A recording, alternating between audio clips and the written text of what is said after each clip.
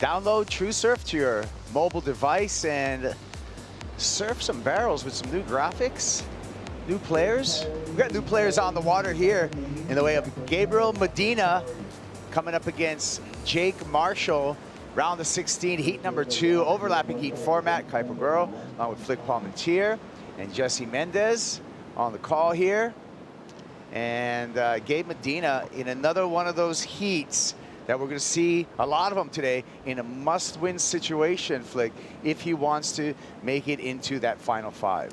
Yeah, this is another massive heat, but if you're just going off yesterday's performance and how in tune he looked, I mean, it was incredible, right? Like, it's hard to deny that. You just can't. It was amazing surfing. He had this ability to just, you know, pick the eyes out of it. Yesterday wasn't an easy day to read, and yeah, identified where those good waves are. He found 2 of them, and you know, today's even better.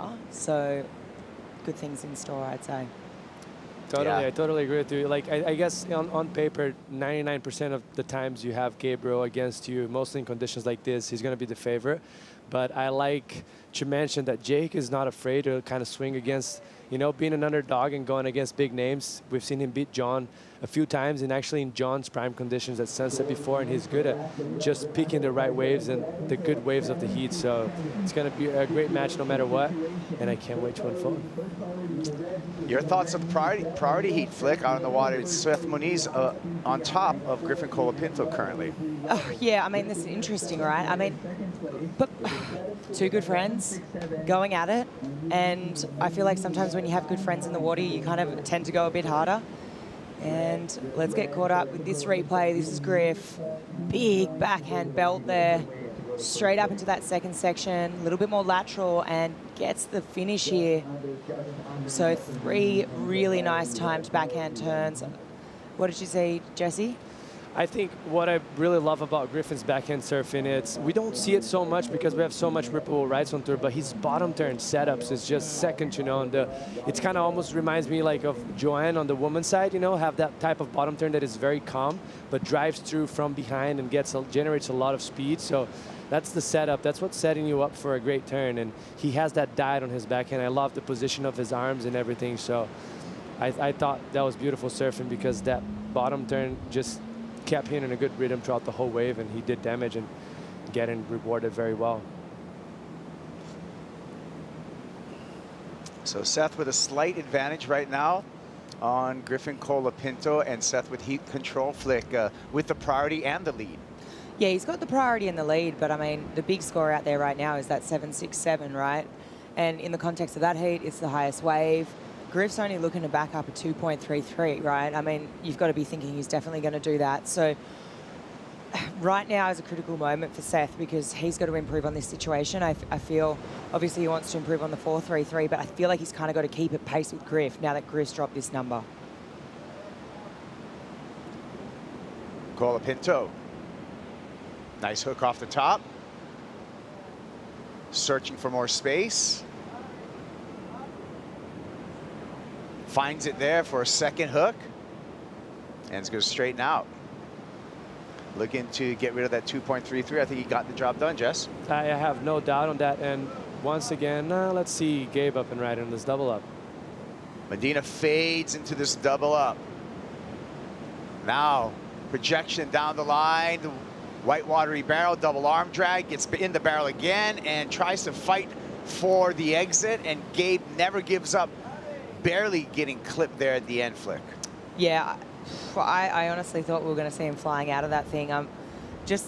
He still looks in great form. A good read on that wave. It's a tricky barrel, I feel like, Cloudbreak, and he had a good read on it just to project down the line, get all that speed. But, I mean, it's early days for this heat right now, and I'd say he's just warming up. And also all the foam that he was going through. It's like hard itself for you to manage whitewash in the wave, but in the barrel it's even worse, like because the lip line is not so clear. It's hard for you to see where the lips landing, so for you to direct your board, the nose of your board throughout, it makes it very tricky. He did as much as he could on that wave, pretty much. Caught off guard because as far as he went, it looked like he was going to come out, but to get to that point was very critical. Another look at it here, Flick. Yeah, I think, you know, to your point, Jesse, your fins are basically like cavitating when the water's like that, right? It just feels like you don't have as good a grip and, or as good a drive, I guess you could say. Cops a little bit of the foam to the head there, but he holds strong. It was just that little last section there that ended up clipping him, but good effort. Yeah, speaking of fins, Gabe Medina has a new signature set of fins out on FCS right now, based off of the Performer template on that fin. And Gabe Medina also made an adjustment when you talk about fins on his Cabianca surfboards with extra large side fins and a large rear fin. So slightly smaller trailer fin on the thruster setup for Gabe Medina, as you can see him paddling out. And there we can see that new Medina template fin, based off of all around the template in the Performer model from FCS. And Gabe with a little throwback to some of his early graphics from Grommethood on those Cabianca, the quiver of 10 Cabiancas that Gabe brought over here to Fiji.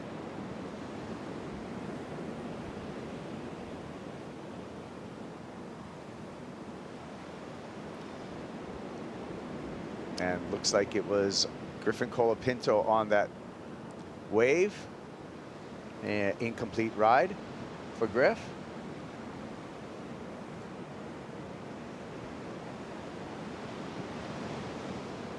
Nice clear water. We're past the high tide mark. Take a look here, and this is a 6-point ride for Griffin Colapinto. And I was mentioning from the wave before his bottom turns. Look how beautiful that is. But this is what catches my attention a lot. Like, he went through that wave about 3-4 seconds, and that feels like an eternity. And that just shows how calm he is and comfortable he is on his backhand, and knows exactly where he's aiming to in order to get the best maneuver. You're going to see him up, setting up right here, beautiful turn. And right here, that wave starts to stretch out, but he keeps his composure. He doesn't get too angsty, like doesn't move his board around too much, just stays patient. And right when it was time, he went to the bottom turn and finished that wave very strong. And it was an average wave turned into a 6-point ride. So Griffin with the lead over Seth Moniz. Moniz with priority needs a 7.35. And just a couple of quick starts for our non-priority heat with Gabe Medina and Jake Marshall.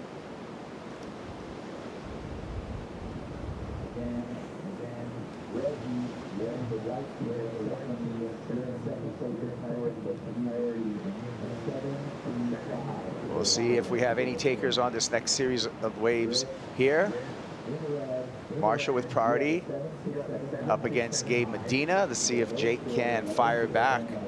The 25-year-old out of Encinitas, California flick has been a roller coaster year. Started off pretty good this year, but it was able to survive the mid-season cut. We'll see him next year on the championship tour. That'll be his 4th year on the CT. Yeah, he impressed me. I think the start to the year impressed me. I mean, he was up there in that top 10, top 5 conversation, and I think best results coming from Portugal and Bells. And then I feel like sometimes it takes a little bit to find your feet on tour. And yeah, Jake's just impressed me this year with the composure he's maintained. And also he's showing in Tahiti as well. There are a couple of really good moments. And I'd like to say, you know, just sort of echo off what Jesse was talking about before. He's not going to back down if, you know, a big sizable wave comes his way. So I think, you know, this matchup between himself and Gabe is a good one. All right, we see Jake sitting right now. Obviously on the up close screen, you can't see much difference, but if we go to a pulled back shot of it, you got to notice that Jake right now, it's probably sitting about 200 yards or 200 meters away from the other surfers. Maybe I'm exaggerating, maybe 100, but this is the first time I've seen someone position themselves that far. Look, we still can't see the surfers. We're just about to see them right now. And he's sitting way up the point, which it gives him room. He sits with 3rd priority right now, let's say it, and up and right, and he is. Let's see if it's gonna capitalize on the gap right there. Way up the reef. So just a different flavor of wave up there, and you can see that different flavor in the way that that thing just did not connect all the way down the line. Yeah, I don't mind. It looks like he's moved down now, but he realized that. Yeah. Yeah, but oh, here we go, up and riding. Moniz trying to make a comeback now. Again, needs a 7.35. Gets clipped in the barrel. So Not doing the job there, Jesse. Yeah, unfortunate for him. That looked like it didn't have much potential afterwards anyways, but it's interesting. Like, maybe he wasted some time. Yeah. Maybe it could have paid off, and he could have gotten underneath, like, very deep wave. That it happens every once in a while. But I guess it's just how surfing is. It's so unpredictable that he got a gamble, and I feel like that's probably what he felt at the moment. Maybe get some room from his opponents, mostly from Griffin and Steph that had priority over him at the time. But now he's definitely back moved over. But he was way far. Yeah. We haven't seen that in the whole event so far. I don't mind it, you know, just trying to create that space. You're in the non-priority heat. Like, you actually might create an opportunity for yourself, and you get first right away. Like, you're out there, you're 200 meters away from the other competitors. It's obviously didn't come to fruition. And yeah, Jesse, like you said, it's sometimes you just got to roll the dice. And that's kind of like a Gabriel move, right? Like, you see him doing that at Chope a lot. Yeah, that's like so you see him like going deep and like finding waves that doesn't really exist and pulling it off. So maybe he tried to get in his mind right there. But realistically speaking, like, have Griffin and Steph, some of the best tube riders, most chargers, surfers on tour. Like, the chances of them letting a good wave go by is very slim. Not going to happen. Yeah. So valiant effort, but just maybe just scouring the reef. You know, this is Jake Marshall's first time competing here at Cloudbreak. So it's, you know, we talked about it yesterday, Jesse, just a lot of these surfers learning on the fly. Yes, it's straight up, and it's not easy to figure out this wave. Just talking about Griffin just let a good wave go, maybe. There you go. So opportunity now to Seth Moniz, Griffin Colapinto with that paddle, lost priority. Seth now is in front of the line flick, needs a 7.35. Yeah, look, possible sliding doors moment right here for Seth to capitalize on that mistake. Griff definitely wanted that wave, there's no doubt about it. He was just that bit too far out. Seth needing 7.35, you know, second highest wave of the heat. He's already got a 6 on the board, so 7 minutes, plenty of time. Sort of feels like this could be the sliding doors moment for Seth. Well, what we've seen by Moniz before is he is an excellent backhand tube rider. He's going to need a special wave, but we saw him, you know, runner up at pipe. We see him in the free surfs. We know what he can do on the backhand, in the barrel. So if a sizable set comes through, look out for Seth Moniz. Look out, here he goes right here. Looks like he's going to have to do some turns on this one. So easy carve to start. Stalls off the bottom. Yanks on that rail. Inside section here. Gets under the cover. Second section. And gets axed. That was his opportunity. The wave just ran out. His technique there was incredible, right? Like, just the way he came off the bottom. He compressed so low. He actually touched the rail for a split second. Realized it was going to tube, altered his line halfway up the face, and then snapped in the pocket and grabbed the rail. Like, this was pretty incredible, really. Like, such a good read on that wave. Colapinto. Just fitting a couple turns on a frothy face. Griffin needs to do better than a 6 to increase his lead. And look at the guy hang on.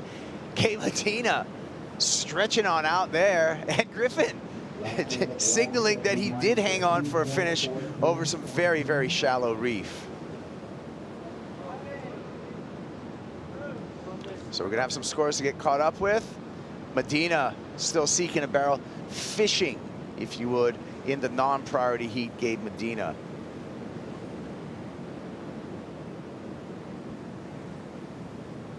Five minutes remaining between Griffin Colapinto and Seth Moniz.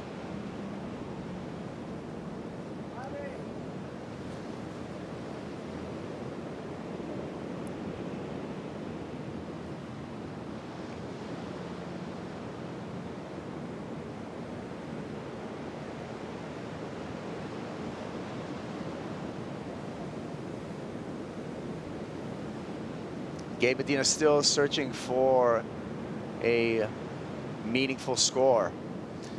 Seth Moniz coming so close, but did not get the numbers. Still looking for a 7.35. Sets coming through here. And priority sitting with Seth Moniz, so still an opportunity for Seth to turn this heat in the final 4 minutes and 20 seconds. So let's take another look at Seth Moniz and his last effort. Yeah, and as you see here, Seth, just a beautiful bottom turn. It's just impressive how relaxed he always looks. on the waves of consequences. Like his body is relaxed, so that just helps him adapt to the circumstances. And right here, beautiful open barrel. He starts to drive through, and it looks like it's going to be a dreamy day, right? But as we go over to this moment right now, the wave starts to split right here. And it gets kind of tricky. He's trying to adjust, and the lip gets caught in his face, in his head. So that was kind of a bad luck for him. He did have a good opportunity, but the wave split up. The lip got landed on his face as he was trying to adjust. And yeah, unfortunately for him right there, the wave ran out. Here he goes, live action. One more time, one more effort. Similar approach, a couple of carves to start off with. Wave bottoms out there, gets hollow. Moniz pulls into this barrel again, and Cloudbreak does him no favors, clamping on the end there. Seth looks like he was on his way yet again, Flick. His bottom turns right now are incredible. The way he's touching the rail, that's what is allowing him to get so tight and crisp in that pocket. That, I think it was the second turn, that was textbook for me. I don't think it gets much better. Let's have a look. So as you see here, he drives around this first section, doesn't touch there. This is more of a setup car for this maneuver. So right at that moment, he actually touches the rail, and it allows him to pivot so hard in the pocket. I mean, if he was coming out of that duo, I think he was on his way to the score for sure. I mean, just such good backhand surfing. Yeah, unfortunate circumstances. Medina taking the in-betweener, is just going to go for turns, maybe add some pressure to Jake Marshall. Still in the non-priority section of his heat, so what Medina does just keeps on, nailing at it. Just as we talked about it yesterday with his approach, Jesse, tenacious, voracious. Medina just always on the move. Yeah, he likes to dictate the heat, right? He never likes to play catch up, so he's always trying to force. Even like it's a very warm heat for him and Jake right now, and they're sitting on tiny scores. So he's like, hey, we got no priority. Like I'm just gonna push and build into something right there. He could bite him back because Jake Marshall is going to be the polar opposite. He's just going to wait for that perfect wave to come in because he knows he needs that in order to win this heat. So let's see how it's going to play now. But so far, pretty slow heat for both of them. But he did capitalize on this last opportunity he had, even though it's kind of an average chance. So we'll wait for that score for Gabe Medina. Gabe Medina, when we look at the analytics here at Tahiti, well, let's get through some replays first, Flick. Yeah. So this is the 683 from Griff. Up into the lip there. A little bit of a frothy wave, but he's dealing really well. Carves in the pocket here. And you know what? Just adding that variety on that last turn, deciding, hey, okay. And he rides out. I mean, that was pretty tricky to get in front of that big foam ball, but just registering that, hey, I need some variety here. I'm going to blow the fins out, make this a little bit more progressive. Was really smart surfing from Griff. And he put a ton of pressure on Seth now, needing an 8.17, just a minute remaining in that priority heat. Paddles for that, he's going to lose priority, switch it over to Seth. Seth's got under 60 seconds to turn this heat, and the Pacific looking with a couple of opportunities. It's going to have to be next wave or the one after that, given the clock, Jesse. Yeah, I mean, it looks pretty slow there right now, like as far as we can see it on the screen on the previous shot that we had. It looked like there wasn't much coming, but let's see, 30 seconds. It's a big score too. You're looking for an excellent wave. 30 seconds. I've also noticed too this last few minutes, it's probably like a shift of like a little breeze, a little bit of onshore going into that strong trades that we're going to supposed to have later on today, and it kind of swinged and it looks a little bit onshore, so you can see a lot of chandelier on the barrels, which it makes it very tricky to ride mostly here. A barrel that kind of goes down the line and has a bunch of sections. Griffin stoked. Griffin signals his good friend Seth Moniz and said, hey, I got you on this one. Griffin Colapinto on to the quarterfinals, and Jack Robinson giving a little high five on the way in. When we come back, speaking of Jack Robinson will be in the water along with Connor O'Leary.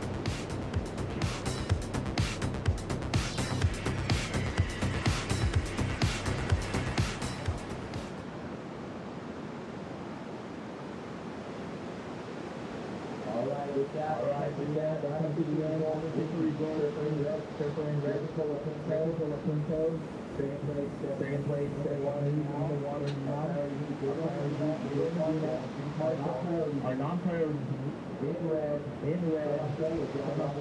Robinson going up against Surfer in white.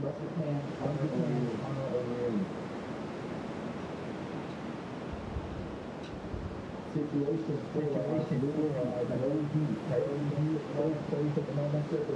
Gabriel Medina, a high score of 417. Gabriel, your low score is at 2.33. Jay White, you have priority.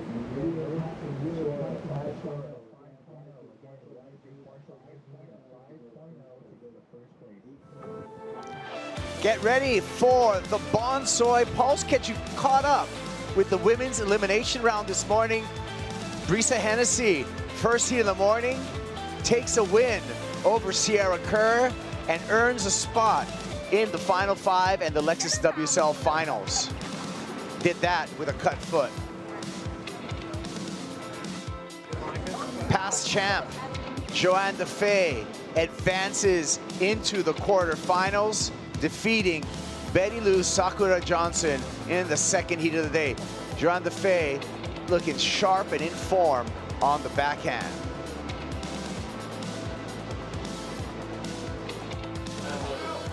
Aaron Brooks, the young wild card, had to get a lot done in this heat up against Gabriella Bryan. Aaron Brooks takes the win. Big wild card upset, the 17-year-old on to the quarterfinals. Broken leash, board trade, all came into play, but Aaron still came through. Check this out. Last wave, a 6.83 for the barrel, and that turned the heat for Aaron Brooks. Lastly, Tatiana Weston-Webb on to the quarterfinals. Tati, strong performance at Cloudbreak. Tati defeating Sawyer Lindblad in heat number 4 of the elimination round, and that brings us all into our final bracket for the women, where we can see some of the matchups with a lot at stake. Caroline Marks up against Kyla Wright, Brisa Hennessy, and Tatiana Weston-Webb. It's going to be a must-win for Tatiana Weston-Webb if she wants to make the Final Five. And Joanne DeFay up against Molly Picklum, another important heat. Not to mention, look at the youngsters coming out. Heat number 3, quarterfinal 3, Katie Simmers, Aaron Brooks. Wow, Flick. Oh man, I'm excited. Jesse and I were having breakfast and we were actually talking about that heat. It looks, all these quarters are really exciting to watch, but that one for sure. 2 young Grommies going to go at it. New heat in the water. Jack Robinson coming up against a former runner-up here in the way of Connor O'Leary. Put into context in this heat number 3 of round of 16. Jack Robinson makes this heat, and he will clinch a spot in that Final Five, and we'll see Jack Robinson at Trestles, but he needs to make it past Connor O'Leary first.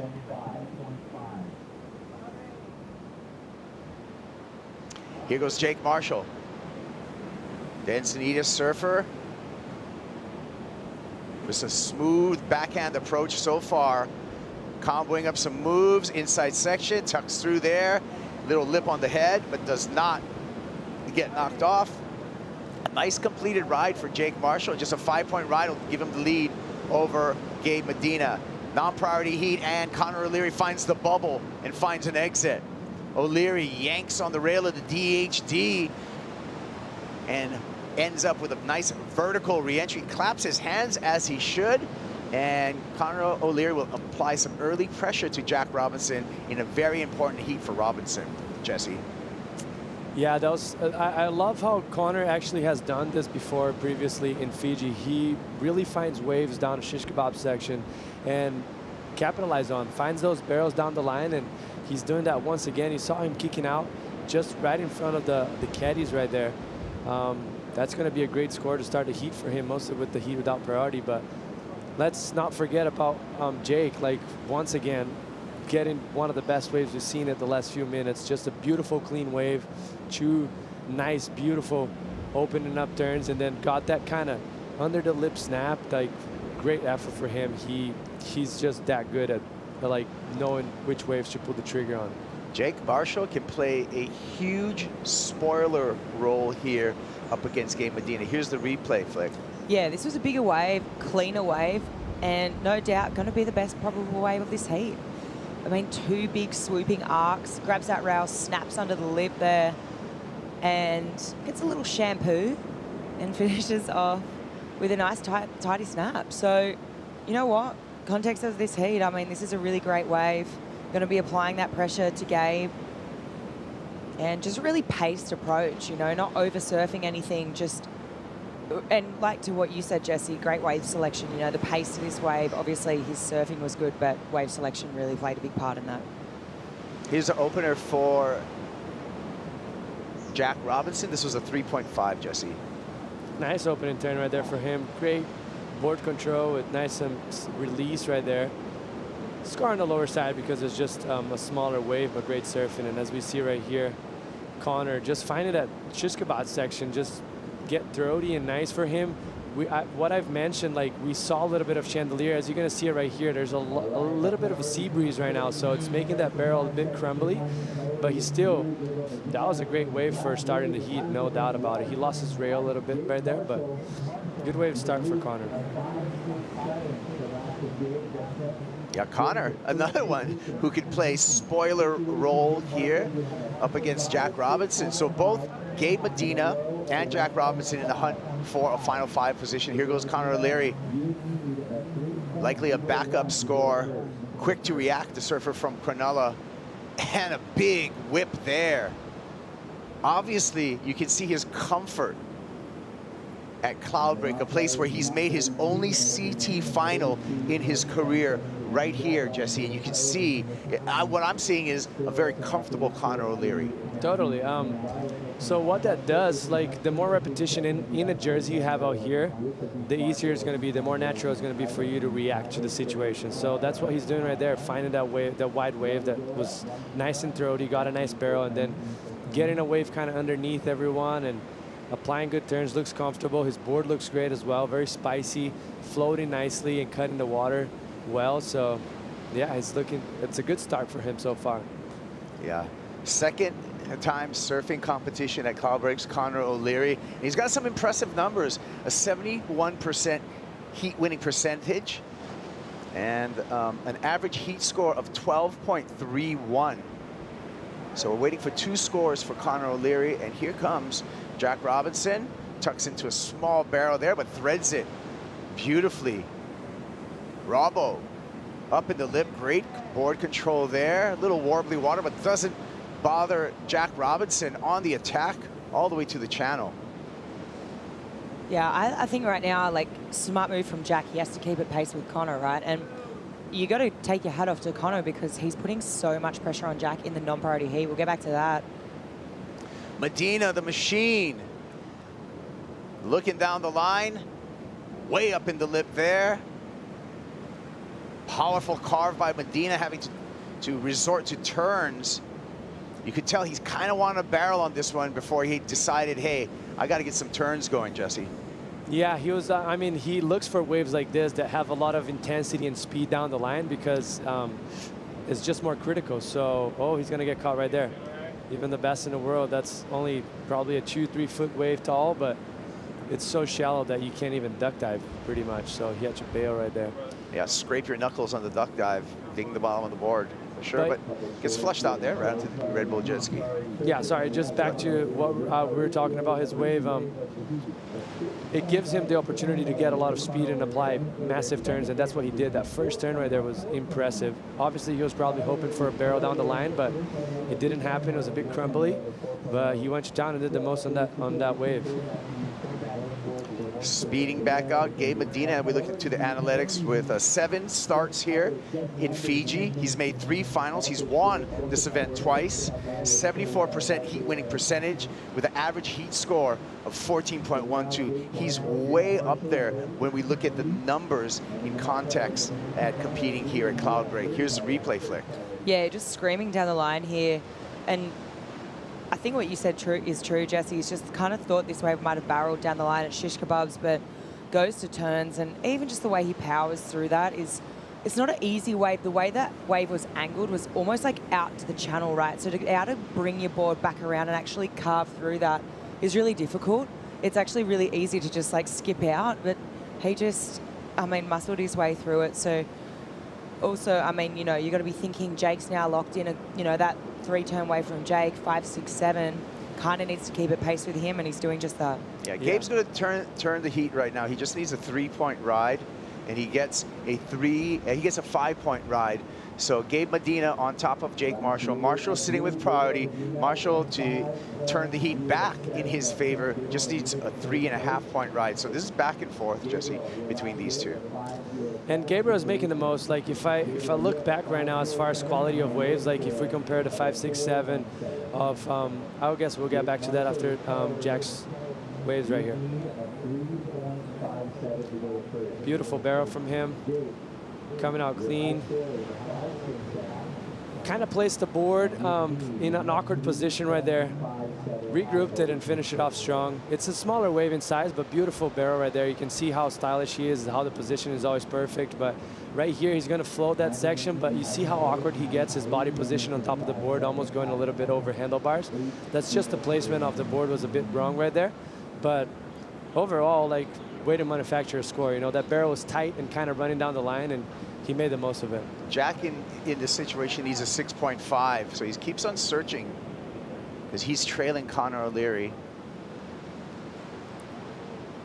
Nice rhythm on the backhand, beautiful backhand float, and maybe a little excitement to complete that wave. Needs a 6.5. The judges owe us 2 scores. Flick, do you think you got the 6.5 on either of those rides? Not that last one with the barrel, but that one that we just witnessed, I think that might be coming pretty close. It was textbook backhand surfing, three big belts, and you know the variety there at the end with that floating like closeout turn. I think he's probably going to get the score. I think it was really quick, really whippy. I mean, if we break it down now, this turn, look how much acceleration he gets out of the lip here. Drives up into this second turn. It just really well timed, you know, this whole wave. Short wave, but really well timed turns. Well, by way of his previous score for that barrel, 4.33, his requirement has been reduced. So Jack now waiting for a score, and the score that he needs is a 5.68. So doesn't need the 6.5 anymore, Jesse. Just if he gets a 6, he's going to turn the heat. Yeah, I think he's looking good to get that score, in my opinion. Like you mentioned, just back-to-back 3 solid turns. He just didn't overdo anything, but everything was right on money.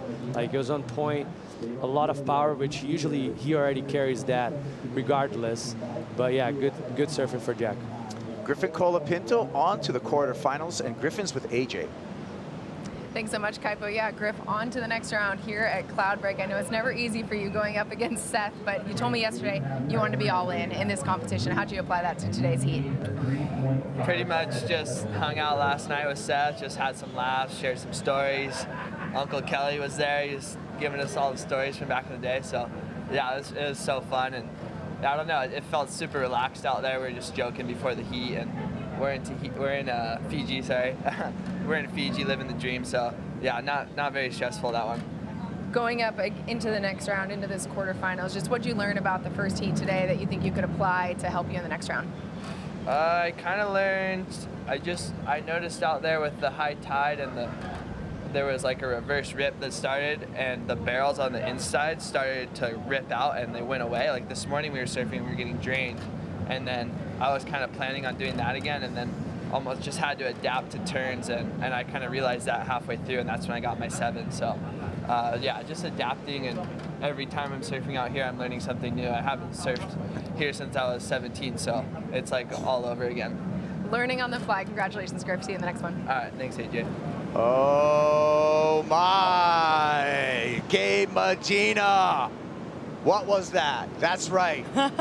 And previous wave, Jake Marshall was going to get the score to turn the heat, by the way, as we go through the replays. But live action here, Connor O'Leary finds a little room in a bubble of his own. But the story right now is the machine, Gabe Medina, and what he was able to accomplish.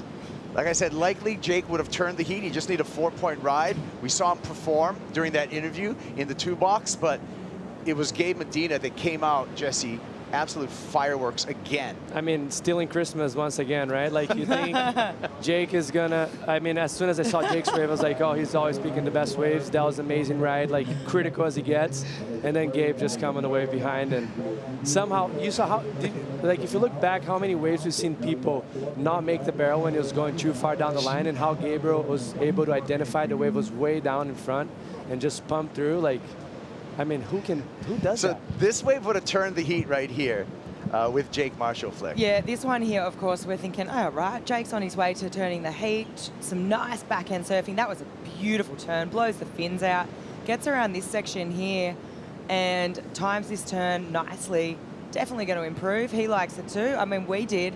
And then out the back, Gabe takes off. We saw this first turn and I was thinking, holy moly, he's on his way to good score. Identifies down the line. This thing's growing. Let's go, let's go. Charging down the line and comes flying out.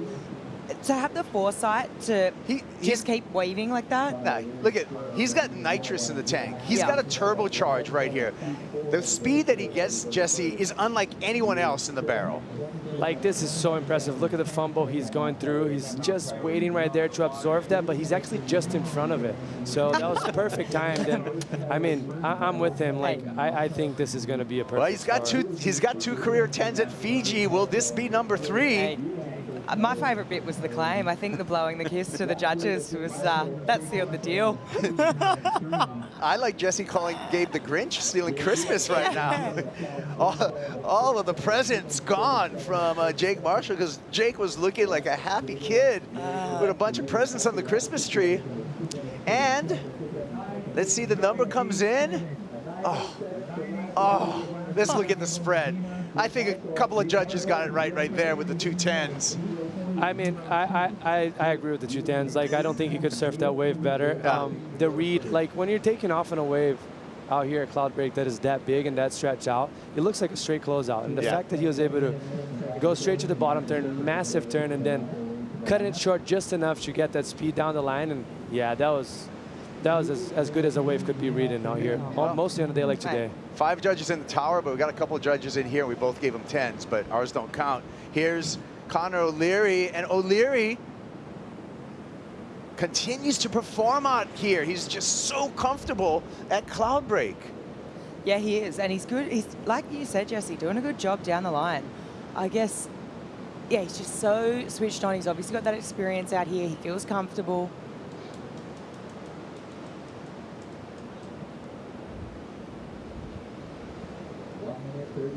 So this was before Medina's 9. This was the first wave of the set with Jack Robinson flick. Yeah, so Jack here on the backhand. Oh my goodness, are you kidding me? That thing was crazy. The whip he got out of the lip, the tail slide. Oh, and does he stick it? He does. Okay, like, he manufactured a score out of that. That wasn't an A-grade wave, but he turned it into like a really good score.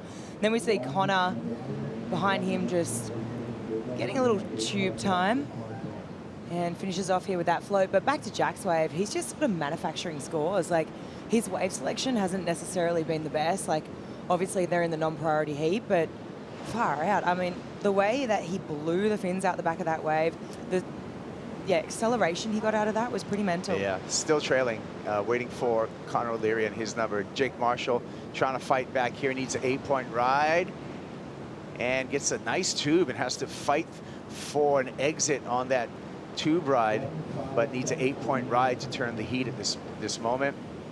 Your thoughts, Jesse? No, that's not going to come to an 8-point ride. Yeah, that was an amazing heat for Jake. Like, I mean, if you think about it, look back, like, if you would have got that 6.93 and Gabriel didn't make that 9.87, which he was very close. When you get that deep on a barrel, you're that close from not making it. He would have been in a very good spot right now, but Gabriel's one of those guys that can pull these things off, right? Sure did. There he is, Gabe Medina, paddling confidently and moving into the quarterfinals, eliminating Jake Marshall with some giant numbers, 9.87, 5-point ride. We're going to take a Bonsoy brew break and calm down a little bit. The action's been incredible here at Cloudbreak. We'll be back after this Bonsoy brew break.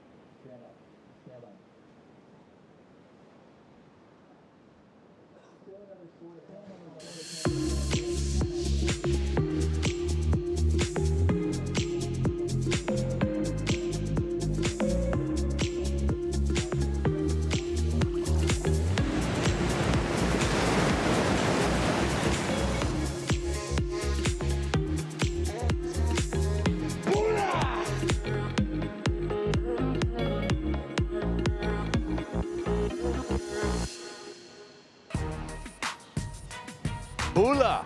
We're back at the Corona Fiji Pro, presented by Bonsoy. New heat in the water. Heat number 4 of the round of 16 is Yago Dora up against Ramzi Boukhiam in a battle of the Goofy Foots.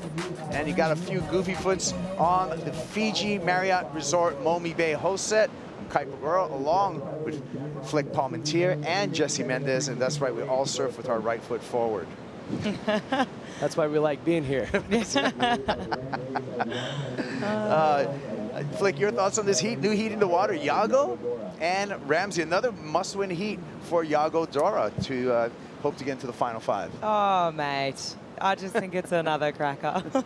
It really is like, yeah, I mean, these two guys, I just think back to, you know, the last wave of consequence we had on tour, and Tahiti and May, and two of the best performers. Ramzi had his best CT result to date with a 3rd place there. Yago, 9-point rides. Like, just, it was actually incredible. And two goofs, the goofs, I feel like have this advantage. We just clearly saw it from Gabe in that last heat as well. You know, that right foot forward proving to be pretty strong today. And we're seeing it in the priority heat as well. Connor O'Leary currently on top of Jack Robinson. Yeah, no, I think this is another cracker, and I'm excited to watch it unfold. I mean, obviously big implications for Yago too. I mean, different styles from both of the surfers, but like the approach is going to be very similar because both are amazing on tube riding and on rail. I mean, I guess a little bit more flow maybe for Yago right there, just because how he looks, like a little bit more lanky, like, he lets the board rides a little bit more. He's a little bit more effortless, but on the other hand, you have Ramzi, that is one of the most powerful surfers we got on tour, one of the biggest guys, most fit. It's going to be such a good heat for us to watch, and I like the positioning right here. You see on the left on the top of your screen right there on the left, it's going to be Yago sitting way up top, maybe trying to find those underneath double up waves that kind of goes and read them for the surfers with priority, and on the other hand, Ramzi just way down below, trying to get some space and identify something. Yeah, Yago, I mean, he had an outstanding heat yesterday in that elimination round up against Kelly Slater. Yago went a 9.33 and a 7.5, an excellent heat total of 16.83 for Dora, where he was one of the standouts yesterday. Yeah, he was. And if you're just going off performance so far in this event, I mean, it was pretty telling. Ramzi had his post-end interview. It's like, oh, I hope to do better tomorrow. I didn't quite... it's not the way you envision winning. Like, if you're going off performance, yeah, sure, Yago 100%, and here he goes. Yago with the opener. Straight to the lip there. Some acute angles on his turn. Bashes that second turn and slashes a third. So, smaller wave, but some great variety in that performance, Jesse. Yeah, and that's what he was looking for, trying to get some room from the heat with priority right now. So he set very deep, and Yago's one of those guys that has the X factor that could turn a average wave into a good score. So right there, obviously it's not going to go huge, but well served for him. Got the feet on the wax, which was called just to warm it up, and it's game on. Gabe Medina, incredible, and on to the quarterfinals, AJ. Incredible indeed, Kaipo. That's one of the words that I heard to describe that wave that you got, the 987. Everybody here in the Red Bull Athlete Zone was like, how did he make it through? What did you see on that wave? Yeah, that was such a good wave. He got the first one, and then the second one came. I was a little bit late, and I was just pumping to get the speed. And yeah, I didn't know if I was gonna come out because I got so much speed when I think on my third pump. Yeah, I got really fast, and then I hit the fun ball and went like over, and yeah, and I came out. So that felt pretty good. And yeah, I give up trying to get a 10. Well, you haven't given up on getting the win here at Cloudbreak, a place you've gotten it before too. What is it about this wave when the stakes are the highest that just brings out the best in you? Yeah, it's such a good wave, you know. It's good to go out there, just express yourself. Being so grateful here. We have such a good wave, and it's a good opportunity for me to surf, enjoy, you know, my time. And yeah, I will give everything I have. Congratulations. Thank you. Thank you. Yeah, there's the replay. Gabe, I'm going to give you a 10. I'm going to give you a 10. My score doesn't count, but can't do it better than that, Jesse. I'm with you. Like, you know, 10s are kind of the ways that as soon as you look, you have that, like, you know, it's you're a shocked. feeling. It's a feeling, yeah. So that's what I felt when I saw that wave. Yeah, we were jumping up and down here. Yeah. On the host set. I don't know much more. Much more can you do? Mostly on a day like today, I understand it feels like, you know, cleaner, more throaty. Where there was a bunch of 9s and 8s and stuff, right? This was an like an X Factor wave. Like it was different than every other wave it came. Like they had a massive opening turn, critical section, and combo it up with one of the deepest barrels we've seen. I think Yago's barrel was deeper than that yesterday. But Yeah. Let's take a look at our live rankings after Gabe Medina has moved into the quarterfinals. He's up 1 spot to number 7. Still needs to hunt for a finals appearance here if he wants to get above that red line. That red line is the cut line for the final 5. And look at Yago Dora, who's currently in the water, right ahead of Gabe Medina. So all Dora has to do, Jesse, is keep in pace with Medina. Yeah, basically, like he needs to match what he's doing, and it's going to be so exciting. They're so tight, this 5th, 6th, and 7th. So right now, the pressure is into Yago and Ethan, you know. Gabriel already did his homework. It's up to the other guys. Yeah, Flick. Ethan Ewing, he's going to be coming up in heat number 8 of this round 16, and that's going to be a pressure-filled heat for Double E. Oh, man. That is the heat you want to be watching, right? I think that's the biggest tell of how the rest of this thing's going to play out. If Ethan wins, he keeps this dream alive. If he loses, opens up the door for Yago and Gabe. You know, Gabe's doing his job. Like you said, Jesse, he's keeping the dream alive. But yeah, all eyes on Heat 8. I mean, is Ryan Callanan going to spoil Ethan Ewing's dreams? Yeah, you don't want to miss any of the upcoming action. Heat number 8, Ethan Ewing, Ryan Callanan. Heat number 7, Italo Ferreira, who also wants to remain in that top 5. Ferreira will be coming up against Baron Mamiya, and Baron will be surfing absolutely pressure-free. And that's dangerous, you know? Right. Like, yeah. Mostly when you have Baron, like, in barrel, left-hand barrel conditions, like, he could be deadly. Here goes Yago. Stomps on the pad, looks down the line. Looks like he's looking for a ramp, does the alley-oop. Lands on the roof with that alley-oop. Continues down the line, and is going to show us some variety with a couple of snaps. Very conscious of mixing up his turns and having variations as well. So even though he's catching smaller waves, Flick, I'm really impressed by the surfing that Yago's putting down right now. Yeah, I think this is so smart, right?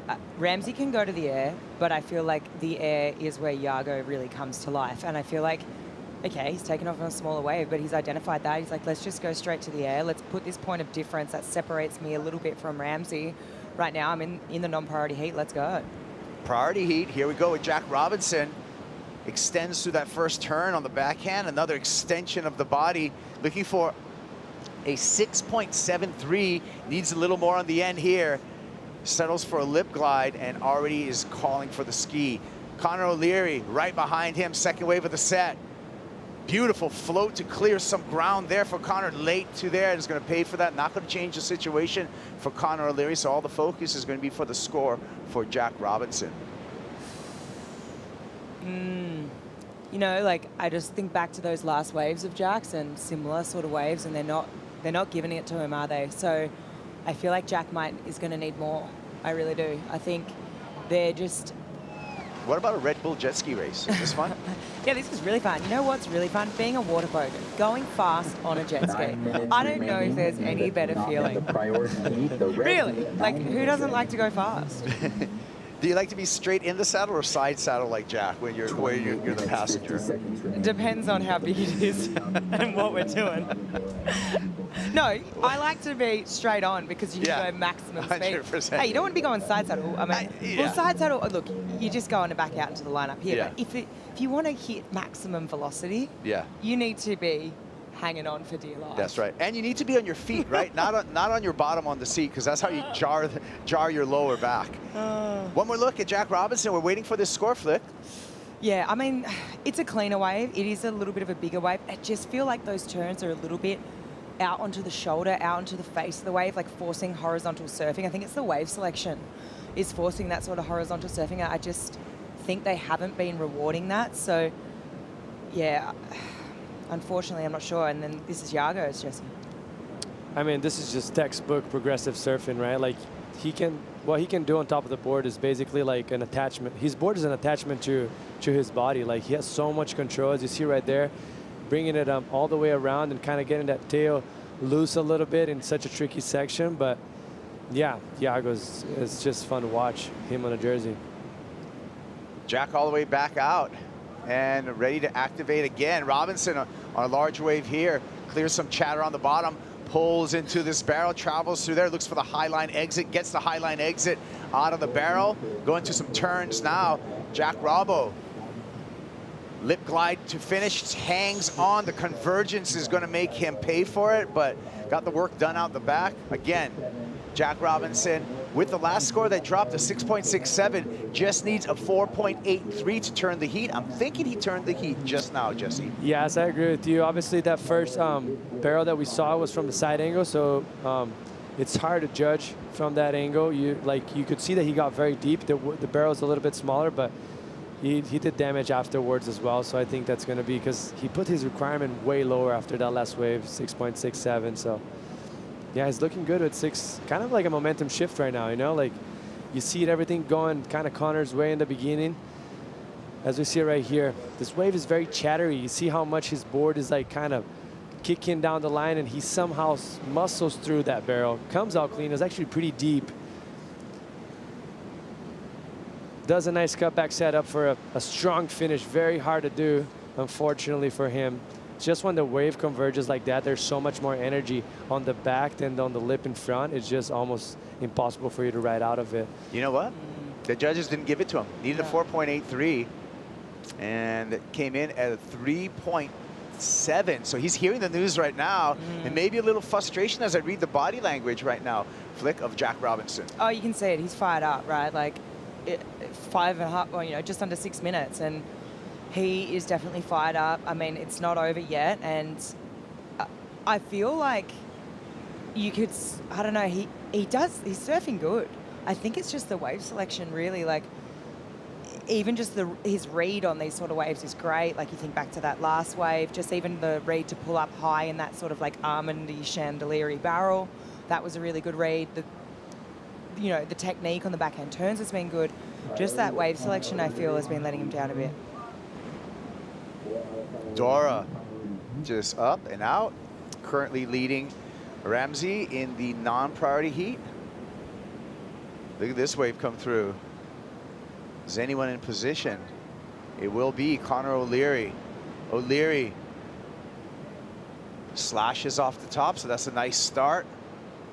Looking for the inside barrel section, slows the board down, struggles to get in that barrel, and with that gets caught up. So he's going to give an opportunity for Jack Robinson to fight back.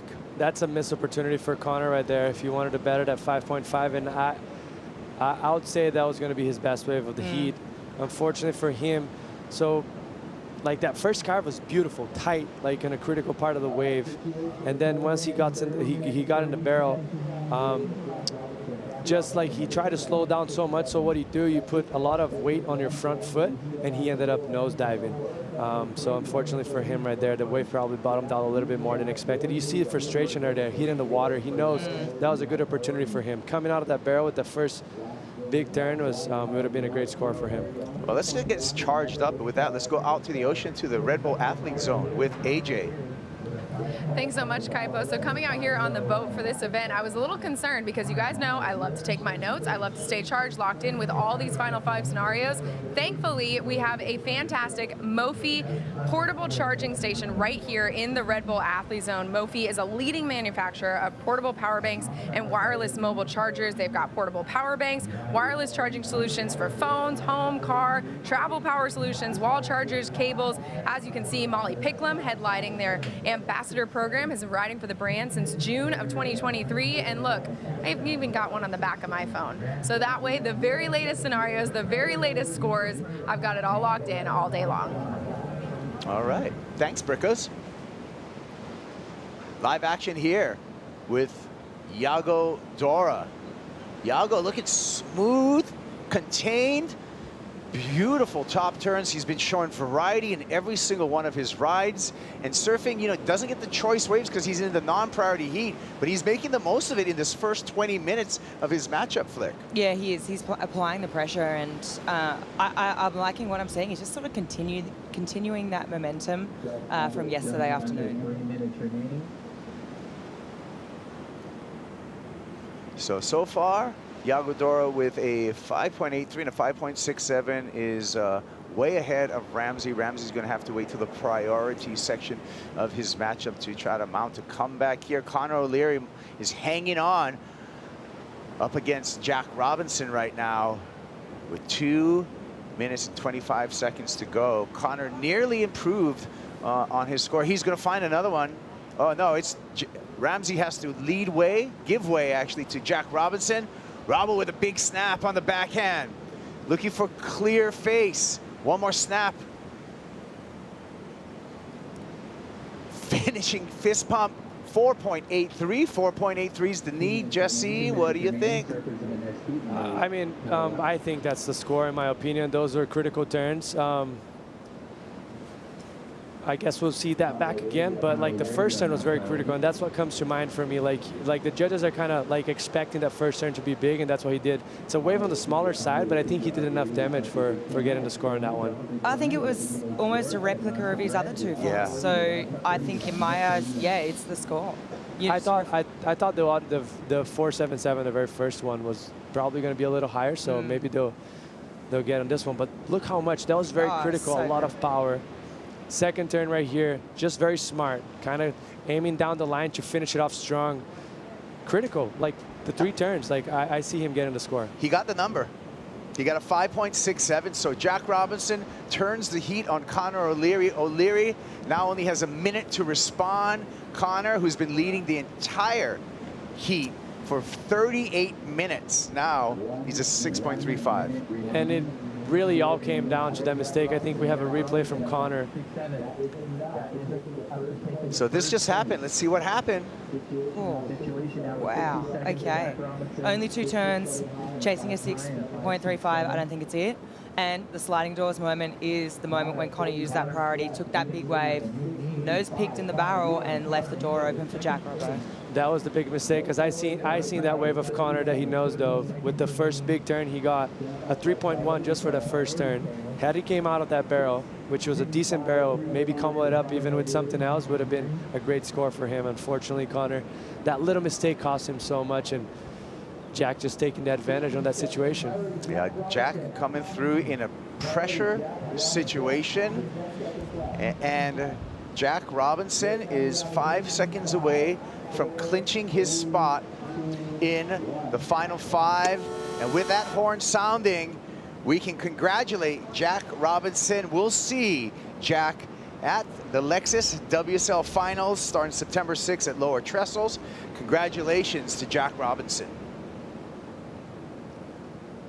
Wow, I mean, that was close though. I mean, Connor really did give it to him. He was fighting back and super unfortunate with that last decision there.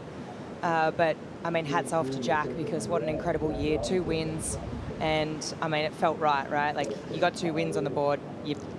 you should be fighting for a world title. He deserves to be in the final 5, and we're going to see him there. Jack Robinson. Now for the men, only 2 spots remain as the plot thickens here at the Corona Fiji Pro, presented by Bonsoy. When we get back, number 1's going to be in the water. That's John Florence.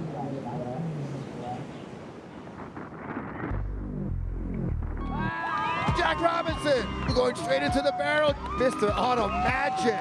Jack Robinson, he's always been that guy, the prodigy, win a world title. I just live for those moments when someone else is trying to battle me. I just live for it.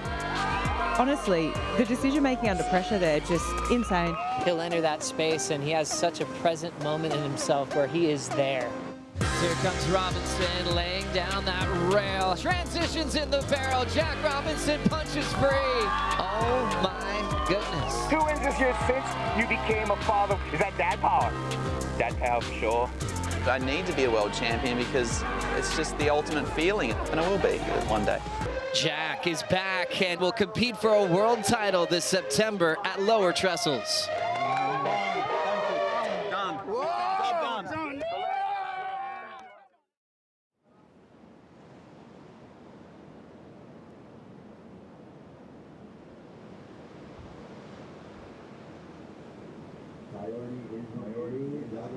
Yago, Dora.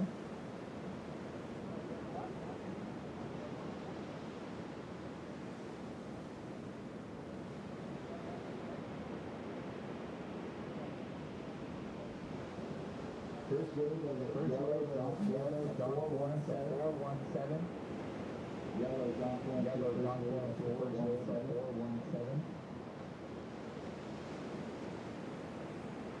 First wave of Wright, 0.43,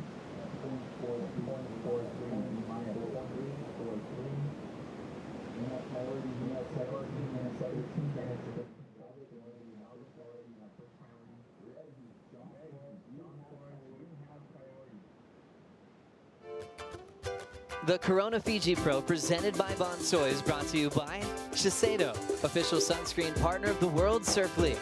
By Eventbrite. On or off your board, you've got plans with Eventbrite. By Oakberry. Fuel yourself with the official acai of the WSL Asia Pacific. By Mophie, official portable power bank partner of the Corona Fiji Pro, presented by Bonsoy. Mophie, stay powerful.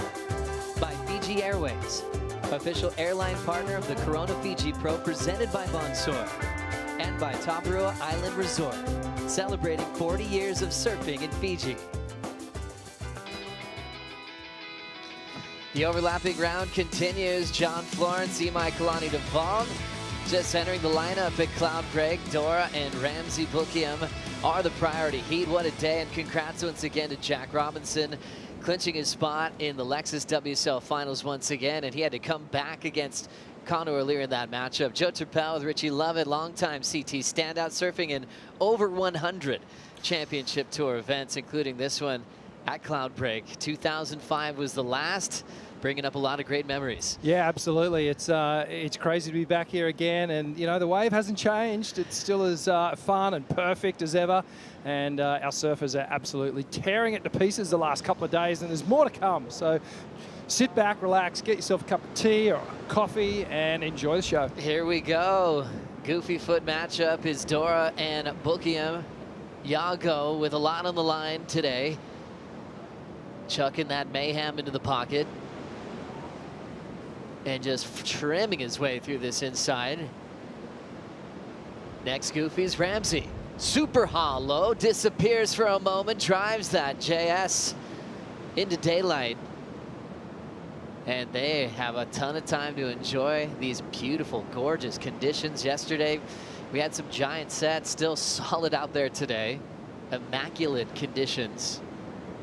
A lot of barrels, a lot of huge turns. This is what you're hoping for when you come to Fiji, as we see the non-priority heat getting started. Imai Kalani-Devalve from Maui, kind of feeling his way through that turn. Some was going maybe float, maybe snap. You can see him kind of thinking that one through. But you'd think that he'd be just going, this is the opportunity to compare my surfing to the current world #1. Yeah, and what a great opportunity that is for Imai. You know, he doesn't really have much pressure other than to put in a good show and really start to get in tune with Cloudbreak, perhaps thinking ahead to finals next year if he can find his way here. Here we go. Here's a look at John Florence's first wave. A huge snap to start things off. And, well, just tries to muscle his way through this final section. And does he right out of it? Not quite, but did well to hang on for as long as he did. And this is Imai. Slopey little wave here to start things off. Nice quick bottom turn, top turn succession. Comes up, and as you said, Joe, it was almost in two minds whether to go for the float or quick snap off that final hit, but nice projection float up. And this is the heat with all eyes on it at the moment. An under the lip snap on the forehand for Yago Dora. Beautiful clean under the lip carve as the second. Comes around, blasts through the lip there, nice and tight in the pocket. Little layback cut back to finish things off as he winds up on the inside and kicks out. So still building. And then this was Ramzi. You can see, look at the swell line stretching out in front of him. And that means tube time. Lines it up on the forehand. Beautiful execution through this section here and just squeaks out. Timing perfect. If he'd left that any later, then he would have come victim to that wall of whitewash crashing down in front of him. Just a quick up and out. Out the back, but we see more waves on the way. The priority heat is Dora and Boukhiam. Yago with the lead at the moment, but standing by for the update from last of Ramzi. Surfing through his first full year on the championship tour, qualified for the tour last season, injured himself on opening day of Pipeline. And jumping off there, Imai. John's opener, a 4.17. Yago's best, a 6.93. Ramzi's on the board now with a 5.53. His best so far, but still chasing a 7.23 to continue on. For Ramzi, what he said yesterday was, I just want to surf. He had a really kind of tough heat win for him as far as performance. It was just, I mean, it's a win, it's a win. You got to move on. But nothing feels better when you're on tour and you get to do your brand of surfing. And he's gotten to feel that quite a few times this year. Yeah, absolutely. I think he won with around 7 points yesterday, I think it was. So, you know, a victory, but not really in the sense of a great performance. And Ramzi was clearly frustrated yesterday afternoon. You know, obviously saying, I want to do better. I want to learn this wave a little bit more. I know what's possible out here. And he's getting another shot at it.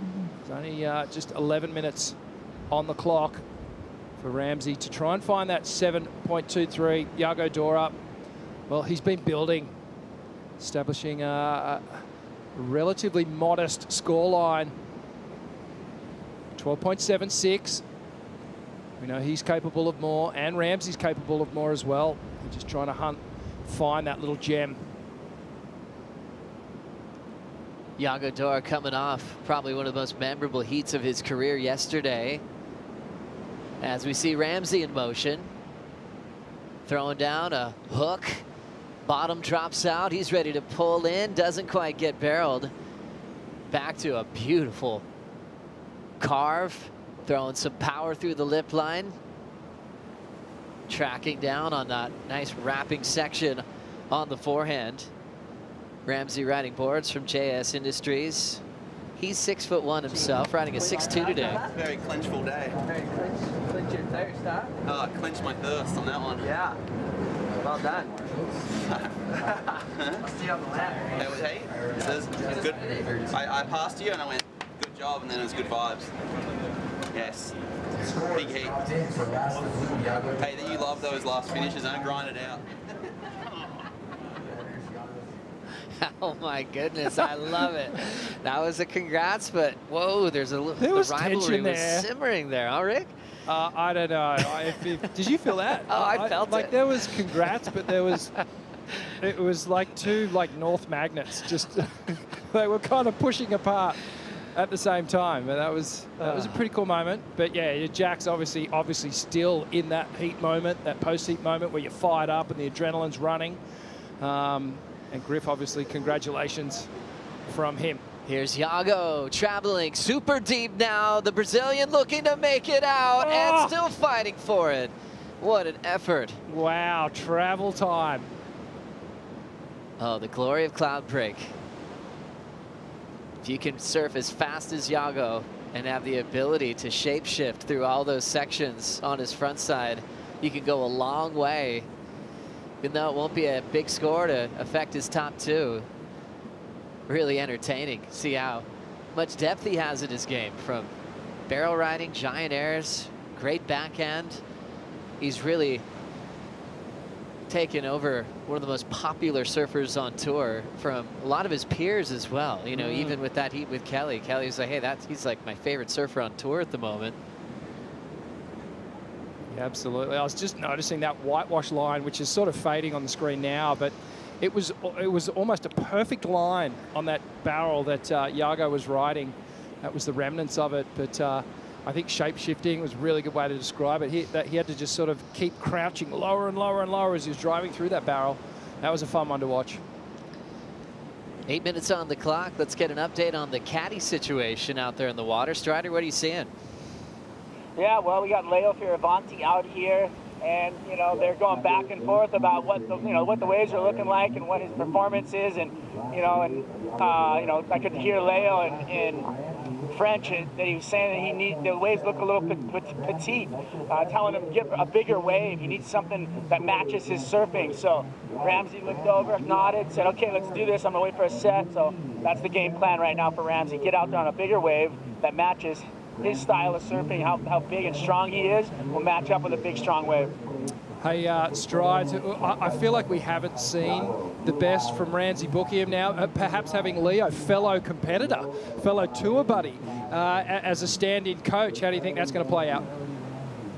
I just think it's great to have on tour, it's one big family, and if you're not up against each other, you can give each other as much as you can as far as information and vibe and caddying out here with them and sitting there waiting for them. So I feel like it's a really cool thing that these guys, they travel the world together, and Ramzi's he's got a solid crew. The whole everywhere he goes, he's got love, which is amazing to see. So Ramzi's going to get back out there. He's got the love of Leo right now in the channel for him. We'll see if it works out. Thank you, Strider. Yeah, it's really cool to see all these relationships that are international. It's not just country to country. They grow up high-profile grommets that are highly decorated in the junior series. They become great friends. They travel together, and Leo is one of the first to celebrate Ramzi's return to the tour this year. It was heartbreaking for all of his close friends, including Leo, when Boukhiam hurt himself on his rookie debut in the morning before his heat and was able to get back on tour this year. As we look at Ramzi's last. Yeah, beautiful, clean snap, critical as the bottom of that wave drops out. A little curtain there, and then a nice big swoop. So really controlled with the maneuvers on this ride from Ramzi. Tags that section right through to the inside. Another clean wrap, so very nice surfing there, super smooth. And then this was behind him, so driving from the start, in the barrel, driving all the way through to the inside. And right at that moment there, we thought perhaps he was going to try and sneak out that front doggy door, bust through the curtain. But unfortunately, just not being able to execute on that one. But some incredible fun vision for Yago on that ride. Both these goofies had a brilliant performance at Teahupo'o in Tahiti back in May. Yago quarterfinal, Ramzi semifinal, as we see Dora up now. Nice big snap. Second snap just as solid for Dora. Laying into the down carve, flowing into the bottom turn, throws it through the lip line and hops out. Great combination of maneuvers there on the forehand from Yago Dora, and a difficult thing to do, Joe, when you're on the forehand like that. We've talked about how the natural footers on the backside, they can come square off the bottom, go straight up vertical, pivot really tight off the top. It's a hard thing to do on your forehand, and Yago just executed the second turn, I think, in particular, Really clean. Let's check the replay here. So stays nice and high, drops down to the bottom. Beautiful fan of spray. Keeps it projecting down the line. Bit more pivot on that second turn. And then this third one, a nice clean wrap to cup down. Clicks on that final maneuver there. A great 4-turn combination. Important heat for Yago Dora, especially with Gabriel Medina with a giant win, almost getting a 10, getting past Jake Marshall just moments ago. Medina's moved up to 7th. Yago in that 6th position. Remember, Robinson just clinched a spot, so 3 surfers already guaranteed to be at lower trestles. Filling out the last 2, Italo, Ethan Ewing, Yago Dora, Gabriel Medina. A lot to talk about there. So Dora knows he's in a must-win situation. Came very close last year.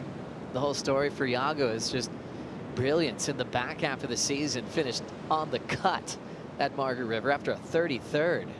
Almost thought he was facing elimination from the tour. Everything changed. From that moment, pretty much, huh? That was it. Ramzi deep on this one, and he's going to have to get out of there. So now Yago sitting with priority. Boukhiam running out of time and needs a very substantial score. An 8.53. Dora's last performance, his best so far, a 7.33 for some aggressive combinations. Yeah, I like that score. No barrel involved, but the maneuvers, the intensity of those maneuvers were really on point. Yago just feeding off the rhythm of yesterday. Having one of the toughest draws you can imagine. The GOAT at Cloudbreak. And to be able to go into the 9s against him, it's definitely one of those key heats that he'll look back at his career and never forget. That could be the momentum that he needs to go all the way in this event. It's been goofy foot dominated over the years, and guys standing with their right foot forward have been very successful throughout the day today. I was talking to Aki earlier this morning. I just wanted to confirm that he is going to go switch to natural foot or regular foot. He's going to work on. He's going to do that. Standing with his left foot forward. I can't wait to see his progress. He said he's getting better. Minute 50 to go. Yago driving, pulls in a tough section and trying to force it. Loses priority, gets shut down. Boukhiam now with just over 90 seconds to try to keep his season alive. Well, it's possible. 8.53 is what is required from Ramzi, Boukhiam, and he just needs the wave. Definitely a better performance in this heat. Looks settled, he looks in tune. Board looks great under his feet. Perhaps a little set starting to creep around the back of the reef here. Love to see this one go down to a final exchange. 1 minute on the clock.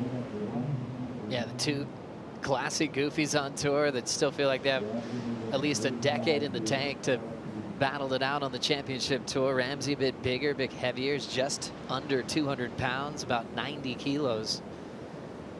And with his style and control, he can just finesse that rail and spray goes to the heavens.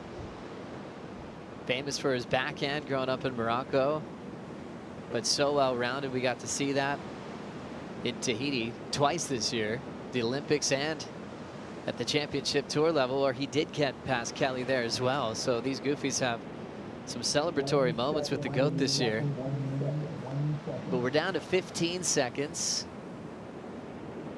Yago needs to win his heats to stay in contention for a shot to be in the final 5, and we are into the countdown. Dora going to turns for his high score and high performance combinations. We're able to get him out in front and get the victory over the Moroccan. And Ramzi kicks out of what's been a stellar season. His first lap on the championship tour. And he's earned himself a well-deserved off-season, some surf trips, some time with the family. And he's going to come back really strong next year. On the other end of that, Yago still in the hunt trying to find himself in the final 5. We'll keep you posted on the live rankings as Yago's moving on. When we come back, Crosby, Colapinto, and Rio Waida will get started, and the priority heat will be with John and Imai.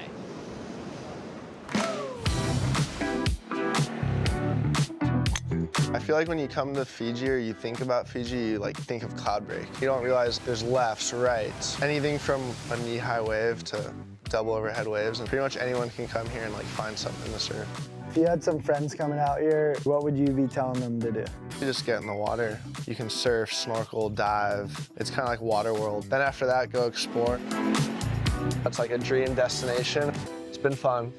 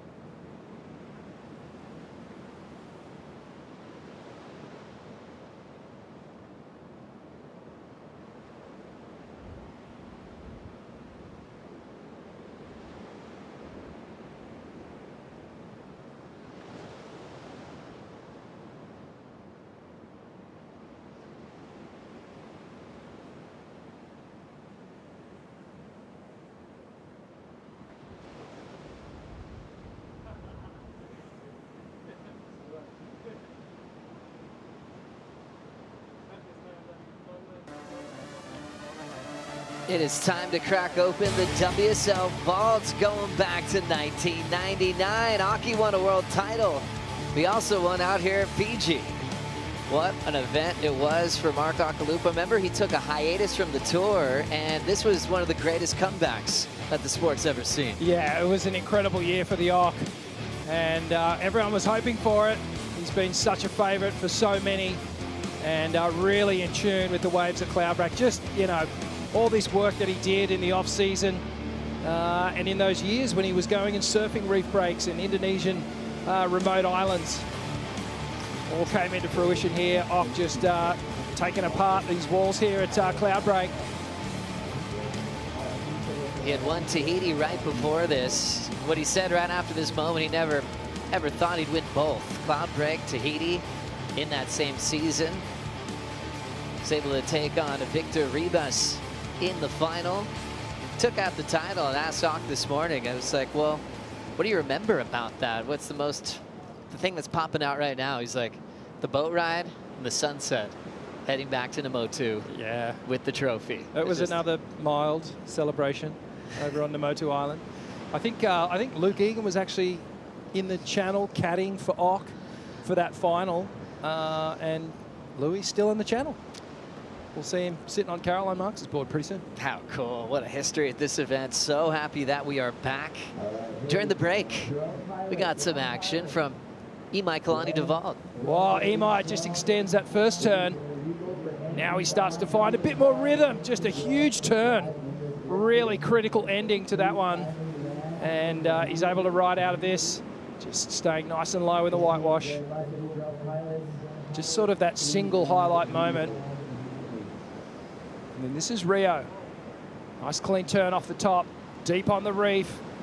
Bang, hits the lip again. And he's been looking really good out here. He had a great heat yesterday. Nice extension on that inside turn. All the way through to the inside, hits that oncoming section. Great warm-up wave.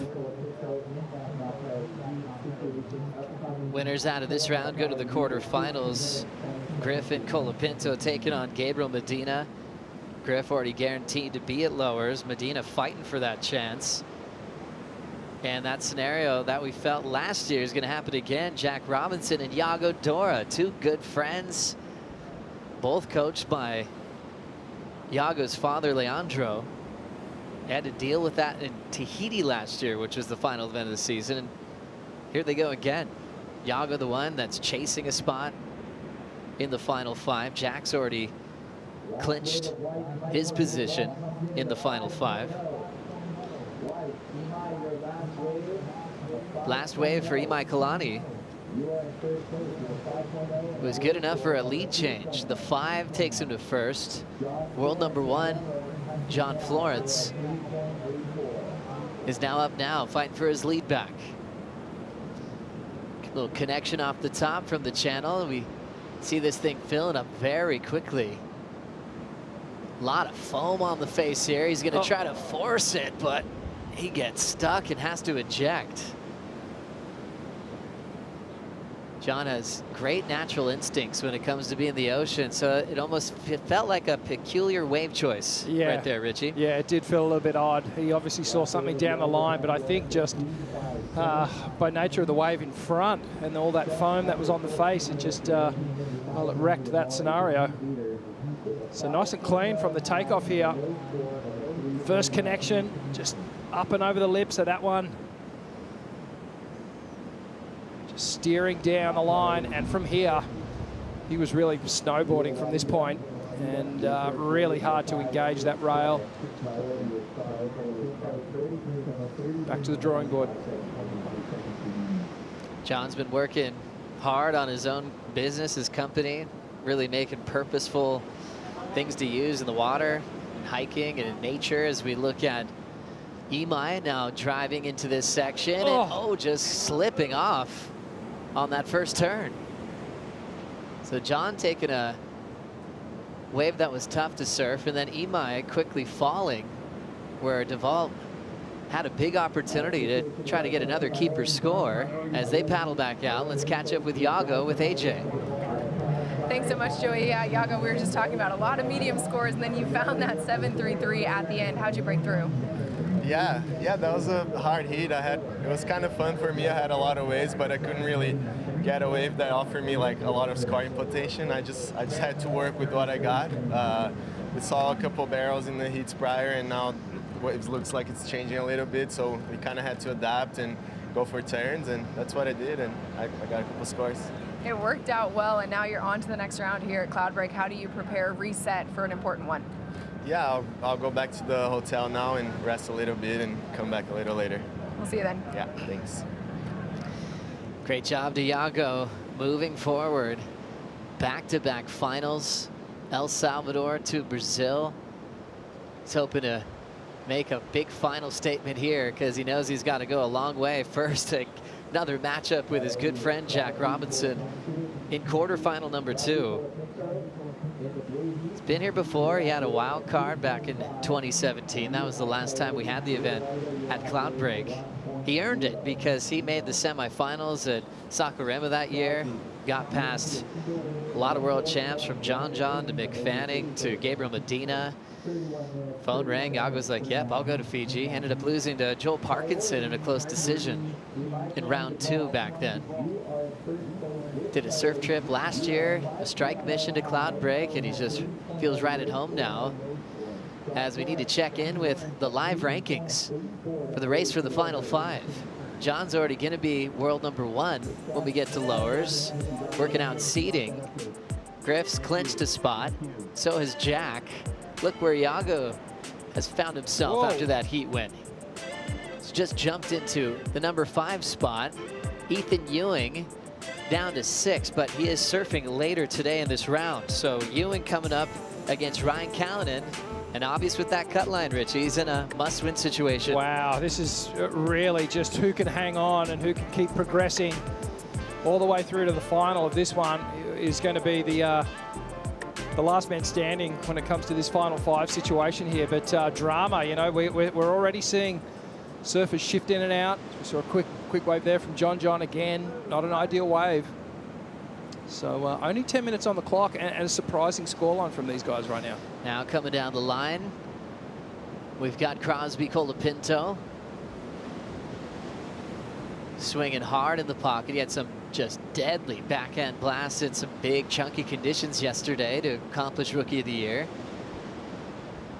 Crosby finding the lip again, and just to mention, with all those advancements we saw in the live rankings, Crosby officially out of contention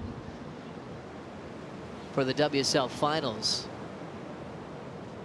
But he is in contention for a potential brother final, as Griff and Cross are on opposite sides of the draw. There's a blast there for Rio White in the heat with Crosby. Frames up that backhand carve so well. And then a backhand float that was a bit sticky. Yeah, just coming unstuck on that final maneuver. But I'm super impressed with both Rio and Crosby and how they're adapting and surfing out here at Cloudbreak. Crosby got some really good backhand maneuvers done on that last wave, and really starting to feel this new location. So yeah, great performances, and Crosby, congratulations on the Rookie of the Year. I doubt he would have had Final 5 aspirations coming into this event. I think he would have been thinking, just get a win, see what happens, try and secure that Rookie of the Year title. And well, some pretty odd things needed to happen for him to find himself in that Final 5. But what an incredible race. This is really starting to tighten up between Ethan Ewing and Yago, Dora, and also obviously Gabriel Medina right there. You learn a lot when you become a pro, Richie. You realize you're going to be talked about and critiqued in the media. You got used to that when you're on tour, and your performances, if they're good or maybe bad, you'd have to sometimes look at that and move on or try to hide from it, you know. And the start of the season, when there was breakdowns of the rookie class, there's a lot of people saying, hey, maybe Crosby was not going to even make the cut.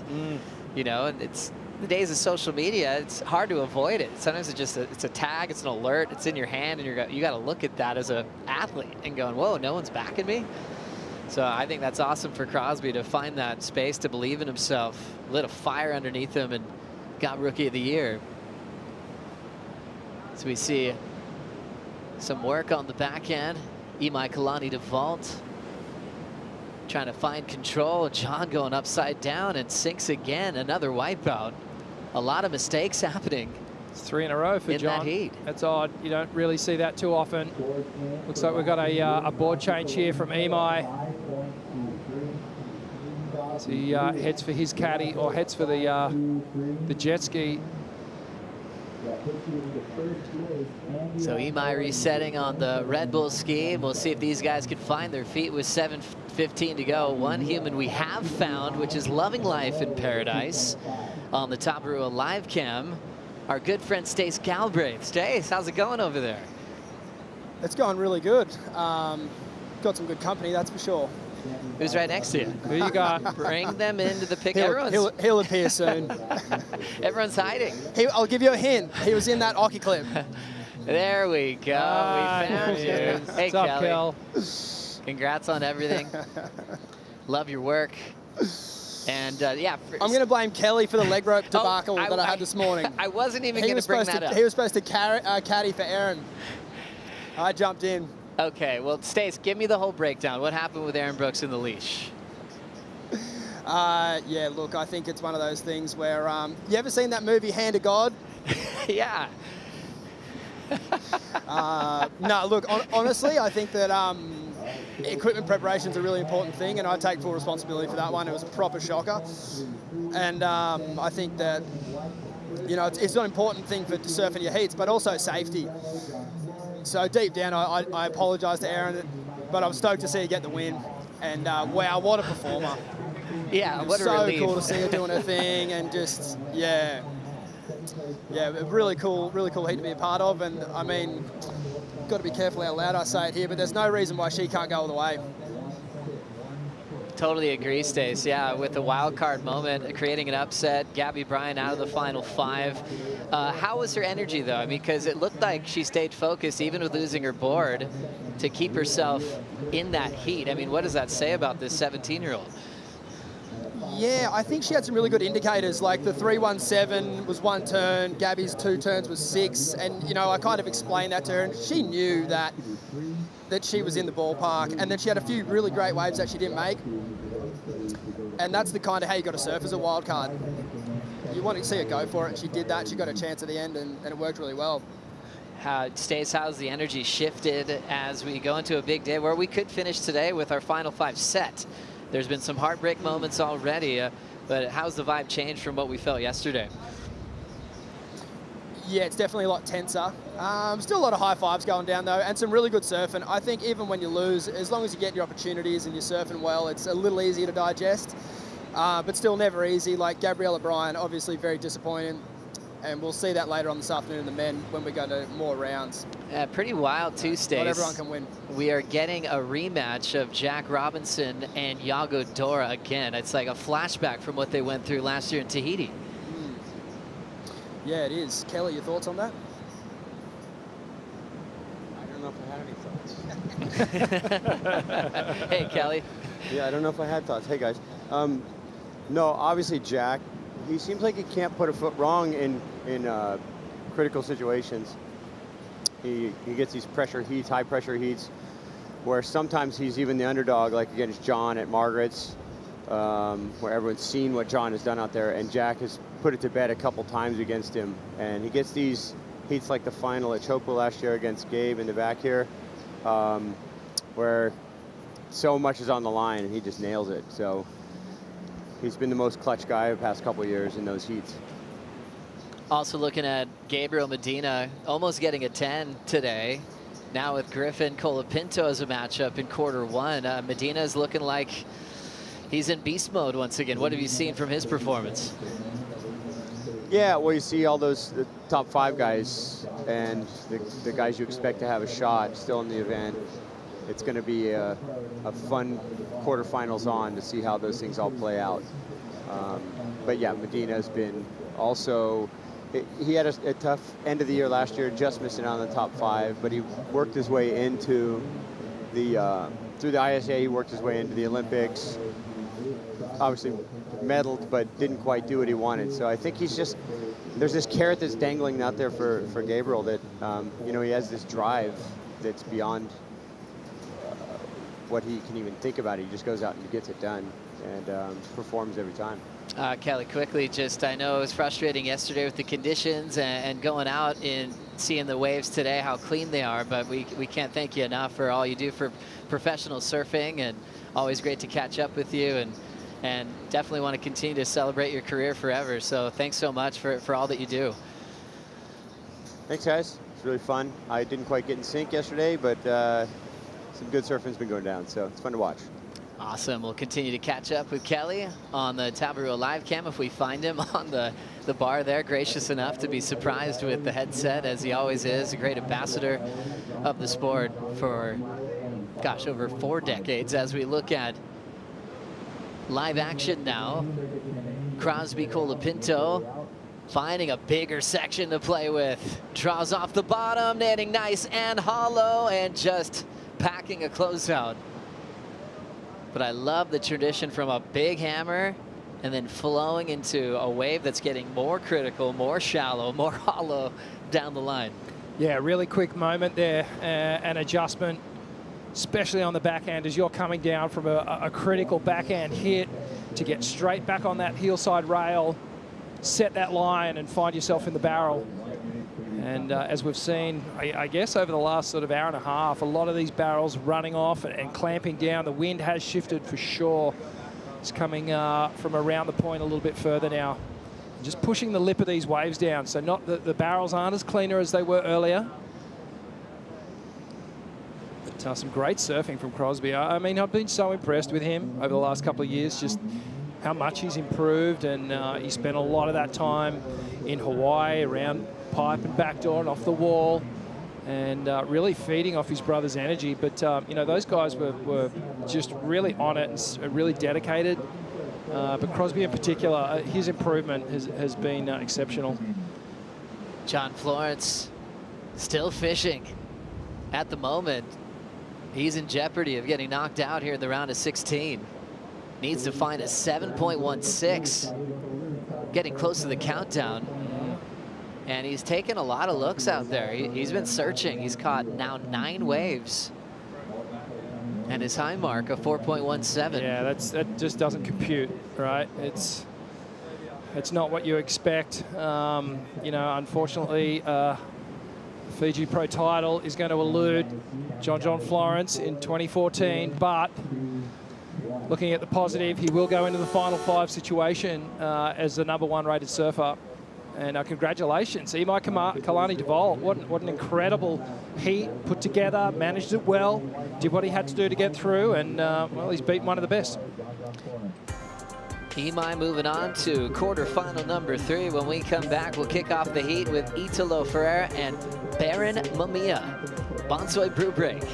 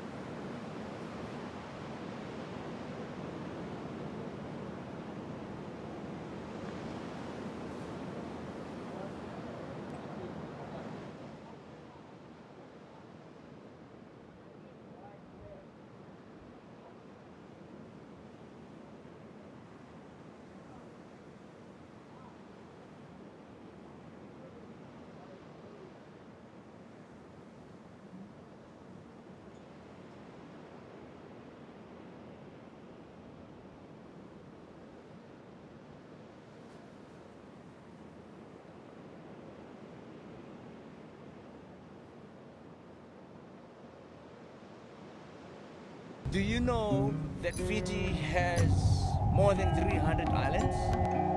Very friendly people.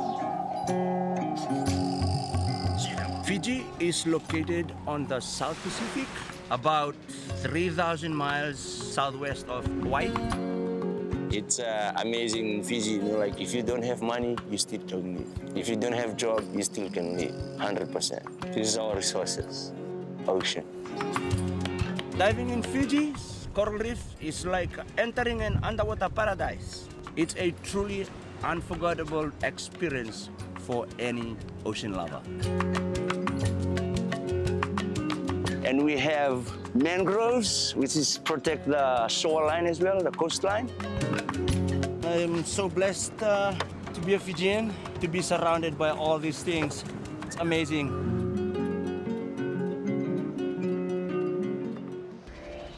It's always fun watching Inya rip in the event, and always a great ambassador of light, great energy. Bula Vinaka, always fun to be here in Fiji, an absolute paradise. Italo Ferreira takes on Baron Mamiya in heat number 7 of the round of 16. A lot on the line for the world title race. All roads lead to the Lexus WSL Finals. Baron Mamiya out of contention, but Italo wants to compete for a second world title this year. Joe Turpel with Richie Lovett enjoying a life at the Fiji Marriott Resort Momi Bay host set. The Fiji Marriott Resort Momi Bay is Fijian owned, which is awesome. Managed by Marriott International Team for 7 years now. Very strongly connected to the local community. These villages being represented, the World Surf League building the new tower. The old tower was taken down in a crazy storm. And that tower gifted to these local villages from the WSL forever. So for strike missions, surf competitions, you'll have to connect with the locals to see if you can get access to that tower where the judges are on at the moment.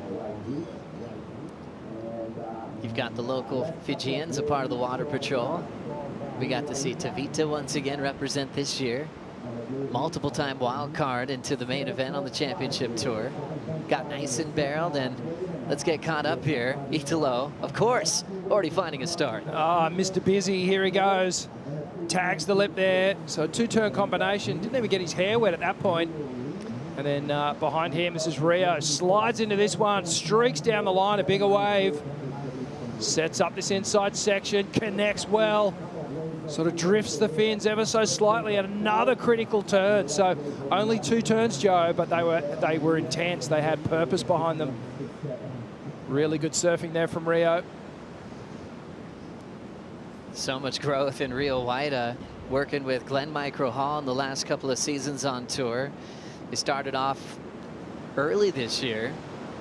Had some off-season training programs. Molly Picklum was there as well, and a few other younger surfers. Rio's just attention to detail is amazing. Micro says it's just a treat working with him. As you know, everyone's different. They have to apply different things to different athletes. It's not just the same playbook for everybody in their stable. And Rio's just beyond dedicated, where he's willing to stay away from home for years. As long as he can accomplish all of his goals, driving down the line in that bright red is a world champion. He wants to ramp up. He's got the speed, and oh my goodness, I got so excited. You could see him just reset. We nearly stood up off our chairs right then because he was on the wind-up, no doubt. And do you know what? This is the first time we've seen this wind. We've actually got wind coming at us over the lagoon here, right on the host set. So, you know, things have changed out there. There is almost an onshore, a really light onshore out there at Cloudbreak, and that spells the air wind. For Italo, he would be looking at that going, okay, I'm going to put this right on the front of everyone's radar here. That was very exciting. He held back, but he probably was going to do a 10-foot air at least if he decided to go for liftoff. Italo just starting with Bernd Mamiya, and what a heat win. Imai just took out world #1. He's hanging out with AJ. He did, Joey, and we were just talking about that, Imai, how you got the win here at Cloudbreak against the #1 in the world. How did you dig in and find those waves? Yeah, it's crazy. I mean, obviously John's the favorite, I think, out here, and everyone could agree. And I knew going into that heat that it was just going to be about catching the right waves because obviously his talent is next level. And I kind of just, when you're against guys like that, you kind of just have to focus on yourself and do what you could do. And I knew I just had to catch, you know, the better waves. And it wasn't a great heat waves-wise, but I found myself on the most decent ones. Speaking of focusing on yourself, making your first heat here at Cloudbreak since Margaret's, you're on to your 3rd quarterfinals of the year. What is it going to take for you to crack into that semifinals? Yeah, it feels good to make some heats. It's a real rough last 3 events for me, so to finish off the year, like, it's a good confidence boost to go next year and on the off season. But yeah, just same game plan, you know, just try to catch the best waves in your heat and surf what you can, and hopefully it all goes your way. We'll see you then. Thank you. Giant heat win for Imai as we go right into action with Crosby. Big sweep, attacking a big section. His board's under his feet, and he will right away. His wind-up on backside verticals are insane. So much power. He's got a lot of range with that tall frame, and he does not hold back. Nah, that was textbook backhand hit right in the perfect spot on the wave. And, well, it's going to come in as a decent score. Mr. Busy down the line again. Ferreira now winding up, goes for a big alley-oop, a bit off balance, and he'll let go of it. Now setting it up, driving into that first section with some speed and lighting up again, real Waida, real controlled. Nice clean surfing from the Indonesian. Already has a 7.5, looking to better a 5.67.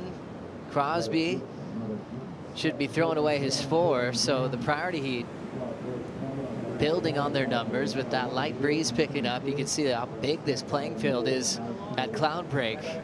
Taking off wide is Italo. Air drops, controls it for a moment until it launches him. He can't help himself, can he? Here we go. Remember when Italo was a rookie, he was going to all these locations for the first time.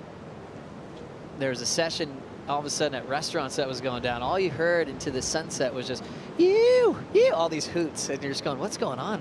And it was Italo. He was hooting himself out of barrels. No way. It was like one of those pinching yourself moments where he was just pure stoke. Just going, I'm here in Fiji, surfing one of the best lefts in the world.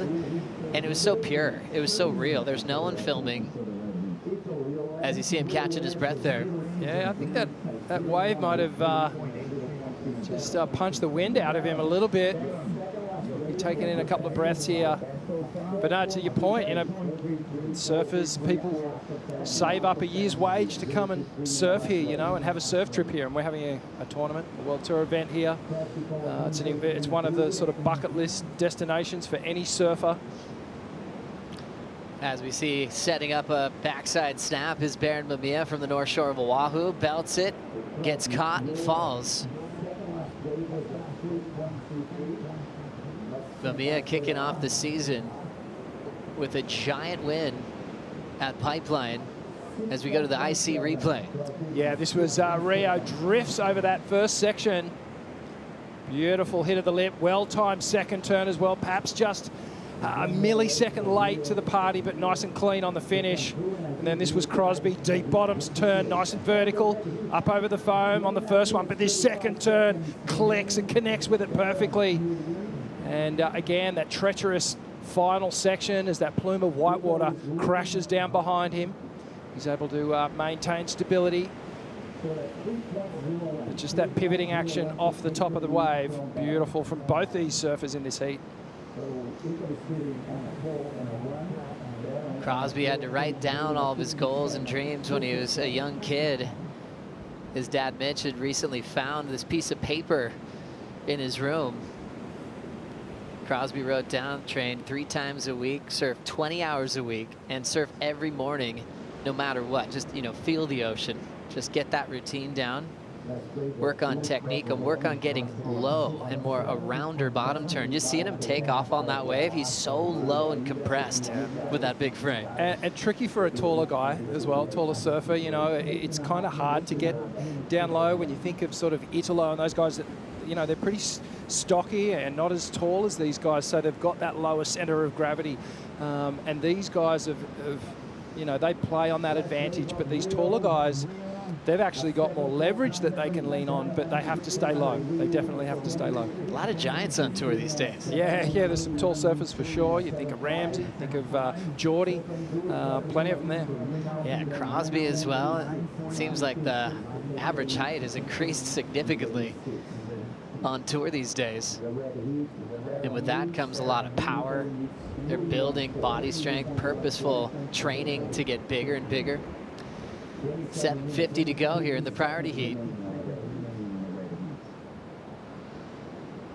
No takers on this wave. Let's take a look at this last replay again. Yeah, just a couple of things I want to highlight here, Joe. As Crosby frees it right here, you can just look at this bottom turn. So you can check the rail if he's bored. It's pretty much half buried as he's leaning on that heel side rail, nice and composed. This back arm here is very, very low. That helps him draw and drive off the bottom. Let's continue on with this turn. Now right here, Crosby's got his eye set on where he's going to hit the lip. Now he starts to do that pivoting action. Now, arms right here, totally vertical. The board's centered that way, so almost vertical, and then he'll start the rotation. All the weight will go on the back foot here as he pivots.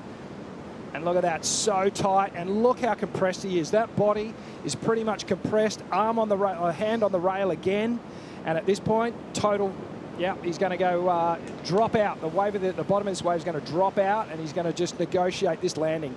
All the focus is on staying on his board and just dealing with all that power and explosion behind him. Well done. What a classic power hack on the backhand of Crosby Colapinto, earning himself a 6.17. Low score now is a 5.23. Crosby still chasing a big number because Rio Waida improved on his last to a 7.93 for 2 big combos. So Crosby needs almost a perfect score to kind of keep the dream alive of a final, potential final with his big brother being on opposite sides of the draw.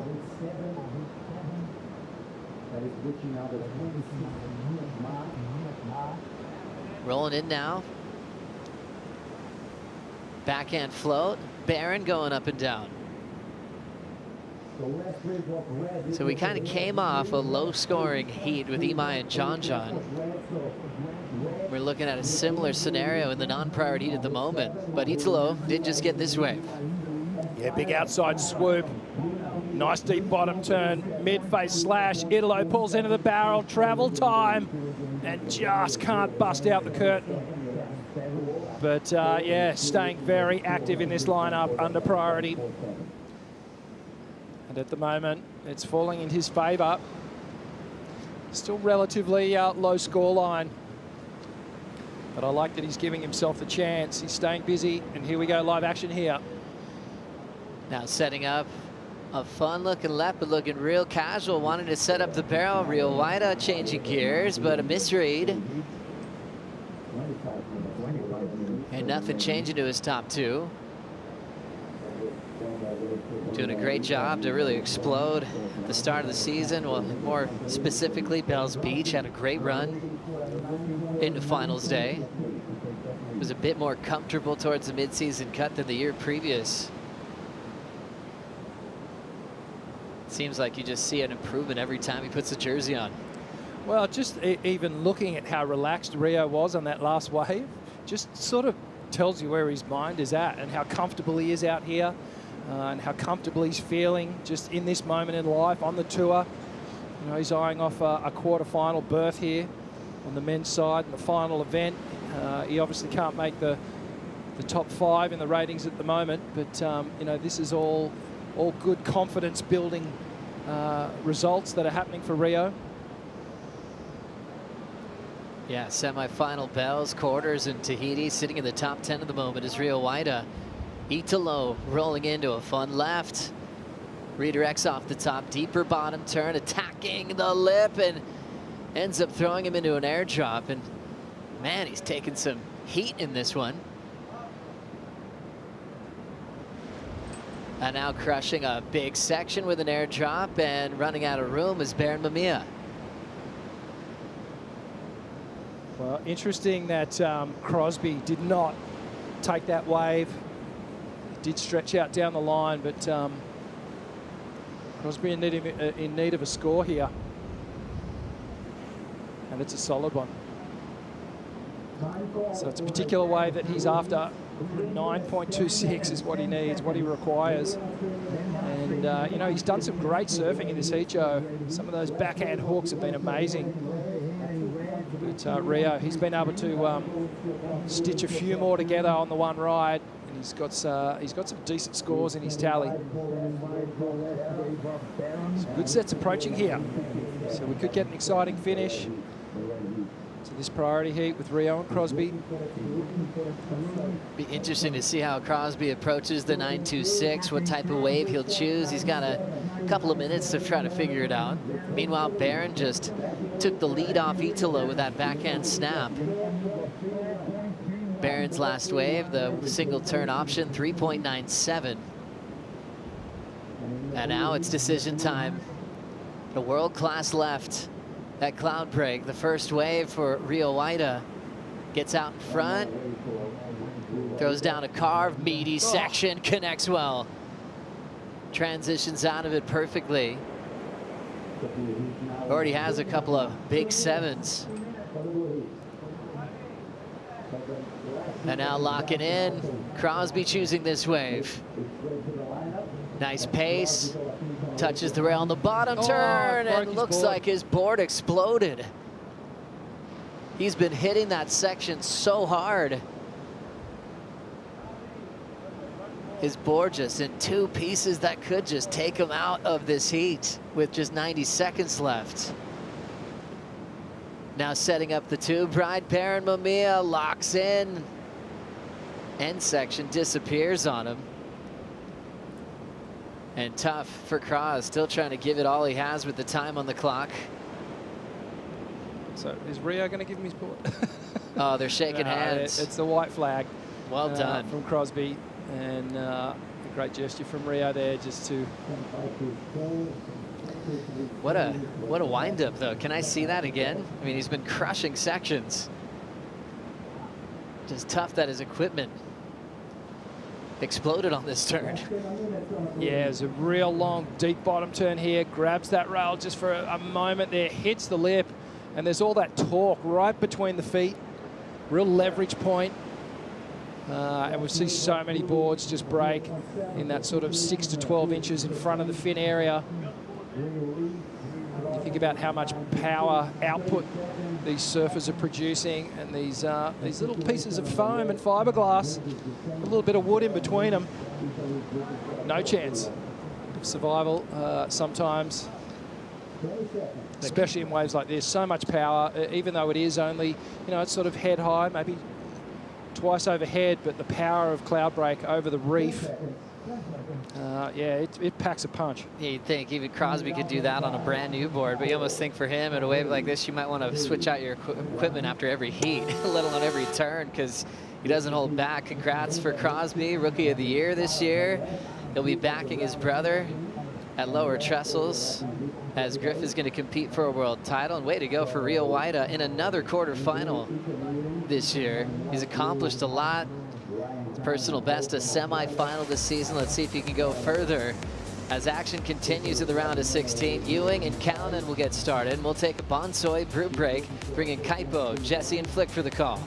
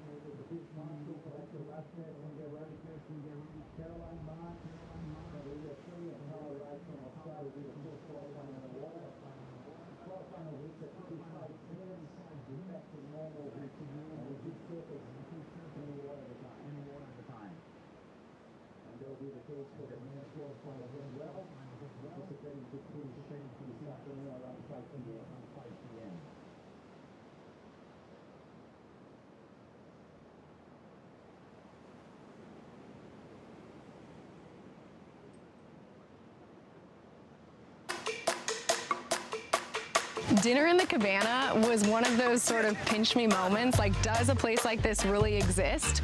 And it does, here at the Fiji Marriott Resort at Momi Bay, because they have an amazing chef, amazing menu that puts on these fantastic platters, and then you just watch the sunset over the Pacific. When you envision a postcard, that's what you envision. You're served these beautiful, amazing dishes, this great wine, great cocktails, and then you're watching the sunset and you feel like, wow, this was a day well lived. It was a really big day with so many activities, but we ended it the best way possible in a cabana with dinner and the sunset and with good company. It was the best way to end the day.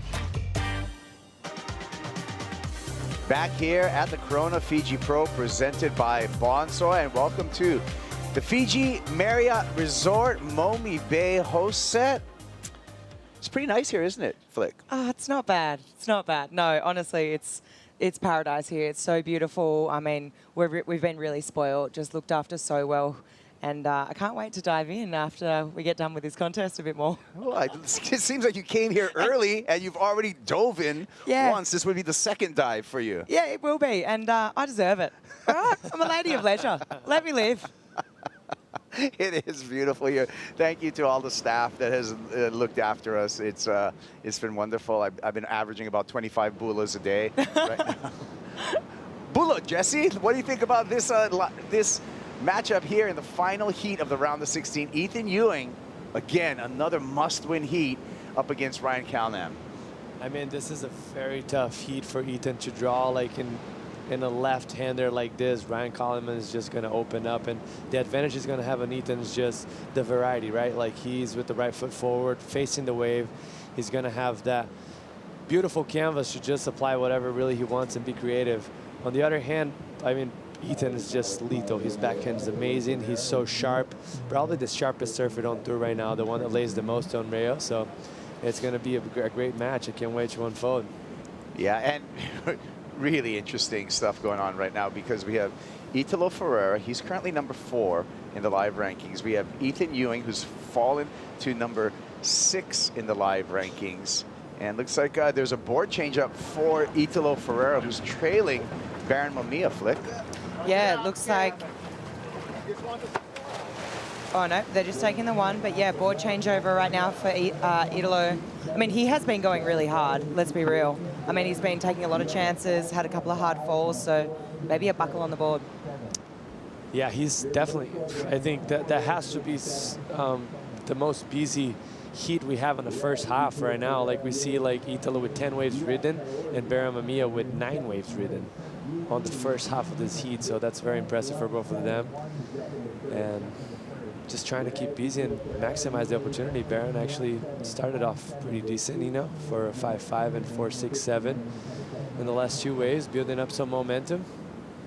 Yeah, busy heat, like you said, and But Flick, we talked about just being free. Baron Mamiya, you know, he cannot get into the final 5, but he can play spoiler.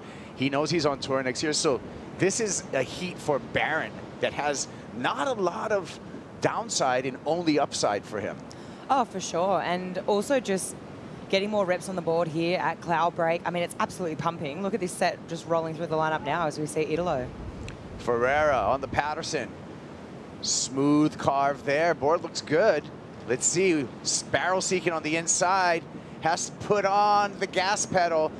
Had a little stall and then just clamped behind him. Easy bottom turn and a slow top turn. So he's going to give up on that one. That's Baron Mamiya who's in the lead and will go out and secure priority once again. Yeah, I think, oh, here we go, out the back, someone having a look. Yeah, Ethan Ewing peeking over the ledge there in the non-priority heat. And Baron now quick back to the drawing board. Hammers the lip a couple times. Now remember, Baron just needs to improve upon a mid-range score to extend his lead over Italo Ferreira. That's great surfing right there for Baron, actually. As much as that wave didn't have much opportunity, I just loved how solid he looked at his board. No wobbles, you know, just cutting through the water nicely. That second turn is just getting very vertical, kind of cutting it short, stamping on the back foot. Good surfing for him. Looks like we're going to see Ethan up and riding. Double E hooks it there. Some white water to deal with on the heels, no problem. Comes around smoothly, swinging the DHD through its paces here. Ethan Ewing, numerous backhand carves, and just looking smooth, rhythmic. A nice opener for Ethan Ewing in a very important heat in his surf career. Yeah, that was a really tricky wave to surf. I mean, there was a lot of foam, there was a lot of whitewash there, and just to speak to what you were saying, Jesse, I mean, we just got to see a clinic of backhand surfing. I mean, he was powering through those turns. It looked seamless for as tricky as this wave was to ride. Definitely, Flick, and as you see it right here, just how he cuts the water so nice. That first vertical snap was money. Then coming out, really bringing that board, the nose all the way back around once again, and just looks solid. Doesn't seem rattled. Doesn't seem like he's in that much pressure right now. And that's what you want to see, like, because everyone's expecting him to look a little bit wobbly, right? Like the judges, spectators, because there's a lot on the line. But he just proved everyone wrong and just shows confidence. And that's what the judges want to see you on top of the board. Yeah. When we look at Ethan Ewing on the way back out, his history up against Ryan Calnan, he's 2 wins over Arcal. Arcal did get Ethan one time, and that was back in Margaret River in 2001. But in 2023, 2 times Ethan took a win over Arcal. Probably the most important one was the final that Ryan Calnan and Ethan Ewing shared at Bells Beach in 2023. That was a groundbreaking moment in Ethan's career, Flick. Yeah, it was. I mean, ringing the bell, you know, so many years after his mum had done 40 years. Yeah, 40 years, thank you. 40 years crazy. after his mum had done so. I mean, what an incredible story. But for Ryan as well to, you know, crack a final of a CT, obviously didn't get the win. I mean, it was tricky conditions. It was really small. It was challenging. But I mean, hats off to Ethan for getting that job done. And I think when a lot of people think about Ethan's surfing and what his strengths are, you know, it's that traditionalist rail surfing. I mean, sort of would go hand in winning a bell, you know. Yeah, and I feel in a way Ethan did shift the pendulum a little bit in judging criteria, because he brought such clean, powerful rail surfing, Jesse, into focus that criteria used to be a lot more based out of airs. We're getting big scores. That's how you need what you needed to do to get big scores. But Ethan was one of those guys, kept the board in the water and still got excellent scores over and over again. I mean, great surfing can't be denied no matter which way you're going. You know, if you're going progressive or if you're going rail, more, let's say, not as progressive as they were going in that sense. So no matter what you do, if you find the right wave and you put your best surfing, for those guys all on tour, they're all capable of getting those amazing scores. Yeah, so Rio Waida, he's into the quarterfinals. And let's hear from Rio with AJ. Thanks so much, Kaipo. We were Yesterday, Rio, just how much you felt at home in this wave. Looks like that continued today. How did you pick your moments and find those scores? Yeah, I feel like today surfing, I feel like that's how I surf at home at Ulus. So, you know, when you surf Ulus every day, now you saw, you know, how I surf. You know, I felt I always have the good backhand surfing, but I never felt comfortable during the competitions. You know, always like bog and hard to like lean in and stuff, and hard to like do like tail release and stuff. So I don't know, today I feel like I show it, so I'm really happy and really proud. When you're on to the quarterfinals, just how much do you feel like you're building confidence in the way that you're surfing Cloudbreak? Man, I love this wave. You know, it's my first time, and I mean, I've been surfing couple times that I got here, but like yesterday, actually the first day, like we got swell. So yesterday when we show up in the morning, you know, with everyone in the boat, we was kind of screaming, say, "Oh my God, it's pumping! It's beautiful!" And the sun is beautiful, the wave is beautiful. So everything just going crazy in the mind. But I definitely love this wave, and you know, man. You know, there's definitely a lot of people say, "Oh, we need more left," but I was like, "No, we don't need more left." But now I feel like, yeah, we need more left. Congratulations, see you in the next round. Thank you, thanks so much. Yeah, bagus. Rio Waida on to quarterfinal number 3. Well, he will be facing up against Imai Kalani-Devault, and I can see how his regular surfing at Uluwatu helps with the current conditions that we've been seeing just yesterday and today at Cloudbreak. Oh, there's definitely similarities there. I mean, shallow reef, left, sectiony as well. Ulu's, you know, every now and then you'll get one that you can go the whole way, but I mean, Ulu's is a sectiony wave, and this is it's very similar to Cloudbreak. So obviously feeling at home and feeling those similarities. Ferreira building up some speed off the bottom, slashes off the top. One more time off the bottom. He gets a little air under his board there and gets kind of clipped. So little hung up there for Italo Ferreira. He's chasing a 6.4 at the moment up against Baron Mamiya. So maybe a missed opportunity there, Jesse. Yeah, that might have been a missed opportunity. It's hard to see what the wave ended up doing. We'll get back to that after Baron's wave. Baron stalls off the bottom, carves off the top. Just hangs with it, realizes there was no future in that wave, so he's going to kick out and control the lineup with priority. Yeah, like as we were seeing it, I was looking at his wave, and the first gouge is beautiful, second turn very critical, and I was liking what I was seeing, and then the wave kind of bottomed out halfway through and like started dredging all over, and he kind of got a little bit late, so maybe he needed to cut it short a bit. Well, I guess we'll see that now. But as beautiful read from him right here as he's going to start to drive through that turn. And this is what I'm talking about. Critical, beautiful snap right there. Airdrop and falling off the sky. And that barrel section right there had actually a lot of opportunity. We're going to see him airdrop out of the skies. And I was almost hoping he would just tuck in under that and just drive through, because you can see us wide open, and actually got even more wide as he went down the line. I don't know if he ran out too fast or not, but it might have been a good opportunity for him to get a big score on it. Easier said than done, obviously, right? I'm sitting on a chair here. Well, very easy to mind surf, but this is where there's the smartest surfers in the world sit on the host set, because you don't make any mistakes over here. Because you're dry on land, you get to see replays. Flick always says it, hindsight's a perfect science. Is that what you're saying? It is. Hindsight's a perfect science. So yeah, but that's what we do. So, but this is a tense time for Italo Ferreira. Number 4 in the live rankings. He's got Yago Dora right behind him, who's already into the quarterfinals. He's got Gabe Medina, who's behind him, already into the quarterfinals. He's got Ethan Ewing right next to him, who's right below the cut line. So this is a must-win for Italo. And, you know, obviously this is the way the chips have fallen, and this is the way the heat draw's been produced, right? And it's all done on seeding.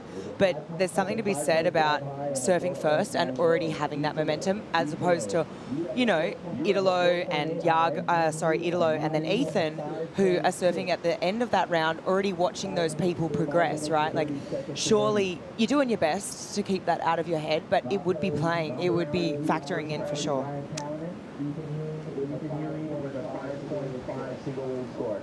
Here we go with Ferreira. Medium-sized wave. Needs something big, needs a 5.6, loads up, big alley-oop, poof, throws that Timmy Patterson board away and gets out of harm's way. That board landed in a dangerous position there. Right behind that, all the sets are pouring through. Baron Mamiya with priority in the lead and priority. 4 minutes and 55 seconds. Here goes Baron.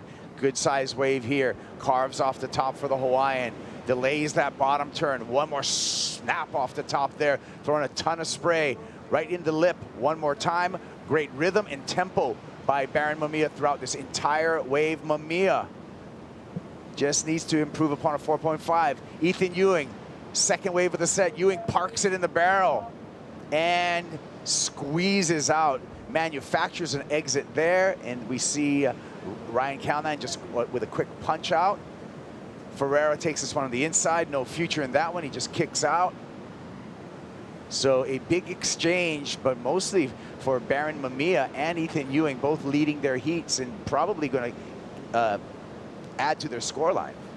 Yeah, no doubt, Kaipo. I think he already sits on the best score of the heat, so he's really going to apply a lot of pressure into Italo in this situation.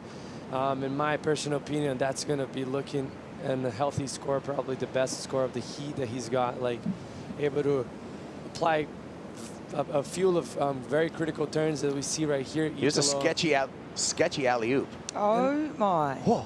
And the problem right there is just the wind, right?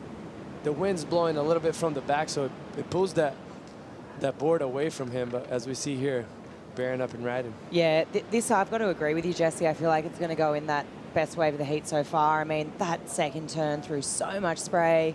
Another crack there to finish, and gets a little bit more progressive on that last turn, blows out the fins. So, I mean, putting a lot of pressure on Italo. And this was Ethan. So, I mean, I loved this turn. That was really nicely done. And gets around. So that snap up under the lip and really, like you said, Kai's just manufactured that, really punched his way out of that. It's not an easy thing to do. This wave has so much energy. And the setup for this was really cool. I mean, that snap in the pocket halfway up the face. I mean, it's pretty standard to what you see, you know, the backhanders approach to the barrel here at Cloudbreak, right? Like, you watch all the clips here of a lot of the guys, they all, like, a lot of barrels are set up like that here. But yeah, Ethan doing a really good job. And Baron dropping a 6.17. Here comes Ryan Calnan.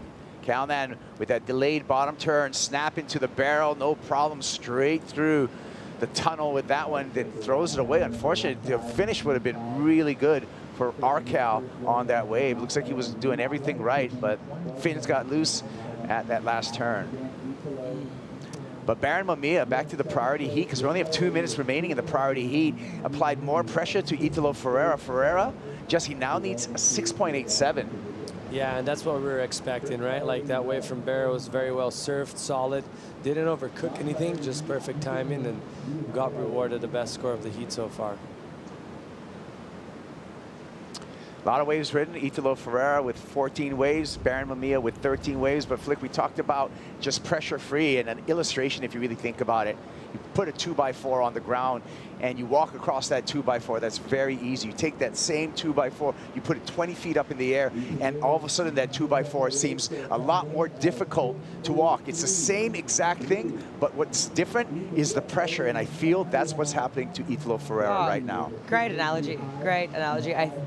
100%. It feels like he's just pushing so hard, and I mean, I know he's an active surfer and I know he likes to catch a lot of waves, but you got to be asking yourself a couple of questions after this, because for just been knowing the form he's been in and you know, the way he's already surfed in this event, I think 2 wins on the season. Exactly. I feel that there's a couple of questions that need to be asked, and he's going to know the answers to those already. I mean, you know at this level where the mistakes were made in the heat, and he's already going to know that, right? But he might be, like, sometimes the surfers will come in a little bit hard-headed, but deep inside they know the mistakes, like you mentioned. Like, they will know exactly what they've done wrong. Rarely ever there's going to be subtle things that change the rhythm of the heat that they didn't notice at the time. Yeah. But, yeah, usually they're the best at it, so they know exactly what they're doing. And Cloudbreak's doing him no favors, right? Yeah. Not even offering a wave to come back on at this point. Yeah, but if you look back that wave, the small wave that Italo got, he would have been on Ethan Ewing 6.83, and he needs a 6.87 right now. So that could have been, you know, maybe pushed a little harder or something. That could have been the score for him, but maybe pulling the trigger a little bit early for Italo on that small wave, trying to do that air. Well, pressure-free Baron Mamiya moves on into the quarterfinals. We're going to see Baron in quarterfinal number 4. Later on this afternoon, Italo Ferreira out of competition on the live rankings. Italo's number 4. Yago Dora, who's already made the quarterfinals, number 5. Ethan Ewing out in the water, number 6. We'll see if Ethan can make it to the quarterfinals. Conclusion of that heat when we return.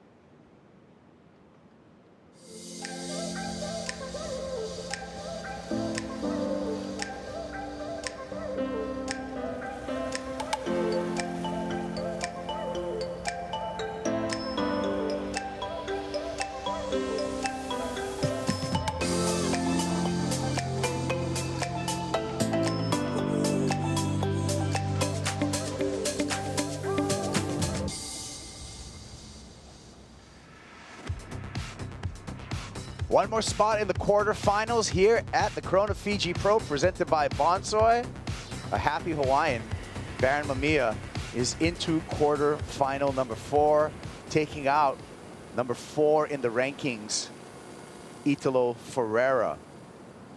We're going to find out who matches up against Baron in that quarterfinal number 4. It's either going to be Ethan Ewing or Ryan Kalnan in this last heat of the round of 16.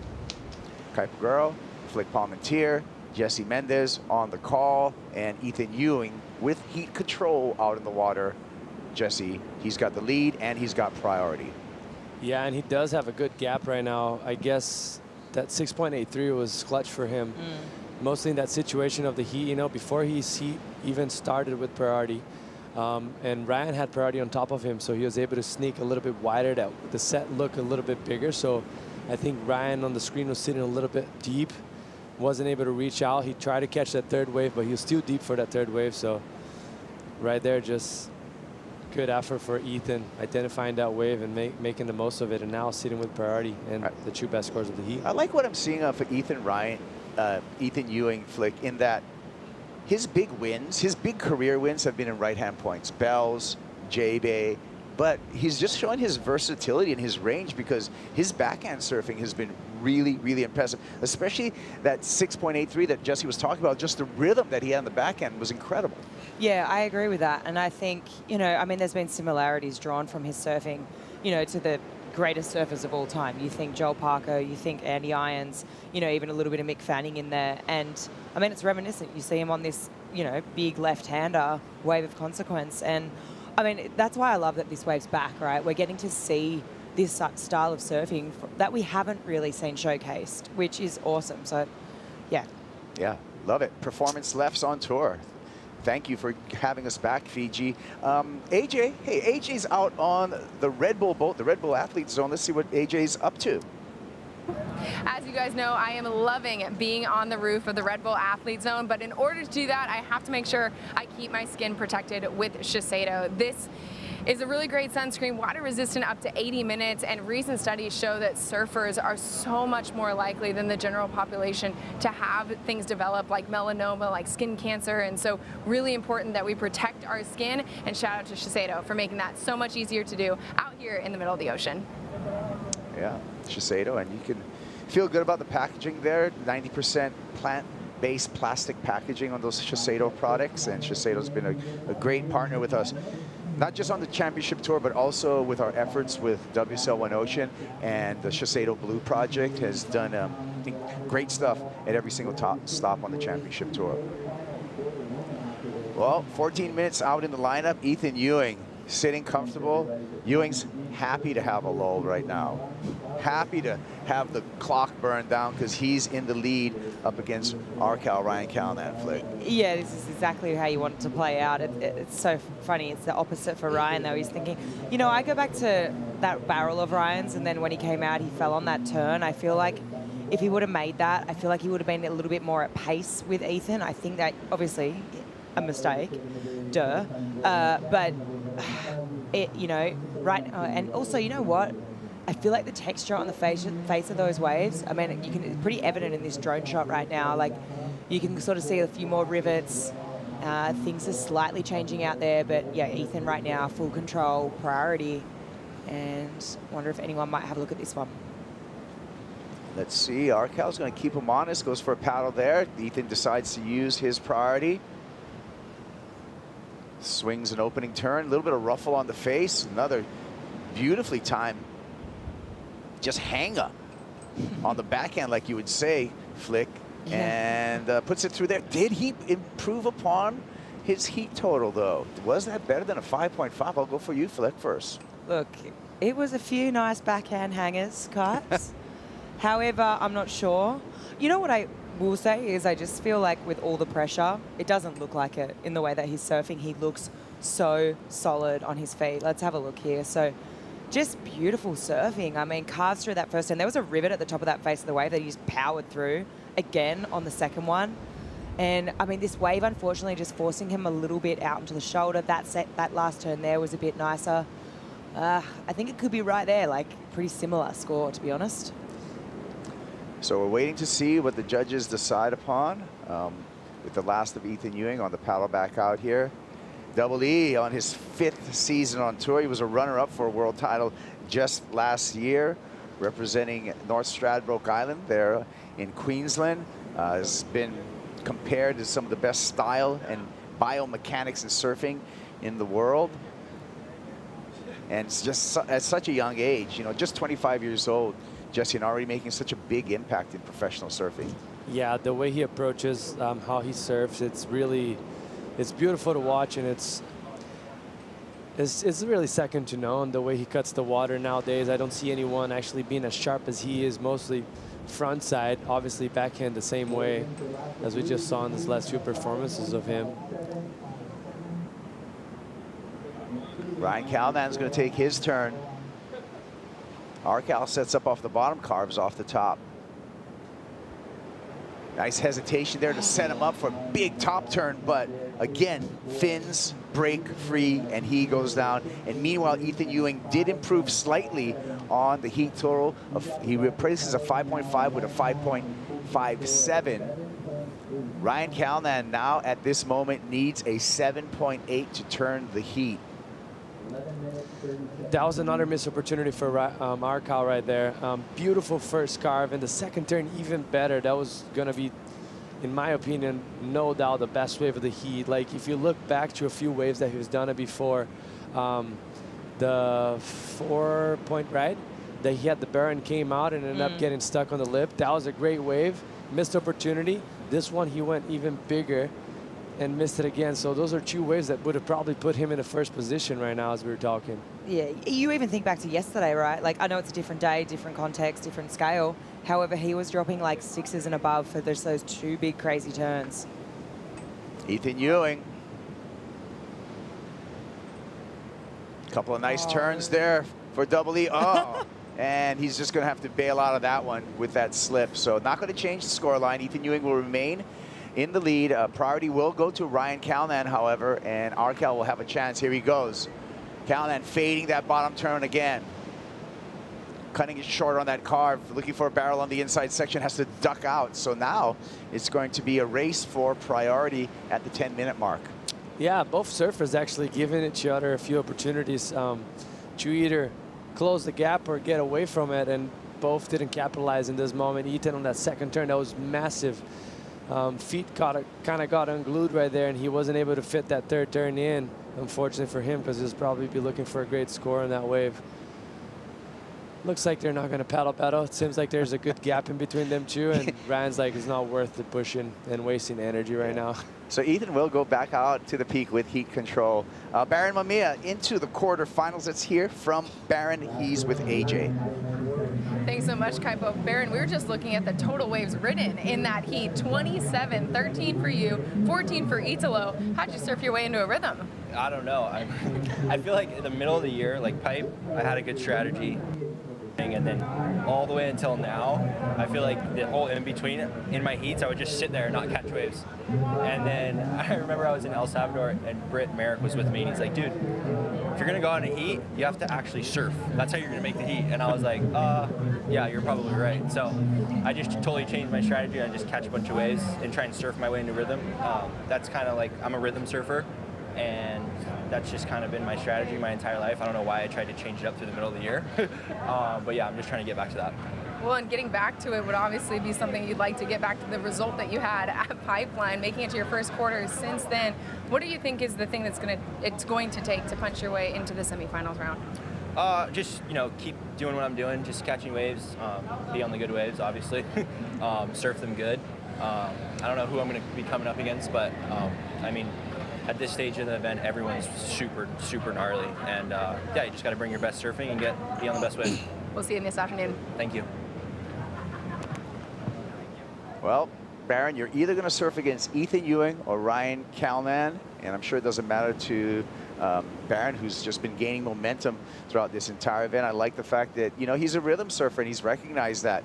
You have the difference here with Ethan Ewing, Jesse, that typically is a selective surfer and surfs very few waves in his heat, but that seems to be the formula that works for Ethan Ewing. Yeah, that might be a South Stratty type of deal, because he comes from there, and Pete Debrich was the same way, the type of guy that would get 2 waves in the heat, and you just don't understand how the nerves of steel they have. Icemans, man. It's like, it freaks me out just to watch. Let's take a look at where Ethan stands on our live rankings as we race for the final 5. Ethan's still in play in this heat. He's right below the cut line.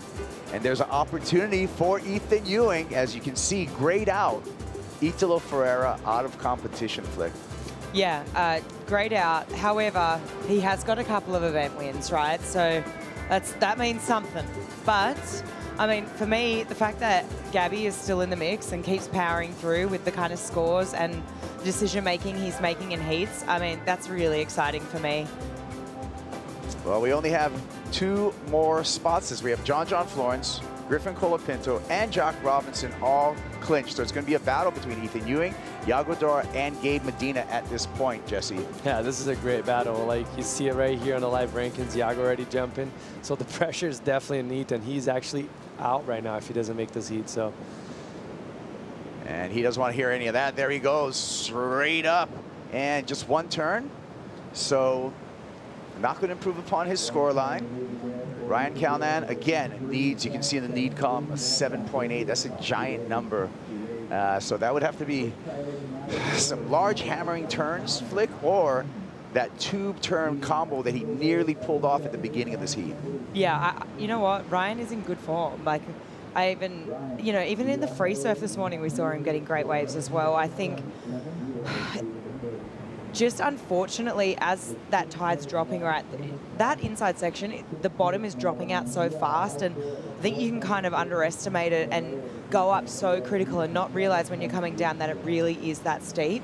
Kind of caught him out both times, really. When he came out of the barrel, he went for that turn, he got caught, and then again on that second turn on that previous wave. So, I mean, I think it's totally doable for Ryan. I fully believe it. And also being on the forehand, like total advantage, facing the wave, more awareness, and opportunities to get a big barrel potentially. Point of difference. Well, he does have priority right now, and we're at 5 minutes and 25 seconds.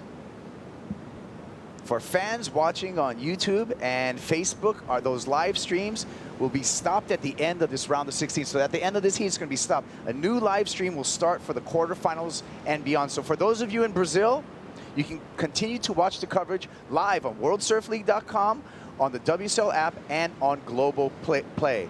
For fans in the US, exclusive coverage, you can find that at worldsurfleague.com. You can take it to go on the WSL app, or you can tune in to ESPN Plus to continue from quarterfinals on coverage. Don't leave us. Just switch the stream, and we give you a number of options. If you ever are searching for some way to watch the best surfing live, remember, you can take it anywhere with you on the WSL app. Stay tuned in. Why would you leave? We're so much pressure-filled heats coming up. We got surfers trying to get themselves a chance for a world title, like Ethan Ewing right now, who's holding it down with 4 minutes 15 seconds. Flick, he's getting ever so closer to, you know, putting luck in his corner for a Final 5 spot. Yeah, he is. Nervous times for him right now. I mean, he took that last wave, used his priority, kept, you know, but now he's handed that priority over to Ryan, and he's just got to basically sit there. Ryan's going to dictate the end of this heat. Ryan's got a couple of decisions to make himself, you know. What wave am I going to go? It looks like there's a bit more texture on the face of the wave. I mean, probably the second wave, third wave of the set's going to be better. Yeah, I'm with you. I feel like with those conditions, with winds blowing kind of from the back, like cross offshore, maybe even a little bit just cross shore right now, it really like cleans up. The first wave comes in, cleans up the lineup. Second wave is more groomed. As long as the first wave is not bigger than the second one and creates that whitewash, you're going to see a much cleaner face on the second wave. So great point right there, Flick. And you see the surfers identifying a lot of that. They know that on the back of their head, you know. The problem is how calm you are to let that first wave go, you know. Especially if it looks good, right? Yeah, totally. And I feel there's no guarantee sometimes for a second wave as well. You know how the ocean works. You see an indicator of the wind there with the Fijian flags flying in the channel. A magic place in the world. If you're a surfer or just want a vacation, Fiji really has it all here, and we're so happy at the World Surf League that we're able to return here.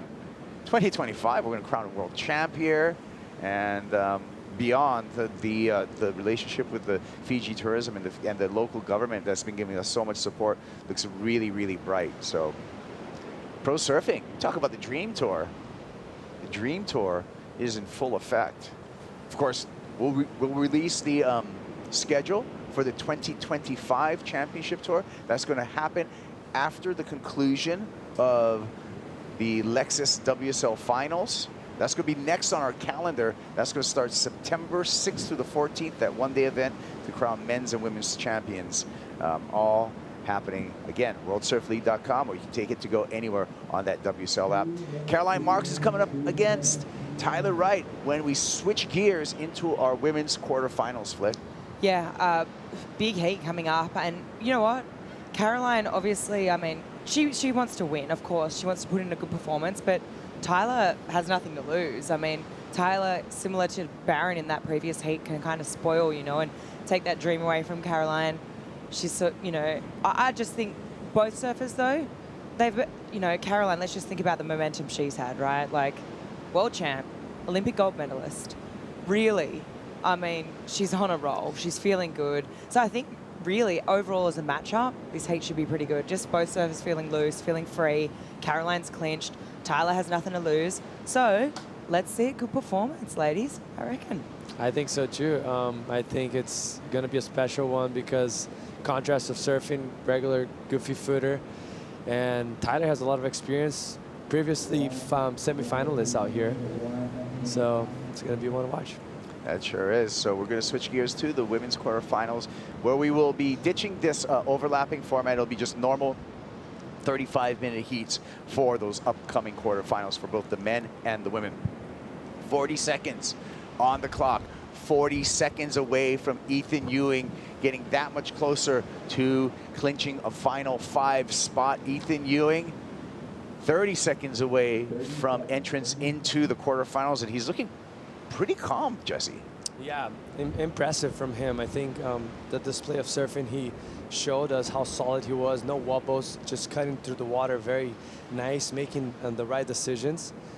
Seems like he has no weight on his shoulders for how much pressure he's actually having to deal with right now, and that just shows how ready he is for the top 5.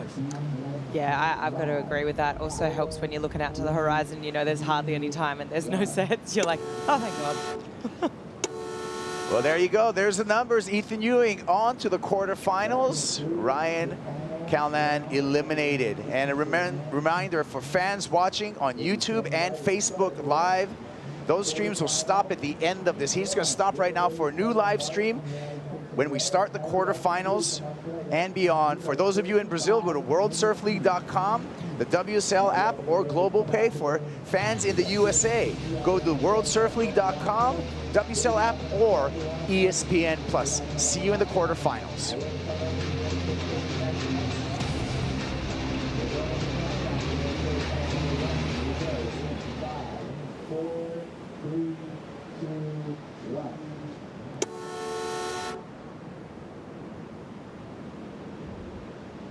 There we go. We're not doing overlapping heats now. It's just our 2 competitors in the water. In the red, Caroline Hart from the United States, and then Tyler Wright of Australia. You didn't get...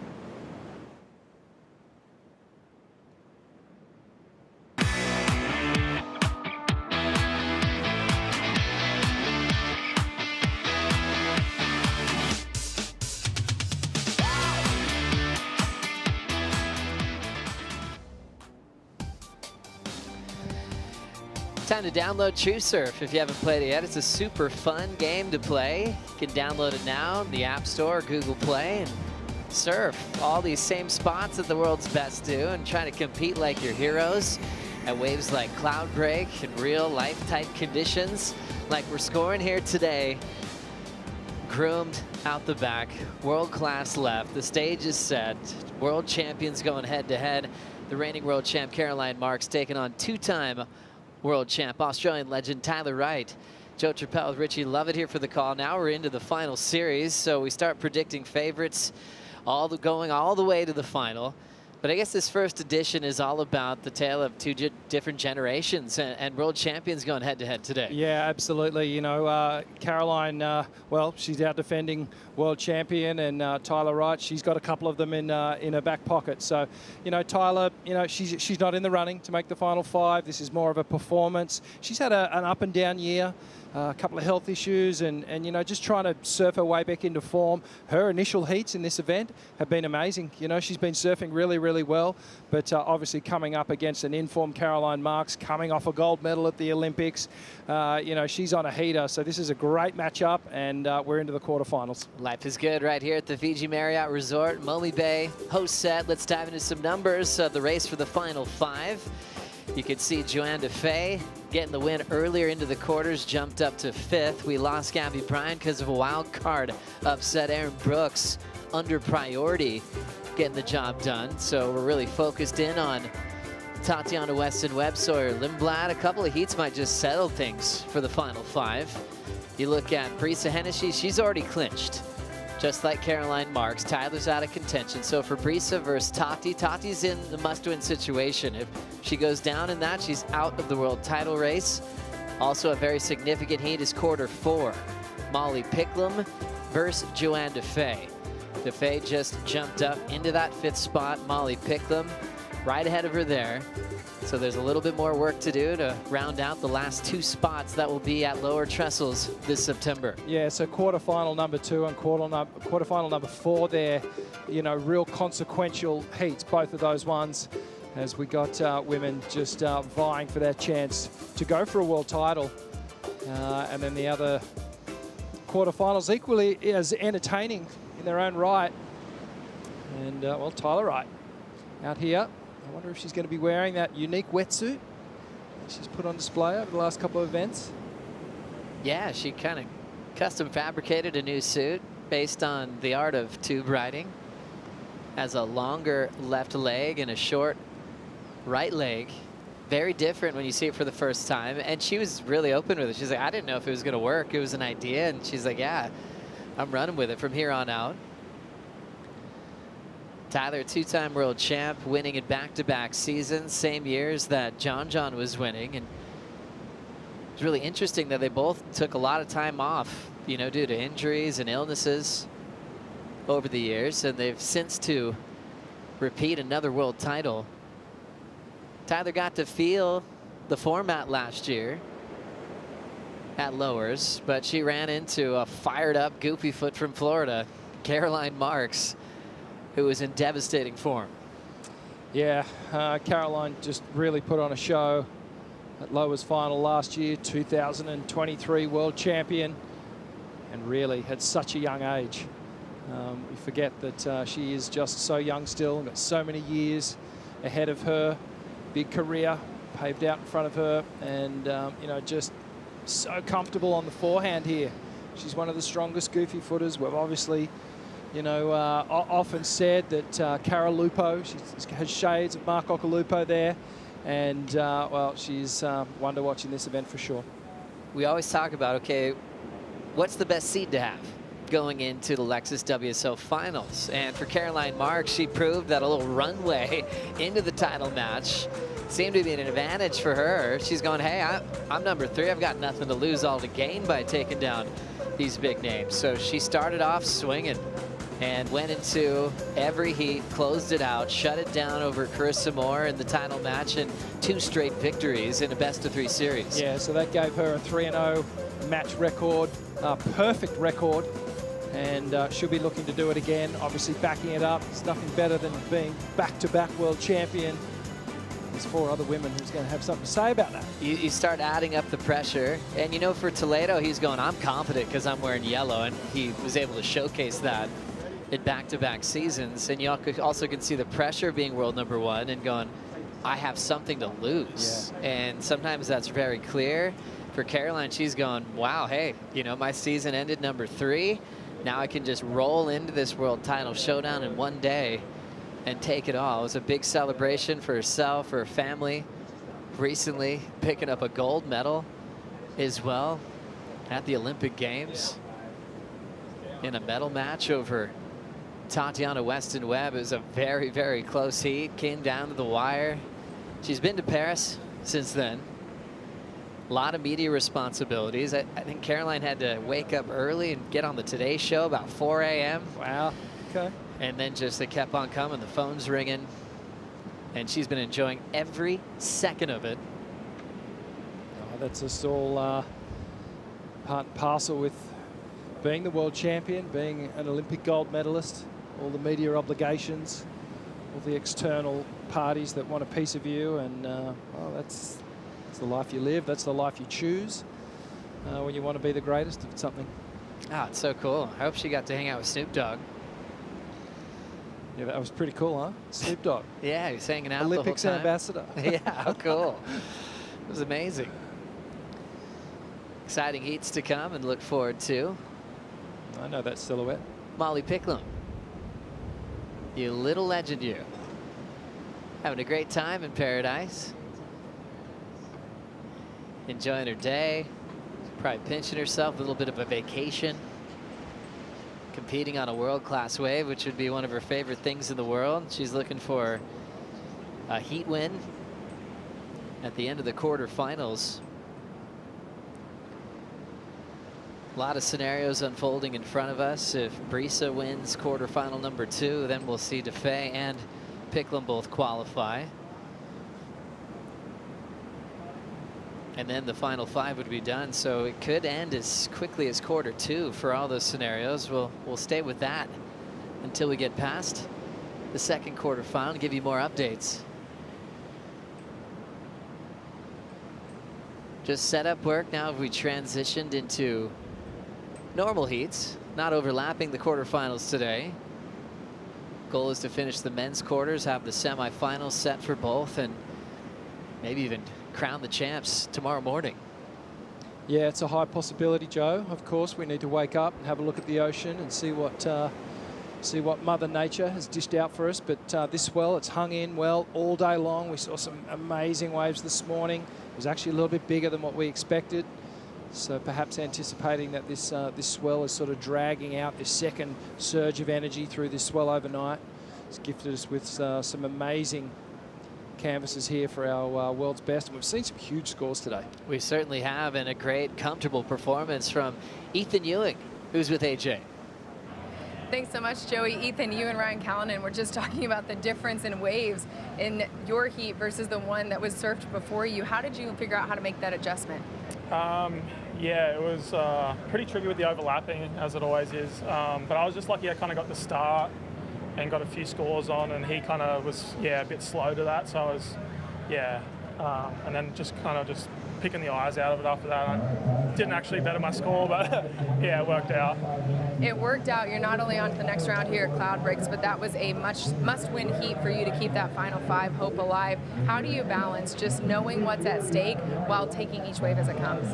Yeah, it's definitely difficult. I mean, there's a lot on the line, but just trying to enjoy it all. And I have Beat over here. He's helping me out, and he's great to have around and just keep the vibes high and keep positive. So keep it going. Keep it going. We'll see you in the next one. Yeah, thank you. Ethan Ewing, you can tell he's very focused into the quarterfinals later on today. So he's got a bit of work to do. It's been really fun to enjoy the live rankings. You can find that on worldsurfleague.com. Always look at it after every heat closes because those adjustments happen in real time. It's always fun throughout the year, but so exciting at the final event of the regular season. Ethan wants to get back to lowers again. Last year he blew up and almost won a world title, finishing runner-up. Finally getting a start here, Tyler Wright. Little redirect, a lot of foam on the face. Staying really low. Patiently throwing that carve into the pocket, and we'll step off. Now Caroline Marks getting started. Reigning world champ into another nice, quick, speedy turn. And fades out. Recently, she's been trying out some bigger equipment, a little bit more volume, even longer boards. Matt Biolas has been really paying a close attention to a lot of the equipment that's been ridden by Moana Jones-Wong and Vahine Fierro, just seeing those longer, lengthier boards and just wanting to give Caroline some paddle power, especially at waves of consequence. Yeah, and I think Caroline's strong enough.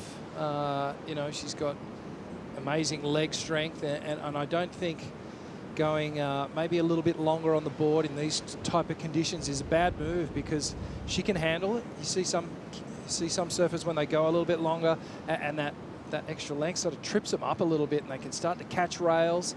But Caroline keeping her rails really clean with all that power.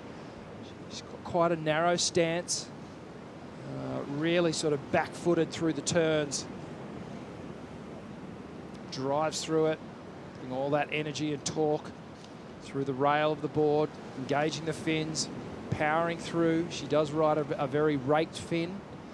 By that I mean it's leaning back, and that gives you the ability to really drive through it with a lot of control. And in contrast, Tyler, a more neutral fin, more of an all-round template.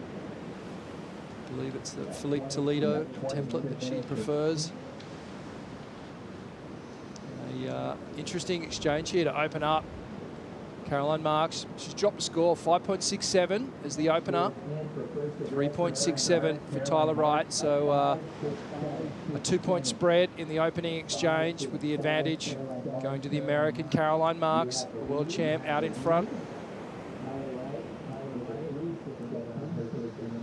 Can be a big challenge to go back-to-back with world titles.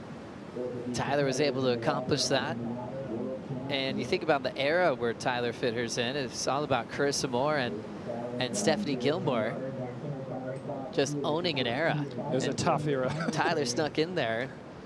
She kind of breezed into the title race when she first started. Yeah, things kind of came quickly because of her ability. I don't think she ever put pressure on herself to succeed. It was never like, I gotta win every heat, like it's her last breath, but she was enjoying her job.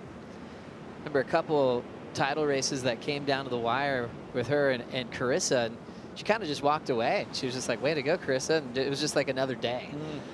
Then there was one heat loss that changed everything. It was at lowers. The decision was made when they were in the Red Bull athlete zone, and she didn't get the score.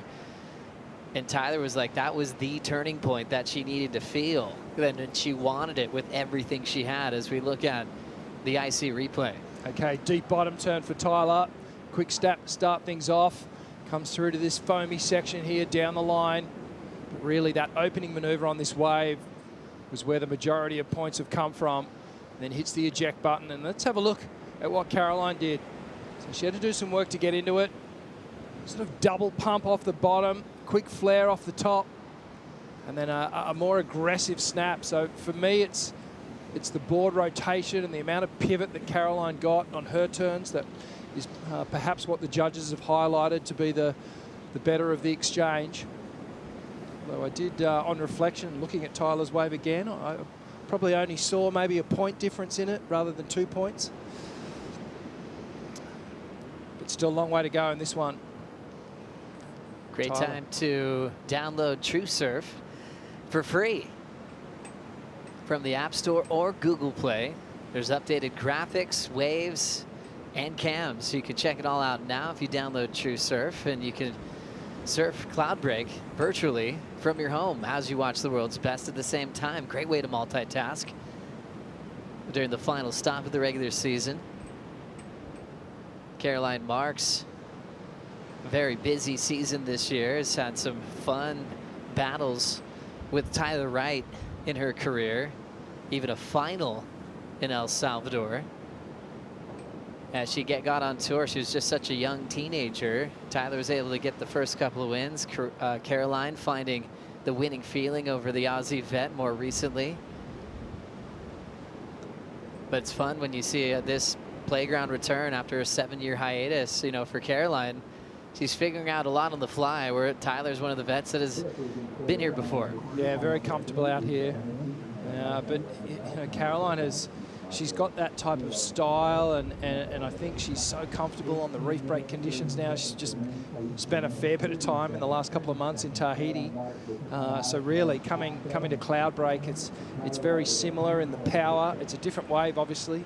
Tahiti being that really intense slab, whereas you know, multiple sections, much bigger playing field, so there's more to figure out in terms of your positioning and where to sit. It's fairly straightforward. At Tahiti, there is a little zone there right off the ledge where you sort of hold your position regardless of the size. But a much bigger area that you need to figure out. And as we've said, you know, Cloudbreak, it takes on all these different personalities from hour to hour, day to day. It's a changing playing field that you need to figure out. Let's check out the head-to-head rivalry we've got with Caroline and Tyler. Australia versus USA. Tyler with 2 world titles. Caroline, the reigning world champ.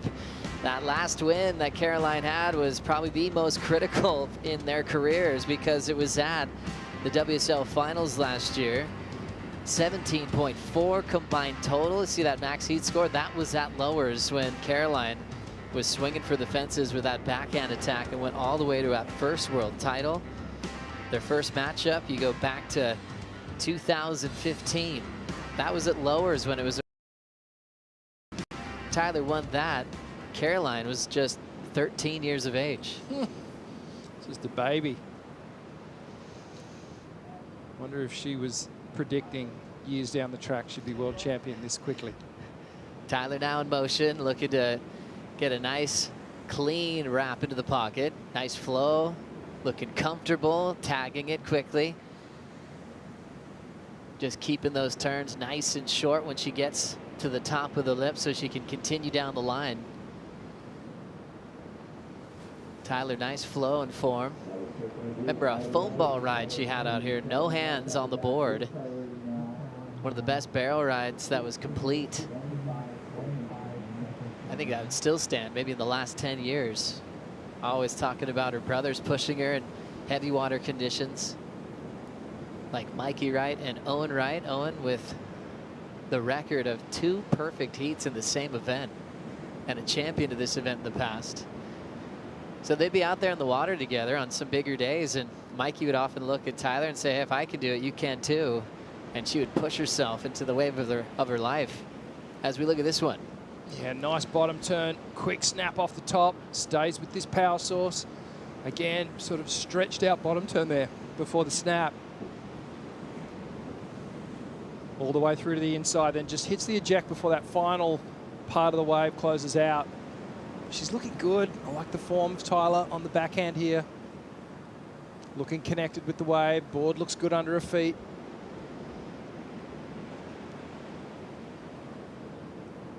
Tyler loves to be around world champions and seeing how they prepare. She originally signed up for a major sponsor because Steph Gilmore was there.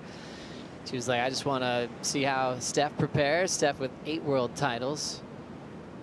Been able to spend a lot of time with Mick Fanning as well. Mick, a 3-time world champ who is featured in the final out here at Cloudbreak. Recently caught up with Mick and just saying what's the importance of Fiji, you know, being back on tour. And he simply put it, it's the best place on the championship tour. That was the statement, and it's back.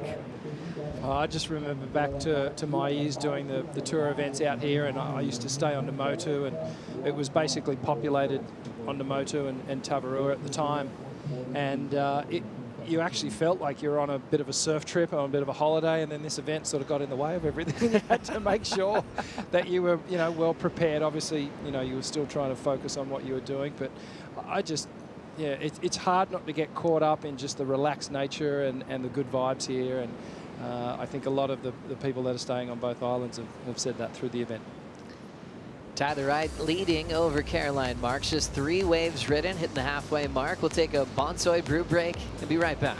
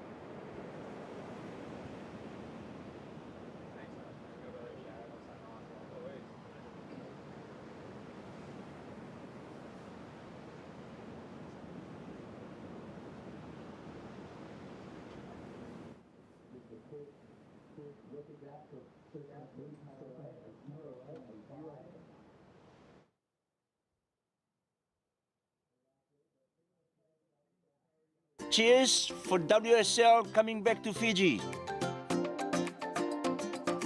This is Momi Bay, 30 minutes from Nanditown, south of Nanditown. I can watch the sunset from anywhere on the mountain, from the roadside, but not as special as watching the sunset from any beaches.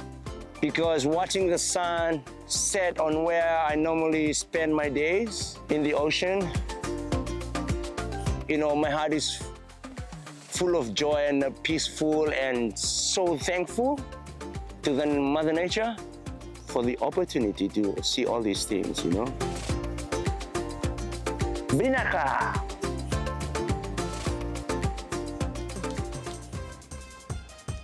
How about this view of the Fiji Marriott Resort, Momi Bay? It is absolutely spectacular, and there's no filter on that. That bay has the overwater bungalows, and it's such a great place to relax. It's about 20 minutes on a boat out to Cloudbreak to go surf a world-class wave.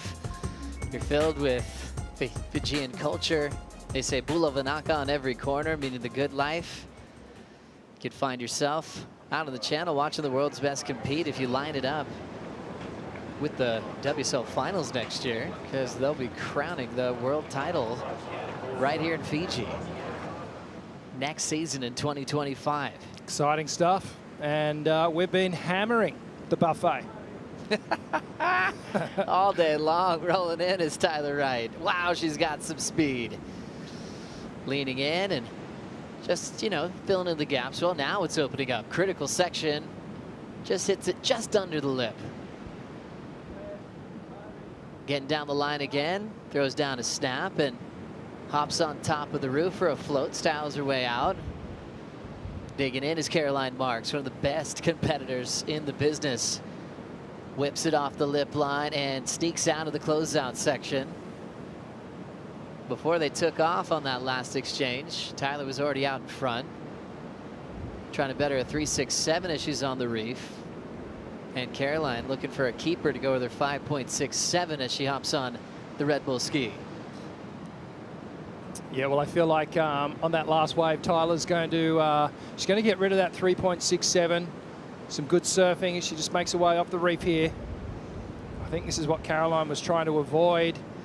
You know, just sensing that if she did go for that last maneuver, she may end up in the similar sort of position here, streaking down the line, building speed, getting set for this first section. Big carving turn, back into the pocket. Now it bowls out. Tyler, about 3/4 up the face, has to cut that turn short because there's more work to be done here down the line. Gets another clean snap and then gets to that little rock and roll floater finish with a little soul arch, little mini claim. And then outside, Caroline Marks coming from behind this section, leans in on the toe side, engages the heel side rail, drops down. Another clean snap, nice phantom spray, but the board, Joe, always pointing down the line. There wasn't a lot of angle in the turn. Not a lot of circumference to that pathway. So the score will stay relatively low on this ride for Caroline. She needs to stay with Tyler here because I feel like this next wave, this next score for Tyler might drop in and sort of match Caroline's best ride to date. So with just under 9 minutes, she's starting to creep away. Tyler Wright. 8:30 on the clock. Tyler Wright, the most experienced when it comes to making the quarterfinals and being a part of several finals days in her amazing career. This is her 75th appearance in a quarterfinal at the championship tour level. She's made 35 finals, 16 wins. Already one of the best ever when you look at the all-time win list, and being a multiple-time world champion. 3-3 all-time against Caroline Marks. Caroline coming from that younger generation who's holding priority at the moment. Tyler getting the Red Bull ski assistance there, taking the route through the marked buoys back to the drop-off buoy zone. So all the water patrol know the route they got to take if they pick up the athletes, and for a lot of reasons. They are so good at not creating any wake into the playing field as Tyler's checking out her equipment quickly. Yeah, well, we saw her on the reef there, and that inevitably means that at some point the fins and the bottom of the board are probably going to come in contact with the reef. So I'll be expecting a call next week. That's right. Yeah. Fins are so important. It's like we break down dimensions and all these incredible surfboards from the best shapers in the world, with John Peisel and Matt Biolis represented in the water, but then the fin design, which they all get involved in very deeply as well. Certain surfers kind of find something that works and they barely change it. Others don't mind getting creative because, gosh, I think the best advice I ever got, I think I heard Taylor Knox say it once. It was just like, hey, if a board doesn't feel right at first, just maybe change the fins before you give it back. And it was one of the best things ever. Found some magic in some equipment over the years. Absolutely. You can turn an average board into a magic board just by simply changing the fin template. It's incredible. It's like, you know, it's like wet weather tires versus dry weather tires on a racing car. You know, they will feel incredibly different. Two systems predominantly across all the surfers on the women's and the men's tour. The FCS2 system, and then also futures. about that Red Bull Athlete Zone? Just a dream quiver right there. Amazing. Wow. Does your A lot of garage hard look like yards. that? Yeah, well, used to, not anymore. You know, for an event like this, you definitely need to bring a lot of surfboards with you. But this is a great opportunity to dive into the Vissla CT Shaper rankings. Biola's looking to go back-to-back, and look at that enormous lead. Wow. That he has over Sharp Eye. Miles ahead of his first rival there, Sharp Eye in second place. Then John Pizell sitting in third. Channel Islands down there in fourth, and then DHD in fifth. So I guess the 5 global brands in the surfboard world represented here in the top 5. Oh, they've accomplished so much with Sharp Eye. This is a really good battle. Yeah. I love this initiative, the Vissla Shaper rankings. It's created this new layer, you know, within the whole surfing world. It's great.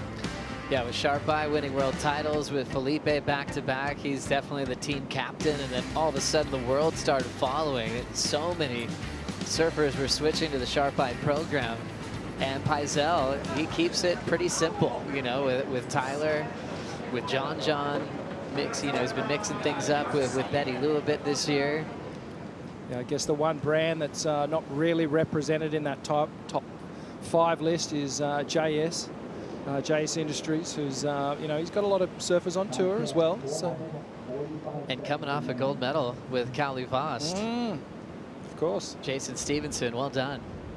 They had a big celebration party at the JS factory. And then they posted a photo of it, and you realize how many people are involved, you know, beyond even the head shaper. Yep. And I think JS was quick to recognize everybody that was involved with a gold medal run. He's had world title runs with Joel Parkinson. So it takes a village to support the best surfers in the world. Absolutely. Well, the Glasser and the Sander, they can make or break a good surfboard. Incredibly important roles. 4 minutes to go. And Caroline Marks still second, still holding priority. And trying to just pick the right wave to get into the semifinals. When you watch her compete, it's just amazing, her ability to just see ways to win. See her do that so many times. She can just get herself out of tough positions. I like where she is at the moment. She's got priority, only needing a 5.81 to advance. And when I say I like it, I just like the intensity of these last, you know, 3 minutes of this heat. We've got the surfer in second place with an opportunity to put it on the line. You know, for her to achieve that 5.81, she's actually going to have to surf with some commitment, with some authority. She surfs it conservatively. The judges will see through it, and she won't get the score. So the first order of business is to find that right wave. Things are slowing down a little bit. We've seen the size of the swell. It has diminished over the day. We saw decent sized sets this morning, perhaps even a little bigger than yesterday. Looks like our surfers starting to creep up the point a little bit. Tide has drained out. Still haven't reached low tide yet either. That's right. And the interesting part of Caroline Marks, knowing that she's going to be able to defend her world title, we're still working out seeding. You know, we mentioned how she was the number 3 seed.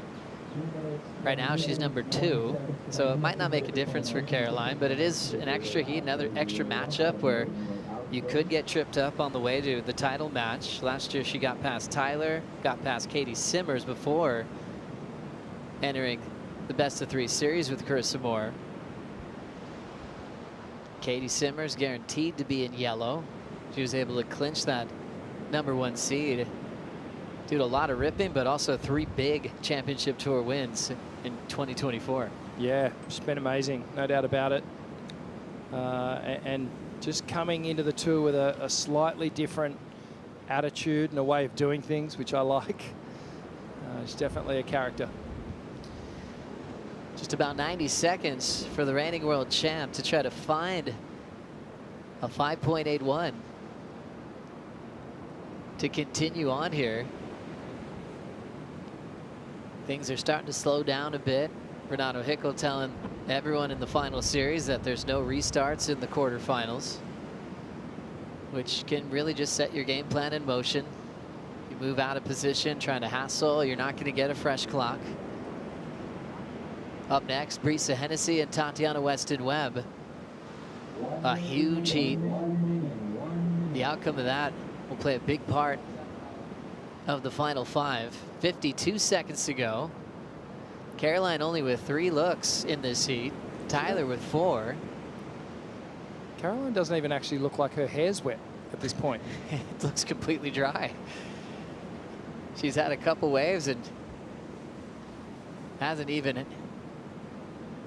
been really dealing with any wipeouts or it brings up a point, Joe. For a while. Like perhaps if she had gone for those final maneuvers on those 2 waves that she has scored on, and you add an extra point to each one of those waves, this heat would be a lot closer and may even be tipped in her favor. 10 seconds to go. Moving into position is Caroline Marks, hoping to turn it. With the clock against her, she won't be able to get this wave, and it will be Tyler Wright moving things to 4-3 in her favor over the reigning world champ, and the most experienced athlete left in the draw moves on to the semifinals. Yeah, this is, well, great moment there from 2 champions, just breaking down the heat as they paddle towards the channel. Counting down, 3, 2, 1. Brisa, Tatiana coming up next.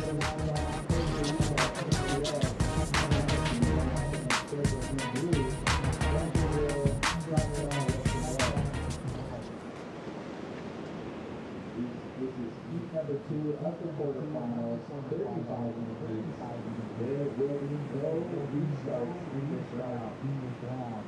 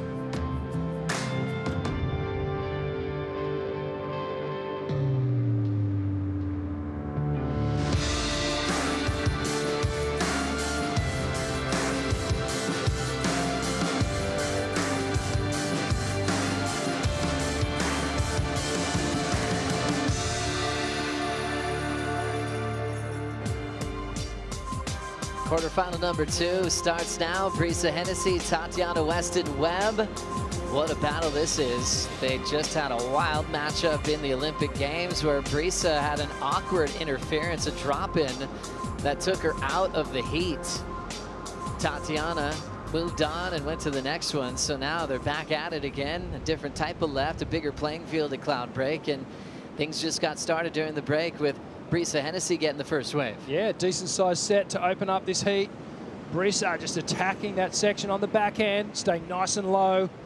That center of gravity directly over her board. Tati, late drop here. Does she get around this foamy section? Yes, she does. A nice carve down. Draws off the bottom again, and another beautiful frontside carve. And a third. So really drawing some nice clean lines. After a difficult start to this wave, you can see a bit of that texture. The bump on the face, and Tati's just cutting through it beautifully on the forehand, just keeping the eyes down the line, anticipating that next maneuver. So that's the way things started during the break. Brisa Hennessy, 4.67, advantage Tati with a 6.17. I like it. I like the spread. The two-turn combination on the backhand for Brisa. I think the score was bang on, and then Tatiana's wave just felt like it was better, just given the intensity of the carves. There was more work done all the way down the line, slightly bigger wave as well. So the scale is set. Every ride after this one will be compared to those two. Yeah, judges have their scale for the day, but they always remind you that they're not comparing waves from the heat that just finished. It's a brand new scale out of 10. They're just comparing Brisa versus Tati at the moment, but the scale is relative to the conditions and the performances we have had in the day. So you can start feeling the tempo of what they're looking for. These surfers are really smart at identifying what the judges are loving at all the venues on the championship tour. And for Brisa, talk about a comeback story. Dealing with some health issues. Going to several doctors in the off season. Coming back and feeling better than ever with a whole new look on life. Talking about vulnerability and being open about her journey on tour. And turning in some excellence this year. Tati grabbing this wave up and out.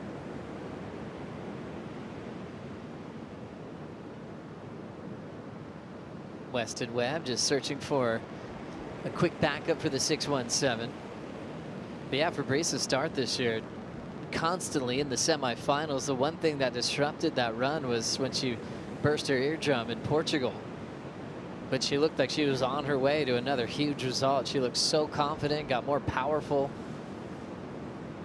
Just believing in her profession and herself and her ability. And it was the best start she had to a season. Even though she's won an event before in a previous year, it just looked like she was even more dominant. And now basically in her backyard here at Cloudbreak. Setting up a big turn onto the lip and has to just cannonball from the sky. Wow, it was a dangerous moment there. And yeah, she's, when you started talking about all those little challenges that Brisa's had over the last couple of years, you know, it's testament to just how strong she is. Mentally, being able to face those challenges, those adversities, grow from it, overcome them, become a better person. And whoa, she just hits the eject button. It's actually a really good technique that she just did. That little pencil drop into the trough. Luckily, she did it there and no closer to the reef because she was fast running out of water there. But she would have just penetrated, gone straight through, out the back of that ride as the wave passed over her. But yeah, she'll streak out the back and try and establish position back in the lineup. Well, Brisa is very familiar with Cloudbreak. She's got to have some depth in her quiver. Let's check in with AJ for a Fiji Airways board check-in. Thanks so much, Joey. So we're standing in front of Brisa's boards here in the Red Bull Athlete Zone for the Fiji Airways board check-in. These are her backups. They're 6.0 Glenn Pangs, and Strider and I were just looking at him while Brisa was getting ready for her heat, and he noted the foam distribution and just how it's really even throughout the board. So it's really the perfect board for a break like Cloudbreak because it can execute the turns, it can make it through the tubes incredibly well, and then you'll see on the tail she has her signature tail pad. It's a collaboration with Pro Light. There's a little bit of an arch, a high kick to it as well. So Brisa and I have talked about that tail pad in the past and just how much control she feels like it gives her when she's out in the water. So there's your Fiji Airways board check-in. Thank you very much, AJ. Yeah, Brisa Hennessy's boards look great. Getting a lot of great surfboards from Glenn Pang over the years. You can see her boards for bigger conditions, have a lot of nice foam underneath it, and gosh, what a year she's had. She's already guaranteed to be at lowers to compete for a world title, but we've got to get checked in with the live rankings because this is a huge heat. It could be over for the final five at the end of quarter two. If Brisa wins, the final five is set. We'll have Molly Picklum and Johanna Fay clinch if Tatiana wins, and we've got more work to do. Wow. Well, I'm going to reserve my comments. I'm going to be careful what I say here. As much as I want this to continue on, it'd also be nice to lock it all in. And if I'm stressing about it, I can only imagine how our surfers are feeling about it as well. But that's a lot of pressure when you think about it. You know, for Tatiana, really her destiny is in not only her hands, but what also happens down the line a little bit. So really all she can focus on now is just winning each heat, surfing each wave as best she can. We have a paddle. And it's Brisa Hennessy looking for a big section under the lip snap, deciding to switch gears to try to get barreled, but she gets tangled up in the closeout.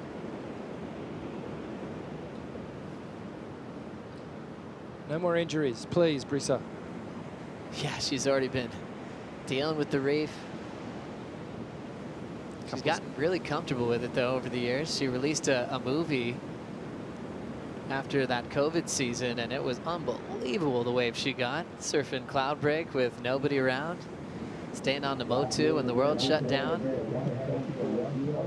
People are just trying to contact her. Is that really happening right now? Are you scoring perfect waves with nobody? It was real life for the Hennessy family. And when your dad's a professional fisherman, you're well taken care of. What a dream scenario. Let's see, Brisa just streaking back into the lineup now. And yeah, sets have definitely slowed in terms of their frequency coming through. We knew this was going to happen. It was on the forecast. We spoke about it this morning, that this swell was going to taper off, and that's the reason why we've actually gone to these single heat formats. We've eliminated the crossover heats. Dual heat format, we utilized that when we had enough waves on offer. Yeah, what a great transition and read from contest officials, commissioner's office, like Jesse Miley-Dyer, Renato Hickel, working closely with our friends at Surfline. Jonathan Warren's been on hand throughout this event here in Fiji. He's been forecasting this place for, he said, almost 2 decades now. So yeah, it was meant to drop off a bit. So with the inconsistency, they went back to normal heats, just to have 2 surfers out. We'll finish out the day this way with the quarters and have the semifinals ready for tomorrow morning. Last heat won by Tyler, so she will be waiting for the winner of this one. Tati at the moment's out in front. Let's catch up with Tyler Wright with AJ. Yeah, really. All right, Tyler, we are so excited to be moving on for you here after that round against Caroline Marks. Just what was your strategy for her?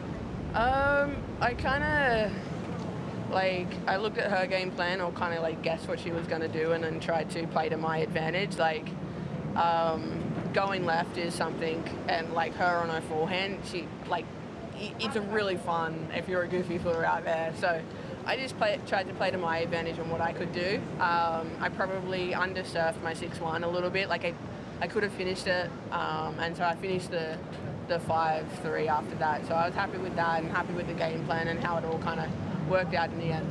We've talked all week about how much fun it is to be back here at Cloudbreak for the championship tour. As somebody who's been on this wave before, just what is your favorite part about being back and showcasing your surfing at this stage in your career? Honestly, it's just like a vacation here. So it's pretty, like I'm not going to make top 5, so it's one of those ones where I'm kind of like resetting for next year, and also just it's cool to see some of the things, like I've been into it a couple of times this year, so it's cool to see some of the things that we've been working on to kind of really fine-tune it out here, and next year the Final 5 is here. So yeah, like trying to make the most of it, and then also just enjoy myself. It's been a big year, and yeah, so it's one of those ones where I love coming here. It's my favorite place in the world, so you know, yeah. Well, we'll see you in the next round. Congratulations. Thank you so much. Appreciate it. Job well done for Tyler Wright, moving on into the semifinals. She hasn't had a win this year. She came close in Portugal, but she knows what it's like to win a world title. All eyes will be on all of our Final 5 surfers in September, kicking off on the 6th through the 14th for the Lexus WSL Finals. Katie Simmers will be there as the #1 seed this time. She got to feel out the format last year as a rookie, and the losing to Caroline Marks. But I think one thing we've noticed is what an advantage it is to feel the format and then return the next year and quiet the nerves, knowing how fast that day goes and be well prepared for our world title day. It goes by quickly, and we have that big waiting period, but it's all on one day. Just picking the best day to crown a world champion. Yeah, it's a really fun format, and the energy of that day on the ground is pretty incredible. I was lucky enough to be there with you guys last year. As we see live action, Tachi. Rolling in on the open face. A front side opportunity for a goofy footer is an absolute dream. There's a snap, continuing down the line. She's got the speed, a little end section. She will get there in time. So that's going to go with her 6.17. Nice read from start to finish. Even as things really picked up the pace in the shallow section. Look how shallow it is. She didn't even have enough room to duck dive. No, she couldn't. She would have scraped the knuckles and the board if she had tried to duck dive under that wave. She'll get under this one, and then she'll get into clear water here and make her way onto the jet ski. That will assist her, bus her back out into the lineup. But yeah, not a bad wave there from Tati. Did well to get to that final maneuver. That wind's almost gone around more favourable, Joe. So it's sort of shifting in its direction, a little bit more offshore now, perhaps holding the barrel open a little bit more. So that might come into play in these next few heats. As we get to that lower tide, and that reef it gets exposed, it sort of acts as a windbreaker as well. And Tati getting dropped off. That's the route around the buoy, and then the drop-off spot there from the Red Bull ski and back into action. Remember, a lot on the line for the season in this quarterfinal. If Brisa can find a way to win, the final five will be set. Picklum and DeFay will qualify, but if Tati wins, we've got more scenarios to unfold. Yeah, nice big wrapping cut back to start things off, streaking down the line. Gets to this final section here, up and over the foam, then she runs out of water and has to do a like a bit of a turtle dive. Just staying as flat as she could there.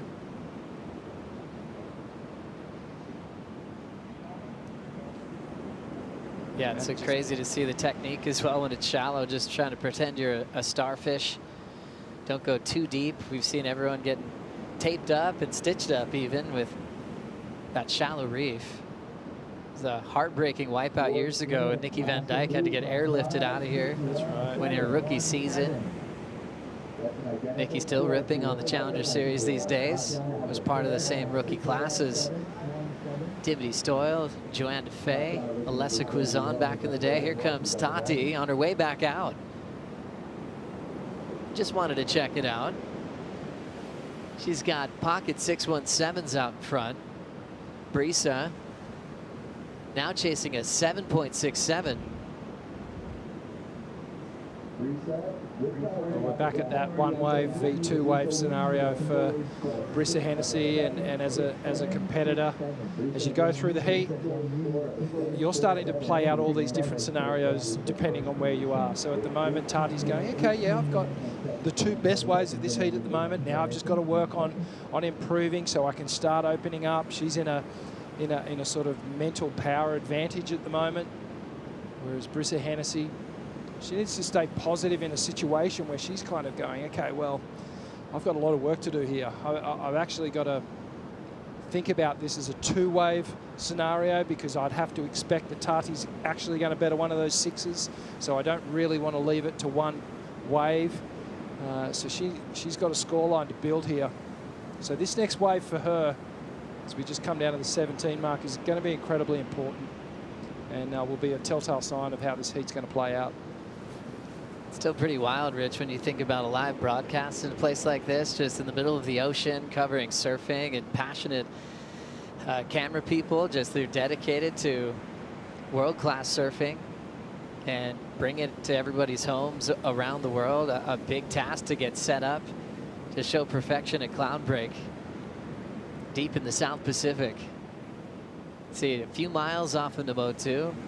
Mile and a half off of Tavarua, about 6 miles from the Fiji Marriott Resort, Moby Bay, host set where we're sitting. And a lot of hardworking people in the production truck figuring out all the live scenarios, not just today, but all season long. We got Chad Weber back there crunching numbers, looking at matchup scenarios for the best in the world. Milby Shannon, live producer, sitting right next to Nath Hayter, the director, on the front row. Passionate surfers themselves. They wouldn't want to be anywhere else. They'll watch this screen until their eyes bleed. Sometimes they do after marathon days of competition, man. But, man, they're doing a great job. Yeah, big shout out to all the cameramen as well. We've got cameras on the tower and all the boats, back on the islands, back here on the resort.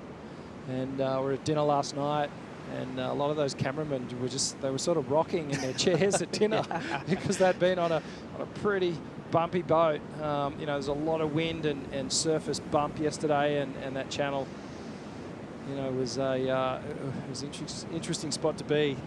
We've been rocking to sleep last night. Giving us a wave right there from the top of the brand new tower that the World Surf League recently built. It was absolutely destroyed in a cyclone. So the World Surf League built it and gave it to the local community. And so now they get to use it, and you've got to connect with them if you want to get on the tower to film, surf movies, to any type of work out there. We're getting back into live action. Brisa Hennessy, representing Costa Rica, put a lot of power into that backhand hack. Right on the money again, and putting this one off the top for a float, creating some space to kick out. A lot of great energy from that backhand performance. Hennessy needing a 7.67. Well, my thoughts, Joe, I'm not sure whether it's going to go as high as 7.67, but some great surfing on that last wave from Brisa Hennessy. You could just feel a different level of energy on that wave. She was totally connected. All the maneuvers were done in the right spot on this wave as she comes through to the inside. We'll check out the replay once we key that up. But yeah, multiple maneuvers on that wave. This is live action. Tati, I love how she's just driving at that higher line, and I was hoping there was something really exciting to come, but she had to sneak out the back. Let's go to the IC replay of Brisa's wave. So Brisa, just a fade here, draws hard off the bottom, swooping face carve to start things off. Now the wave bowls out. A really quick, tight snap, and again, straight up into the pocket, all the way through, then gets the projection floater to finish off. So a great two-turn combination on the inside. A smaller wave though, Joe, so you know the judges will keep it relatively conservative in how high they're going to go, but you cannot deny that combination of two turns was amazingly executed by Brisa Hennessy. So pushing through that foot injury, cut herself on that back foot, pushing off the tail pad and crushing sections. Brisa Hennessy, here's the score from the tower, 6.77, which is the best score of the heat so far. Not enough for a lead change. Now needs a 5.57. Put herself right back in the heat. Yeah, well, I referenced the importance of that next wave that Brisa was going to have to surf, and she's executed it really, really well. She milked every ounce of points out of that wave, so she's brought herself straight back into this heat, into a more positive mind frame for this point in the heat at 13 minutes to go. She's automatically thinking, okay, well now, in the space of a couple of minutes, I've got the best single scoring ride, and now my requirement is back down there at a 5.57, and I know I can do it on a smaller wave like I've just done there. So if she can find one of those bigger waves and execute some of those turns, she's going to get a huge number. 12:30 to go, an important heat for the season. If Brisa can find a way to win, our final five story will be complete. If Tati wins, we still have some math to do as the channel is feeling the energy. Bulan Vanaka, we're going to take a Bonsoy brew break and finish off quarter number 2 right after this.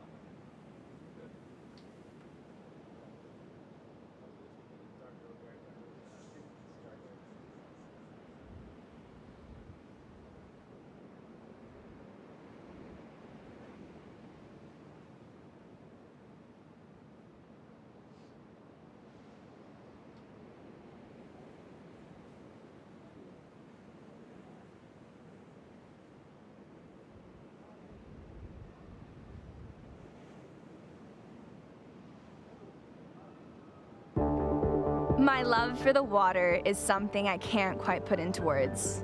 I love that the ocean demands that I always bring the best version of myself. Balanced, inspired, energized, happy. What the ocean demands, I want for me too. It's an ongoing journey of self-discovery and a combination of who I am both on and off the board. Whether I'm exploring new passions, connecting with others, or soaking up new experiences, it's those shared moments that light the fire within me, inspiring me to show up each and every time. Find your own moments to share. Let's enjoy the Fiji flight cam. What a view. You can be here too and go to that restaurant that's floating. That's called Cloud 9. Feels like that. You can order a pizza, hang out, do a big cannonball off the side. It's a place that the pro surfers frequent on lay days, on downtime, especially when there's no surf or after a great surf. You can pull up right there with one of the boat people that'll drive you there. Right here from the Fiji Marriott Resort, Momi Bay, or from Namotu, Tavarua, anywhere you want to stay in Fiji. Everyone will direct you in the right place to be. To eat some great food, to enjoy live action. You can see the channel is just so excited with the crew from Namotu because that's Brice's second home. Let's get caught up with last of Tatiana Weston-Webb. Okay, opens with this slash on the face, driving through this section here as it runs down the line. Tati hits the lip and goes down. So she was trying to answer back to Brice's 6.77. And she's come unstuck, so we sense a bit of a power shift in this heat, Joe. Tatiana Weston-Webb, she was in full control up until the halfway mark, and now Brice has started climbing back. She's taken a bit of that power back. She's dropped the high number, and now she has priority and an opportunity to lock in that 5.57. She's having a paddle at this one. Trying to catch it, she will roll in nice and controlled. Big wall already critical, slows down to try to set up the pit, misses it, but crushes the lip line. Always tough though, when you're looking like you're trying to get barreled, you miss that space and don't get it. Judges aren't gonna be too stoked on that. She did recover well and shows how lethal she is with a one big whip. Tati's last was a wild free fall. What a wipeout. That'll be a throwaway score. And she's up again. Nice draw off the bottom. Nice round arc with a little airdrop at the end. And she gets there early, tries to recover in the flats.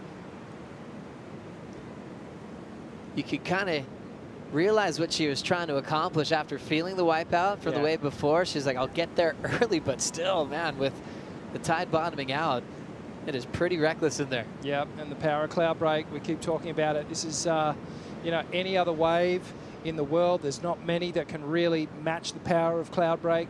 Perhaps Chopu'u in Tahiti is another wave that can, but, you know, if this was a beach break a similar size, it would have half the amount of power there.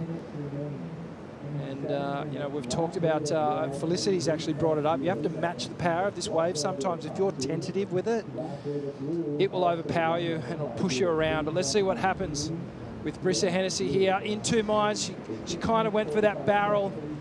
She really didn't have too much other choice, but she did well to get that quick snap in. But that's not going to be that 5.57 that she requires. And then Tati outside here, projecting down the line, does the big open face carve, drops down into the pocket, and again, critical turn on the forehand, just gets caught on her heels. Couldn't correct herself. If she had made that maneuver, she could have been looking at eclipsing one of those 6.17 waves in her scoreline. So with 6 minutes to go, we've seen both our surfers just trip up a little bit on their last few waves. So an exciting finish to this one. Under 6 minutes now, excuse me. Well, there's so much on the line in this heat. I mean, for Molly and for Joanne, they just want this thing to be over. You know, for Brice, if Brice can make a big comeback and 5 minutes and 40 seconds, then we'd see Molly Picklum and Joanne Defay just relax a bit in quarterfinal number 4, just knowing that they could compete for a world title. But if Brisa stays in second, the pressure will be on both Molly and Joanne Defay to survive. Tati, her game plan's just straightforward. You know, she was always coming here to win. When you're outside the final 5, you have something to surf for. So there wouldn't be anything changing in her headspace coming into today. No, she would have had just wave by wave mentality, heat by heat. See if you can get all the way to the final, give yourself a shot at winning this thing, and in turn giving yourself a shot at making that final 5. So Brisa Hennessy just hitting the 5-minute mark, has priority, is in need of a score. We feel like her form through the second half of this heat in particular, she's really clicked into gear. So if she does get that opportunity, you feel like she's going to be in attack mode. She is going to have to surf quite well if she wants to get that score. At least 2 or 3 maneuvers down the line, or find that barrel. So much on the line here for Brisa. She's already into the finals, but you want to be able to win this event, and it's been 7 years since we've had it. Megan Abubo winning back in 2001 from the island of Oahu. That's where Brisa spent a long time competing and really growing up as a solid surfer. Callie Kennelly from the same island that Tati grew up on, won in 2003. The more recent champ, though, Courtney Conlogue, 2017, in a final with Tati. Weston-Webb runner-up. They delayed the final to wait for better surf. It's been the women and the men had different waiting periods. It was gnarly, big, powerful, giant cloud break, kind of messy too, really intense, and just like you expected, Courtney and Tati just went for it. So Tati's had to wait a long time to try to put herself back in a final to try to win this event.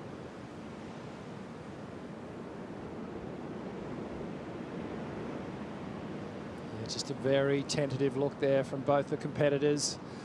You can see that wave didn't really offer up any decent opportunities, so well left from both the competitors.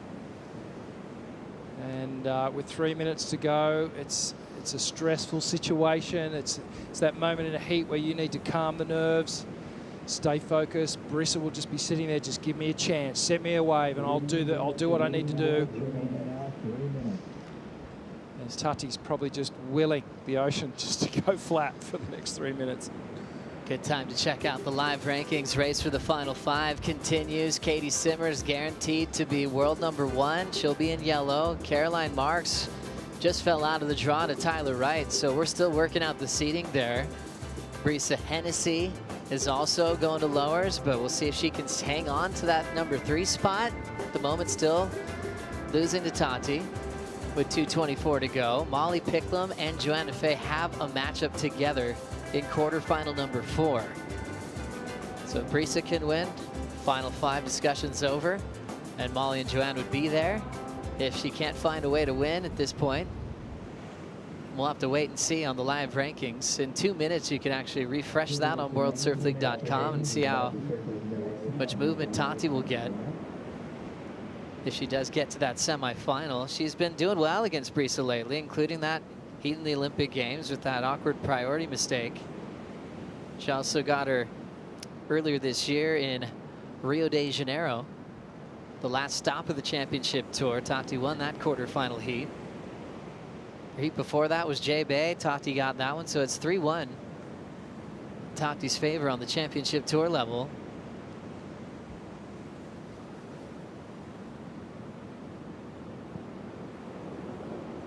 Getting close to the final minute for Tati. Doesn't have priority, so she knows Brisa can pick any wave she wants.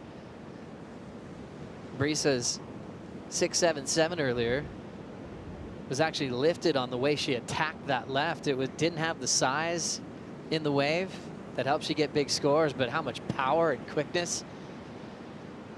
She was able to get the high mark of the matchup.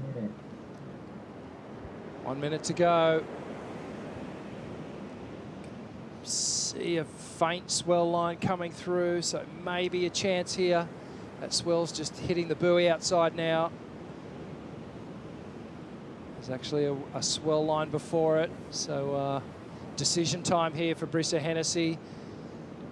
Had a little look at that first wave, but not big enough. Second one stretching out down the point. Looks like Brisa's going to have to pull the trigger on this one, Joe. No. Just rolls underneath her. And now they're into the countdown. Chasing a 5.57. And with Brisa looking, she did lose priority. That's why Tatiana's starting to paddle closer to her and will shut this one down. So things aren't over yet for the final 5. A couple of big heats to come to decide it, especially quarter 4 with Molly versus Joanne DeFay. Up next, though, it's world number 1 Katie Simmers versus the wild card Erin Brooks, as Tatiana moves on to take on Tyler Wright in the semifinals. We're going to take a quick break. We'll bring in Kaipo, Flick, and Jesse for the call.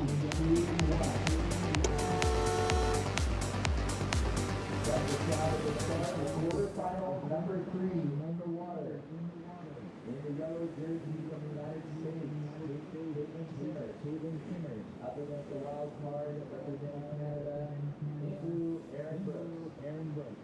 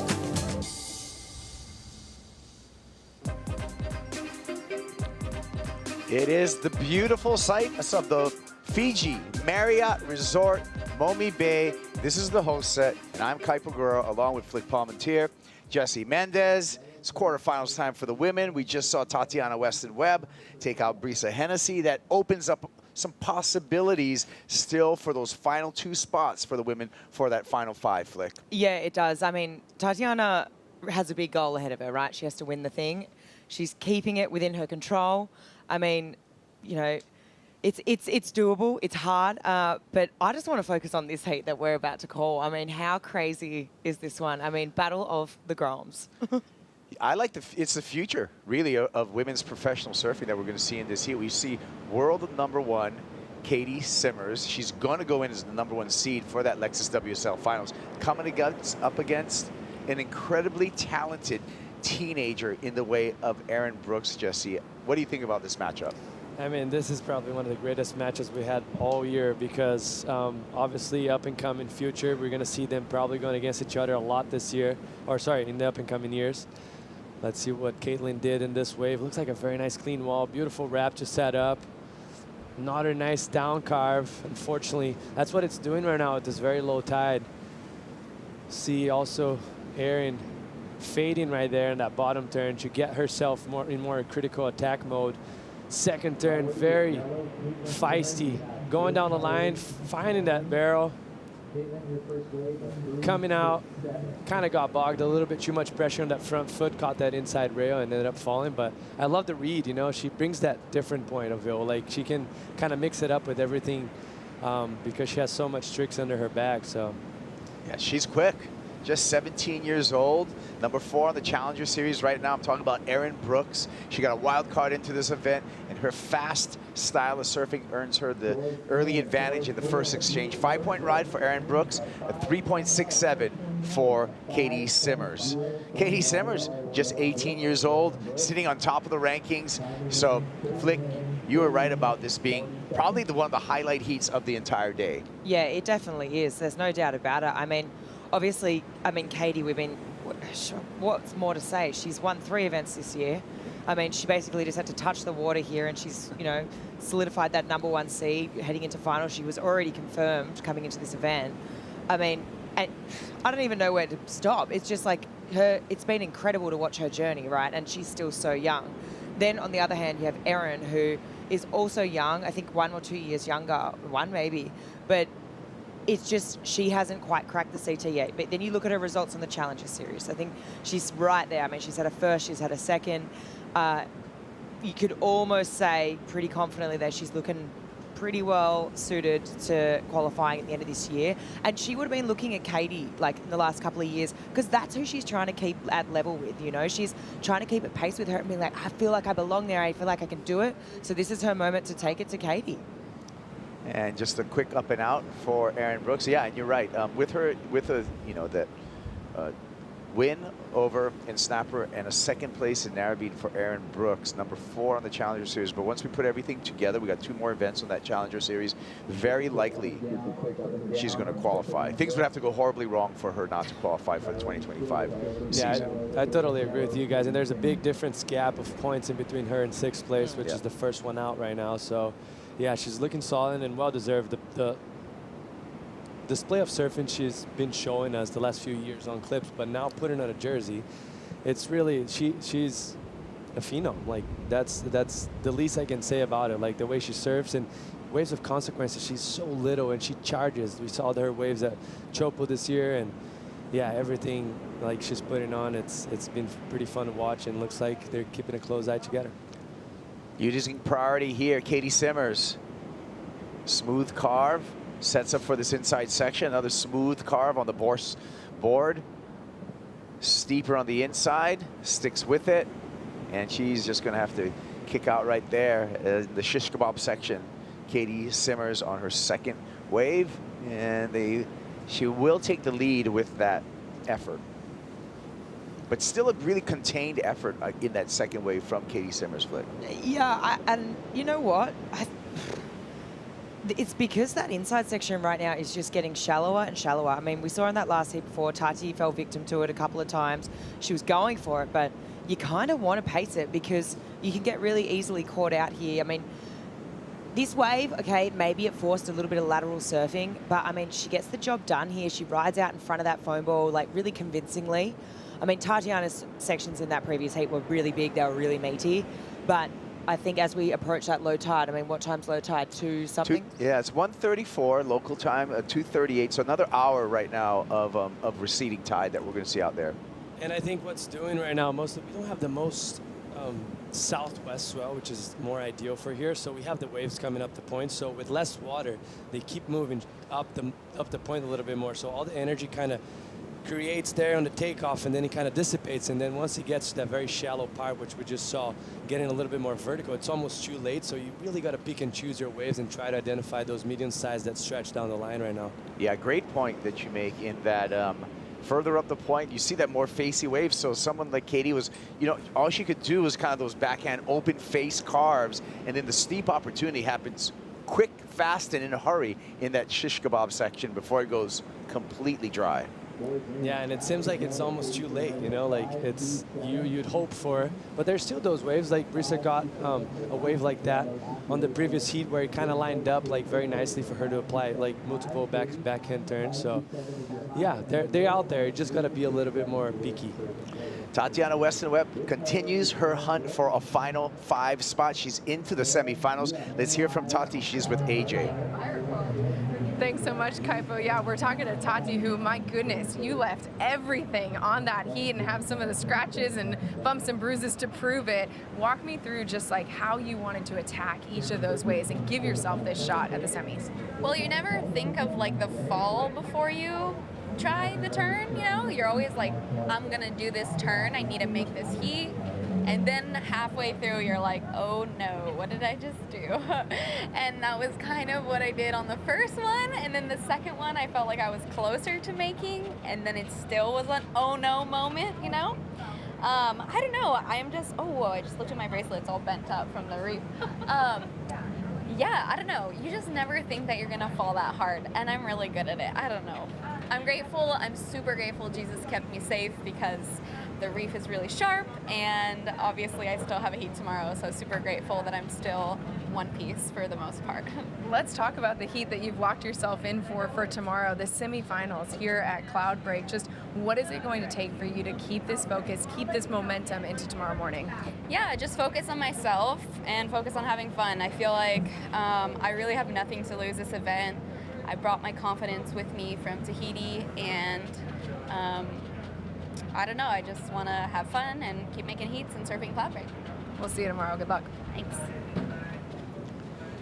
Yeah, that's going to be semifinal number 1. Tyler Wright coming up against Tatiana Weston-Webb, looking towards possible finals day straight through tomorrow. Let's take a look at the race for the final 5 and our live rankings for the women.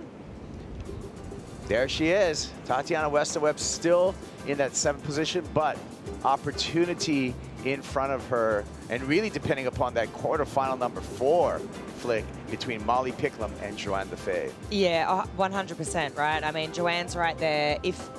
Molly's doing Tatiana a really big favor. If she does take out Joanne, it makes that job easier for Tatiana moving into tomorrow. You know, she's in the semis now, but yeah, really all eyes on that next heat for me. I think that's going to be very telling to how how this situation is going to play out. How the math plays out, yeah. Molly Picklum, if she does win in that quarterfinal number 4, right after this quarterfinal number 3, Molly will have clinched a spot in the final 5, and that will just leave 1 available spot. I like the ukulele jam, by the way, on that graphic. Jazzy. Returning back to live action, and last score for Katie Simmers, a 5.27. Erin Brooks opened up with a 5, so those are 2 keeper scores. Surfers wanting more than that. Priority with Erin Brooks is going to be under priority with Katie Simmers. And Katie, just patient here. Nice open face carve. Wave steepens up, and Katie gets out of there in a hurry. Trying to avoid destruction there on that inside shish kebab section flick. Yeah, I think that was a smart move. It looked pretty deadly on the inside there. So, smart decision to get out. You know, it's just such an interesting dynamic in this heat. I just feel that, like, Katie's got something to hold on to and to be like, no, like, not that she has anything to prove, but Erin's the one that has something to prove, you know. She's coming in this, she's aggressive, she's fighting for it. I mean, we even heard Stace say it in that cross when crossed down to Tabarua, you know, and he had the VIP headset on, and he's like, that's not beat around the bush here. Like, Erin wants to win this thing, you know. So, pretty evident, you know, what Erin's intentions are, and the fact that she's kind of, you know, unhinged in a way. You know, she's uninhibited. She doesn't have any sort of those bigger pressures on her. I mean, I'm just interested to see how this plays out. Fiji flight cam buzzing by. You can see all that exposed reef, Jesse, here at Cloudbreak. Yeah, it's like completely different than what we had obviously early this morning. We'll see the surfers finishing off the wave and actually being able to paddle back out. Not with so much trouble. Right now, like, we're seeing them really struggle and kind of bouncing off the reef, and a lot of times standing up on the reef, which it takes times off of them. Obviously, it's more dangerous. Those are 2 factors that's going to play out throughout the day, and sometimes you're going to see injuries like happened to Brisa yesterday. Yeah. And you never know what you're going to step on. I mean, there's spots on that inside shish kebab that there's actually like a spongy kind of seaweed on some of the coral, and in other spots it's just live, sharp coral. So you never know what's going to happen when you put your foot down, but when you're fighting for survival, you just sometimes got to plant those feet to stop you from ragdolling through. Yeah, I've already got a couple of little tattoos. Just getting acquainted with the reef. It's all part and parcel.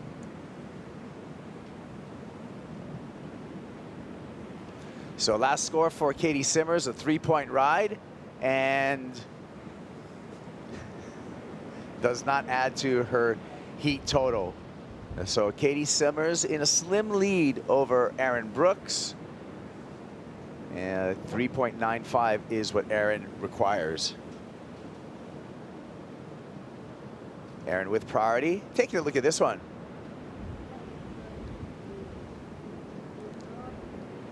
She's gonna go. Nice snap there, but just a quick snap and that's it. What do you think about that wave, Jesse? I mean, as soon as they're paddling, like obviously seen from the screen, it looked like a smaller wave, a little bit of whitewash underneath. I thought she was trying to sail her, and that's exactly what she did. Great job for Kayleen. Obviously, way more mature, has been on tour for a few years already, and look at that. This could turn out to be a great exchange right there for Kayleen and a momentum shift. Looking down the line, and gosh, you know what, this low tide? Tricky. I was anticipating fireworks in this heat, but you know, you're only sometimes as good as a playing field. And the playing field right now is just some dry grass. Yeah, it really is looking that way. It just looks like, I feel like because it's such a long wave, you can get stuck in the mindset of wanting to get a lot of turns. But right now, I feel like you have to be adaptable, that word, or you have to adjust. I feel like it's just 2 turns, 2-turn combo, you know, like it. Yeah, okay, maybe a little barrel on that inside section, but it seems to me like it's pretty challenging right now.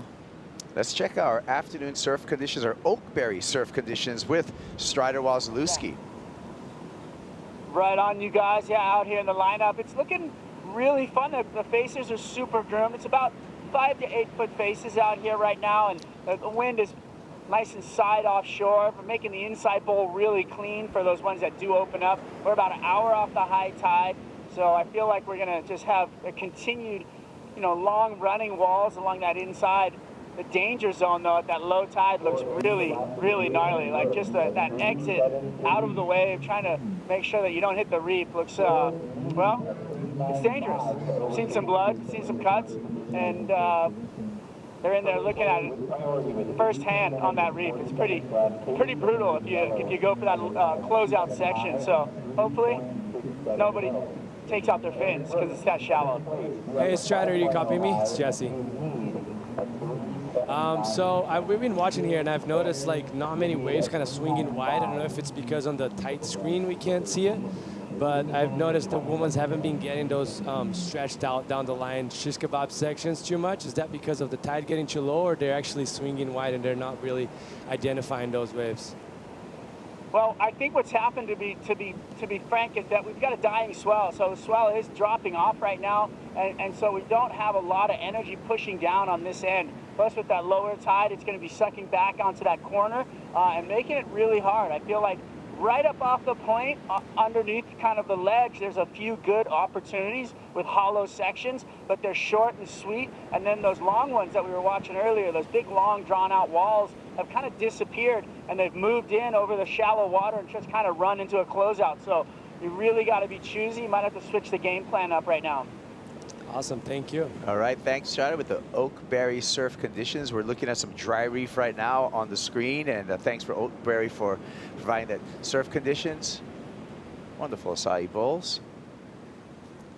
Little known thing, I don't know if a lot of people know, but Oakberry actually makes some of the best peanut butter in the world as well. You really like that peanut butter, huh? I feel like every time I work with you, you mention it at least 3 times. It's good. Yeah, look, I'll give it that. It's good. But it really is. No added ingredients. All they do is take peanuts and they smash them, and it's so good. So, yeah. Thanks, Oakberry. Well, we're 17 minutes, just under 17 minutes right now, and Katie Simmers has a slim lead over Erin Brooks. It's time for a Bonsoy brew break. We're going to froth it up, and we'll be back with more action here from Cloudbreak. Don't go anywhere.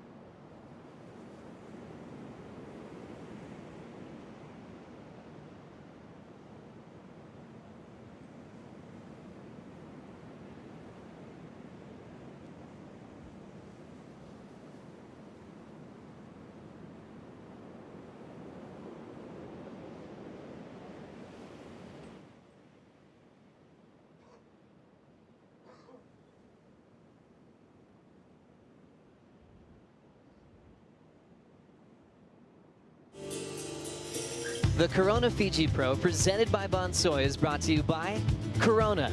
This is living. By Tourism Fiji, strategic partner of the Corona Fiji Pro, presented by Bonsoy. By Bonsoy, official milk of the World Surf League. By Jackson Fiji, official apparel partner of the Corona Fiji Pro, presented by Bonsoy. And by Fiji Marriott Resort Momi Bay, an official accommodation partner of the Corona Fiji Pro, presented by Bonsoy.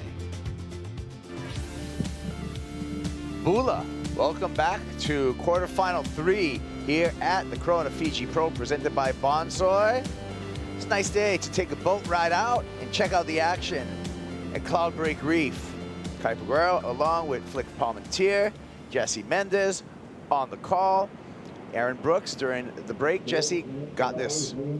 That was just an aggressive start of a wave, and second again, she's just able to pivot off that back foot on the bottom turns and get so tight, which, I mean, that's textbook surfing for a girl that is 100 pounds and that young. Like, that's impressive how much power she can match with the wave here at Cloudbreak. Little but ferocious. Yeah. You know what? It's just all down to her technique. This wasn't necessarily the biggest wave, and yes, she's physically smaller, but this comes down to just perfect technique, perfect placement of the turns, her ability to get tight and critical in the pocket. Like, we've seen so many waves being forced out onto the face. Mom likes it. Mom likes what she's seeing right there over at Tavarua. And let's see the numbers for that last performance from Aaron Brooks. And the judges liked it too, Flick. Yep, they sure did. 8-point ride. I mean, massive score for right now. You think about the last few heats, what scores have been thrown out there. I mean, right now, I mean, she's absolutely nailed it, right? I mean, seems like she also identified a wave that really had a run to it. We haven't seen many of those waves in the last hour, I'd say. So, yeah, good job to Erin.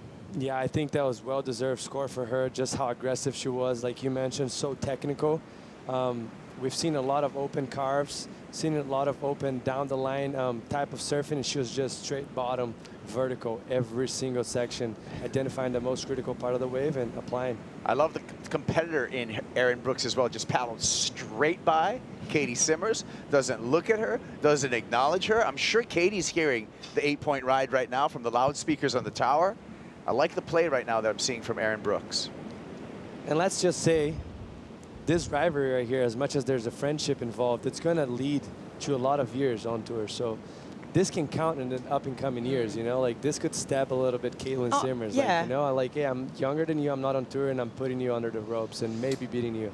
18 years old Katie Simmers, 17-year-old Aaron Brooks, likely a couple more decades in their future of professional surfing, Flick. Oh, there's no doubt about it. I mean, this matchup is going to continue into the future. I mean, we've already said it. She's performed so well in the Challenger Series early days, but looking like, you know, she's going to qualify. So, like, and Jesse, you mentioned it, this rivalry is just, it's just in its infancy stages, right? Like, for me right now, it's going to be interesting.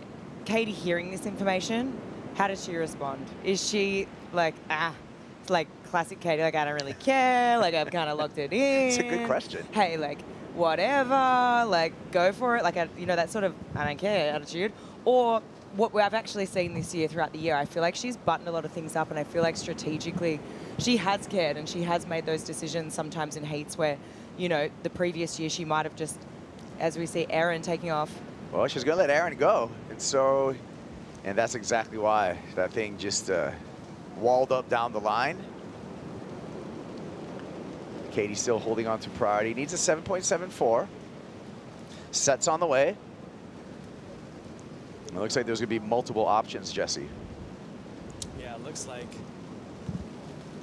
a little bit up the point a little bit more. As you see over there, look how much energy there is, but just up the point where they're like Strider was mentioning, and the foam line is just going faster than the lip line, so it just makes it very complicated for you to find possibilities to attack the wave, and that's what the judges want to see. They want to see stiffness, they want to see the degree of difficulty, and the waves that don't have that might as well not go and wait for something like Erin just had. Yeah, it was wild that we just saw in the two first waves, as I said, had completely different personalities. One was just a roller that rolled through. The second one was pretty much a section-y closeout. But both of them in their own way, did not offer any type of scoreable potential, and that's why Katie's just camping out right now. Erin tries to bait her into one. We're under 10 minutes.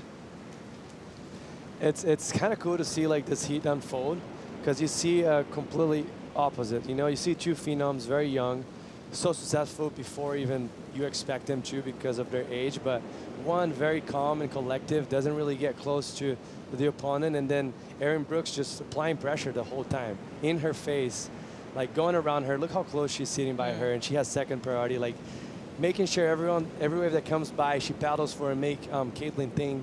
So it's just different characteristics and personalities from both surfers. Look at this set come through. Pops up the buoy. And let's see if this one eventuates with any kind of shape for our surfers. Long line in front of it, both paddle over that one. And you can see just the low tide taking effect and that wave being pretty sectiony down the line. The end part, little opportunity, Flick. Yeah. When you're looking from the channel, of course. Yeah, severe angle there. It's called severe angle. Looks makeable? Probably not. Every wave looks better down the beach. It sure yeah, does. It does, right? Oh, I think I might paddle down the beach. That peak over there looks better, right? Katie Simmers, I mean, she's #1 in the rankings. We know she's going to be in the yellow jersey, and the reason why is because she's had a tremendous 2024.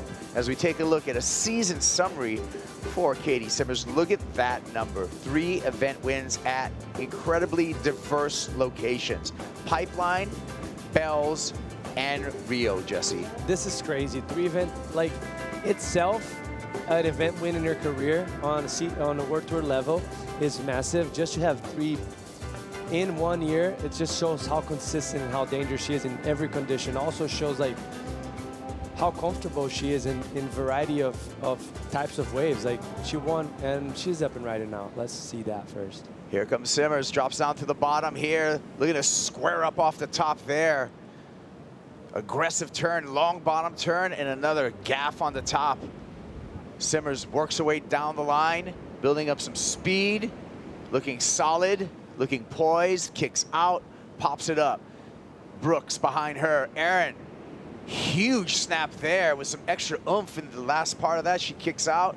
Nice exchange, but Katie got numerous turns. Erin, one exciting one, Flick. One exciting one, but smart, man. So smart. She knows that.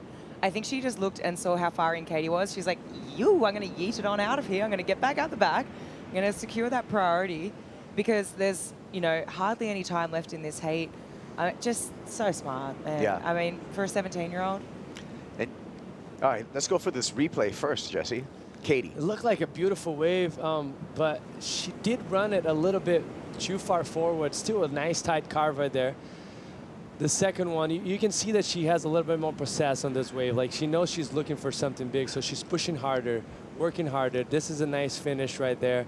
But the wave just lacked a little bit of criticalness. Like it lacked what we're seeing right here. You see this wave has more wall in front of you, so she was able to actually put more pressure, get tighter. And right here, like you mentioned, that was a great section, but it was kind of risky. Oh, that was the second turn. Yes. Sorry. This is the third turn right here on the closeout. That was critical section, but she noticed, hey, this is an iffy situation. Like I might as well get back out and get priority. That was a smart play because Katie Simmers comes in under the requirement with a 6.33. Katie on the paddle back out here, realizes now she needs a 6.68. There's the scores, there's the numbers, comes under what she needed. Well, I didn't realize that Erin actually had another turn previous to that one, so I think that she's going to replace her 5. She's going to be making this job even harder for Katie. And I'm not sure. Oh, yep, there we go. Yeah, she sure does. Got 7.33 for Erin Brooks for those 2 big snaps. And the smart surfing that you indicated, Flick, in that Erin got out the back. There's all the scores from the judges. Erin got out the back and took heat control. So Erin with ultimate heat control, she's got a big lead on Katie Simmers, and she's got priority to control these final 5 minutes, Jesse. I mean, that was incredibly smart. Even more now to the fact that we saw that first turn of her and we could already know that she was going to better her situation. So now she sits best wave of the heat, second best, and with priority. Like, doesn't get better than that with 5 minutes left. Erin Brooks, she surfs like a video game. So quick, so precise, big snaps. And you too can surf like Aaron Brooks if you want. Just download the TrueSurf app to your App Store or Google Play. Let your fingers do the walking on your mobile device. Develop your digital snaps, your digital barrel rides, a couple digital airs, all available there on TrueSurf Flip. And that's going to be your best chance to surf as good as her, right? Like she has that much level in her surf, and it's just incredible how much bird control she has. And now the cat and mouse game, paddling up the reef, Katie Simmers and Aaron Brooks. This is a hard one to hide from. This is a hard one to get away from on a reef break.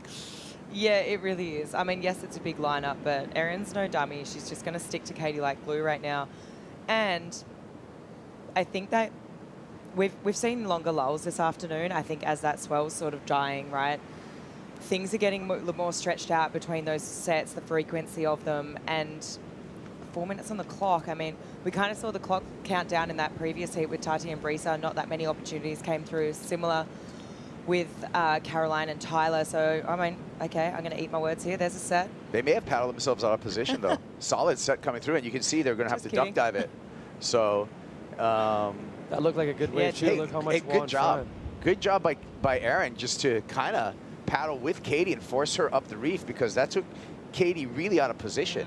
And that's the type of competitor Aaron Brooks is. She's aggressive. She kind of like reminds me of Gabriel at a young age, you know? Like, yeah, the talent's there. She's going to be a freak of nature. She's going to display a show for everyone watching, but she still has the game and the strategy on her mind, like a lot. So and it's kind of almost the opposite of someone like Katie Simmers, who's just kind of a flick a surfer, where she's like, you know what, I don't like to play the game. I just want to surf the best. I know. I definitely feel that from Katie. However, this year I feel like she's, just from my perspective, I feel like she has buttoned up a few of those things. Yeah. And other than her heat at sunset. Yeah, let's just pretend that one isn't a part of the equation. But I think she has sort of buttoned that up a bit. But yeah, you're totally right, Kipes. Like, two totally different approaches here. And yeah, interesting. Now Katie's moving back down the reef. Erin's just going to stick to her 2 minutes 30 on the clock. But what makes Katie Simmers so lovable as a surfer is that she wins even without tactics, even without maybe the mastermind strategy. Jesse, she just wins on pure talent. There's no denying. 3 wins this season. Her mind is let the surf do the talking. That's what she usually does, and she's getting barreled right now. She needs a big number, though. She needs something spectacular on this wave. Needs a 9-point ride. And you can see just a dejection as she kicks out of that wave. But a strong effort here at Fiji for Katie Simmers. I mean, she locked up the #1 seed. She's in the running for a world title. It's hers to lose at this point. It is. You mean lose this heat, right? No, I mean as a world title. Hers to lose. She's going to be the #1 seed when we go to Lexus WSL Final. So she's guaranteed to be in the title match. Everyone else is going to come for Katie Simmers. Trying to steal. Yes. Trying to spoil. Trying to steal the Christmas. Steal the Christmas. That's what it is. All right, where's Erin right now? She has to be paddling down the point just to get close to Caitlin right now, because Caitlin kind of stopped. Oh no, she's slowly making herself up, and I think I see Erin on the top right, or in the middle of the screen right there, paddling down. Yeah, there she is. Yeah, a Fiji flight cam giving us the bird's eye view in this final 60 seconds. And this is enough time for Aaron Brooks to play some defense. Wave comes through here. Yeah, she looks in a good spot right now. Like, doesn't seem like there's many waves coming towards, and not to mention it needs to be a 9-point ride wave. That's a set wave or nothing, right? Yeah, pretty much. 30 seconds remaining. All right, I think it's safe to say that semifinal #2 is going to feature a wild card from Boerne, Texas. Aaron Brooks on to the semifinal. 10 seconds remaining and no more opportunity for Katie Simmers who's going to walk away with the equal 5th from Fiji, but still the #1 seed when we look at the WSL Finals. Nice sportsmanship there. We're on to a break, but when we come back, it's going to be quarterfinal number 4, in the water. Molly Picklum, Joanne Defay.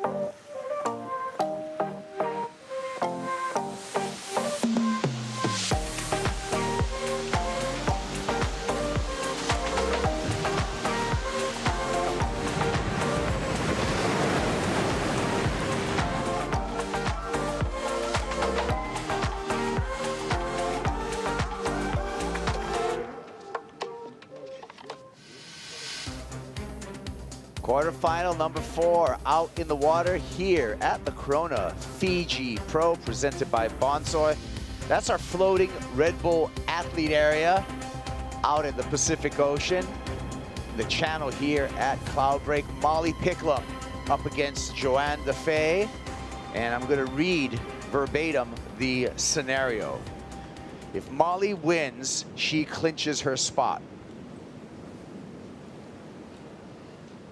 We're watching Joanne Defay right here on her opening ride.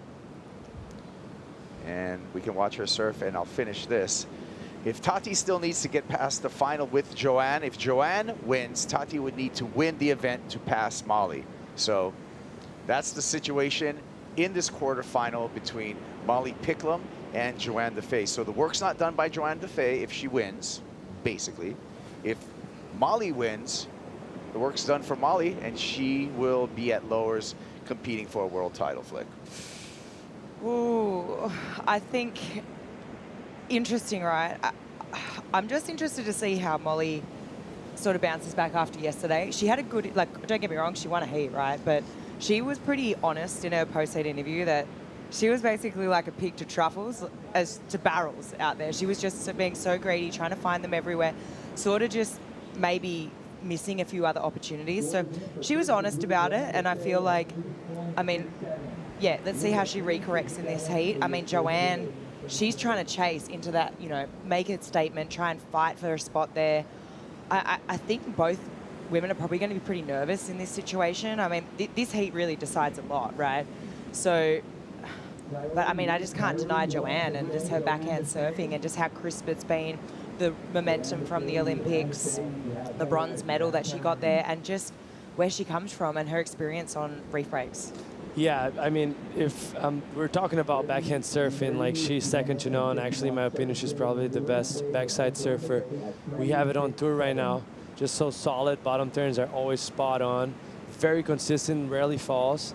But for both of the surfers at Vantage, like, they're in a situation right now where it's kind of like in their destiny is in their hands, you know? They're surfing against each other. Sometimes it's better than surfing against, like, completely free, like Aaron Brooks, for an example, that has nothing to lose. So They right both there, have something on the line. They have something on the line, and that's going to decide if either they're going to make it or not, you know, so.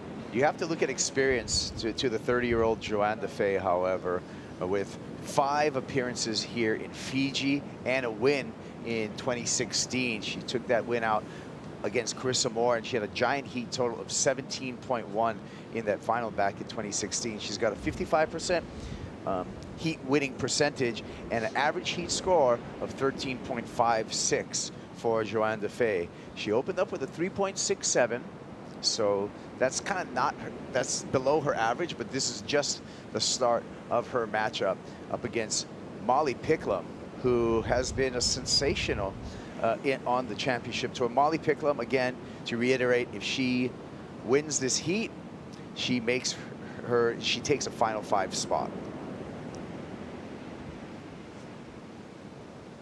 And we think about the veteran of Joanne Defay, Flick. We also got to think about the new guard, the new school, and Molly Picklum, just 21 years old, already 3 years on the championship tour, represents some of that new school. Yeah, she definitely does. I mean, she's been a part of this, you know, conversation from the beginning of the year, from pipe to, you know, the barrel she was getting there, the 10-point ride, sunset, the nearly perfect score for the one single maneuver, the carve she's throwing down at Bells, at Margie's. It's like, honestly, Molly is really got the complete package, and she's having a look now. Here she goes, opening ride for Pickles, Molly Picklum. Got up an easy carve, making her way down the line. Drops to the bottom, delays that bottom turn, steps on the tail, gets a pit ride right there on the shallow inside section, and then ejection. Joanne Defay,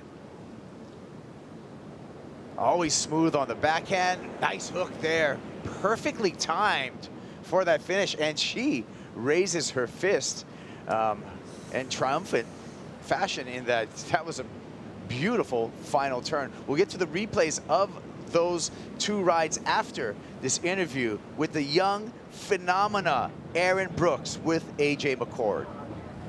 Thanks so much, Kaipo. Aaron, we were just talking about that heat in particular, that win over Katie Simmers. Why does it mean so much to you? Yeah, I mean, I look up to Katie so much. She's #1 going into the final. She's had such a great year, and she's still so young. And she's just an inspiration, I know, for both Sierra and I to know that we can do it at a young age. Like, we go into these contests and we're like seeing all these surfers that we've looked up to our whole lives, but she's just like beating them. So it was really great to get the jump on her, but she's such an amazing surfer, and it was a really fun heat. How did you get the jump on her? Well, we were both saying that it was like really tricky because the lineup was like so big, and we were kind of sitting close to each other in the beginning, and then I got a little away on the corner for that 8, which I didn't think it was that high of a score. I was just like, this wave looks really fun. I saw in the heat before Brisa got a smaller wave and got like a good score, so I just wanted to get another wave, and I'm just thankful for the Lord for just giving us all these fun waves. Aaron, you're on your way to your very first semifinals on the championship tour. How does that feel? It feels awesome. I'm just so grateful to be here and to be surfing in Fiji. It's one of my favorite places in the world, and I'm just really excited. We can't wait to keep watching you. Thank you. Pretty good for your first CT event. You're in the semifinals, and Aaron, it's okay to say, I ripped. She did rip out there. She did. She definitely did. She put on a clinic, really. I mean, just the crispness of her turns, the tightness, it really, wave selection and her technique, because they weren't necessarily the big waves. It was just her technique on these waves that were just second to none. Ooh, with really the dropping swell, too. Look out for finals day with Aaron Brooks. I want to see a couple replays after those interviews. I see replay here with Molly Picklum. Jesse. I've actually liked this wave selection. You see the wave growing down the line, but I kind of see a missed opportunity right there. She's indecisive. Do I go for the barrel or a turn? And there was a critical section for her to get a very big turn on the end. She did get a pocket ride. I don't think that's going to be a big score because she wasn't deep enough. On the other hand, just what we were mentioning, Joanne always so solid. Nice first snap, and right here, just going straight into vertical, bringing that board all the way back around. The foam was trying to catch her off the off the left side of the screen right there as she was coming down, but she came out clean, just solid as usual, and she's going to get rewarded a big score for that. Yeah, she gets a solid number also, a 7.17 for Joanne Defay. talked about her backhand technique, and you know, both of you acknowledging that she's got one of the best backhands on tour. She's utilized it for 5 CT wins in her 10-year career on the championship tour. She also utilized it for a bronze medal in the Paris Olympics. And you gotta love the numbers that she's able to support there. When we look at that 717, a little bit of a spread from the judges, however. Yeah, a little bit of a spread, but I think that number's pretty spot on. I mean, for the conditions, as we see Molly. Boukhiam extends through that first turn. And another extended top turn. Getting rhythm here. And a solid finish there for Molly Boukhiam. That's what, like, I was hoping for on that previous wave, you know, like that wave even had a bigger section. So she would have went critical instead of trying to get the barrel. She would have got rewarded a big score. Probably maybe something closer to what Joanne had on her best wave. So, but right now bouncing back and actually getting a great wave under her belt. So we'll wait for that score. Flick, interesting that both of our surfers here in this heat are both wearing helmets. I'm not surprised Joanne's wearing a helmet, because during the Olympics, she hit her head very hard on the reef, ended up with a couple of stitches actually in her forehead. And from that moment onwards, she was wearing that helmet, right? And that's going to shake you up a bit, right? Like just the trauma from that.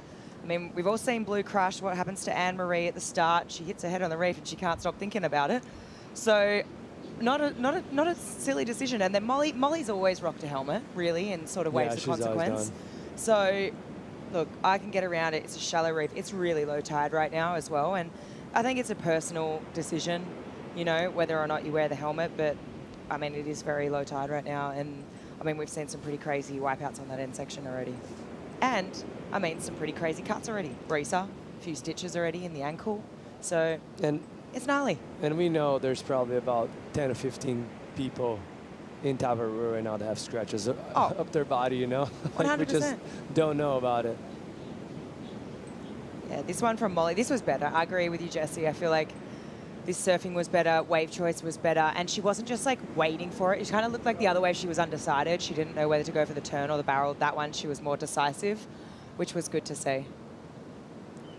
Just a quick cutout from Joanne Defay and a sprint paddle from Molly Boukhiam. We'll see who ends up with priority.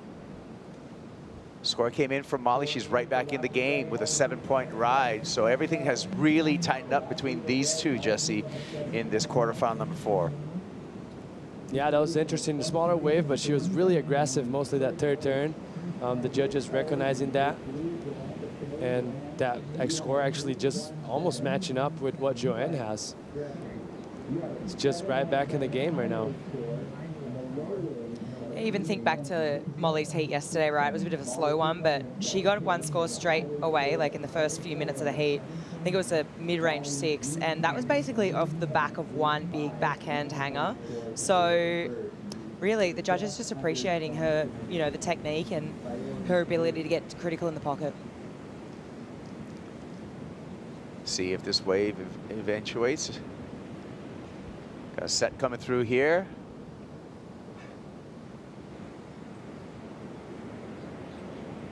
And the no takers on that first one.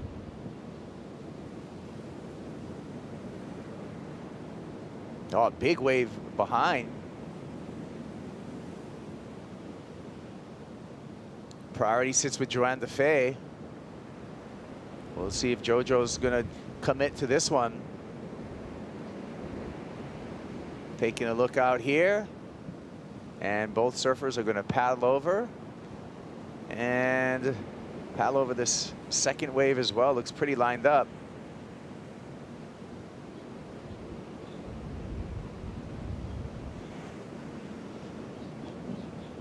And, well, no ride, so I hear if you say his name 3 times, he will appear. Strider, Strider, Strider. Oh, Kaipo. That was good. Just say it once. We're good. That was good. Thank you. Yeah, I just wanted to check in and kind of get a little understanding for you guys of the crucial end section turn right now. The water is pretty much gone off the reef.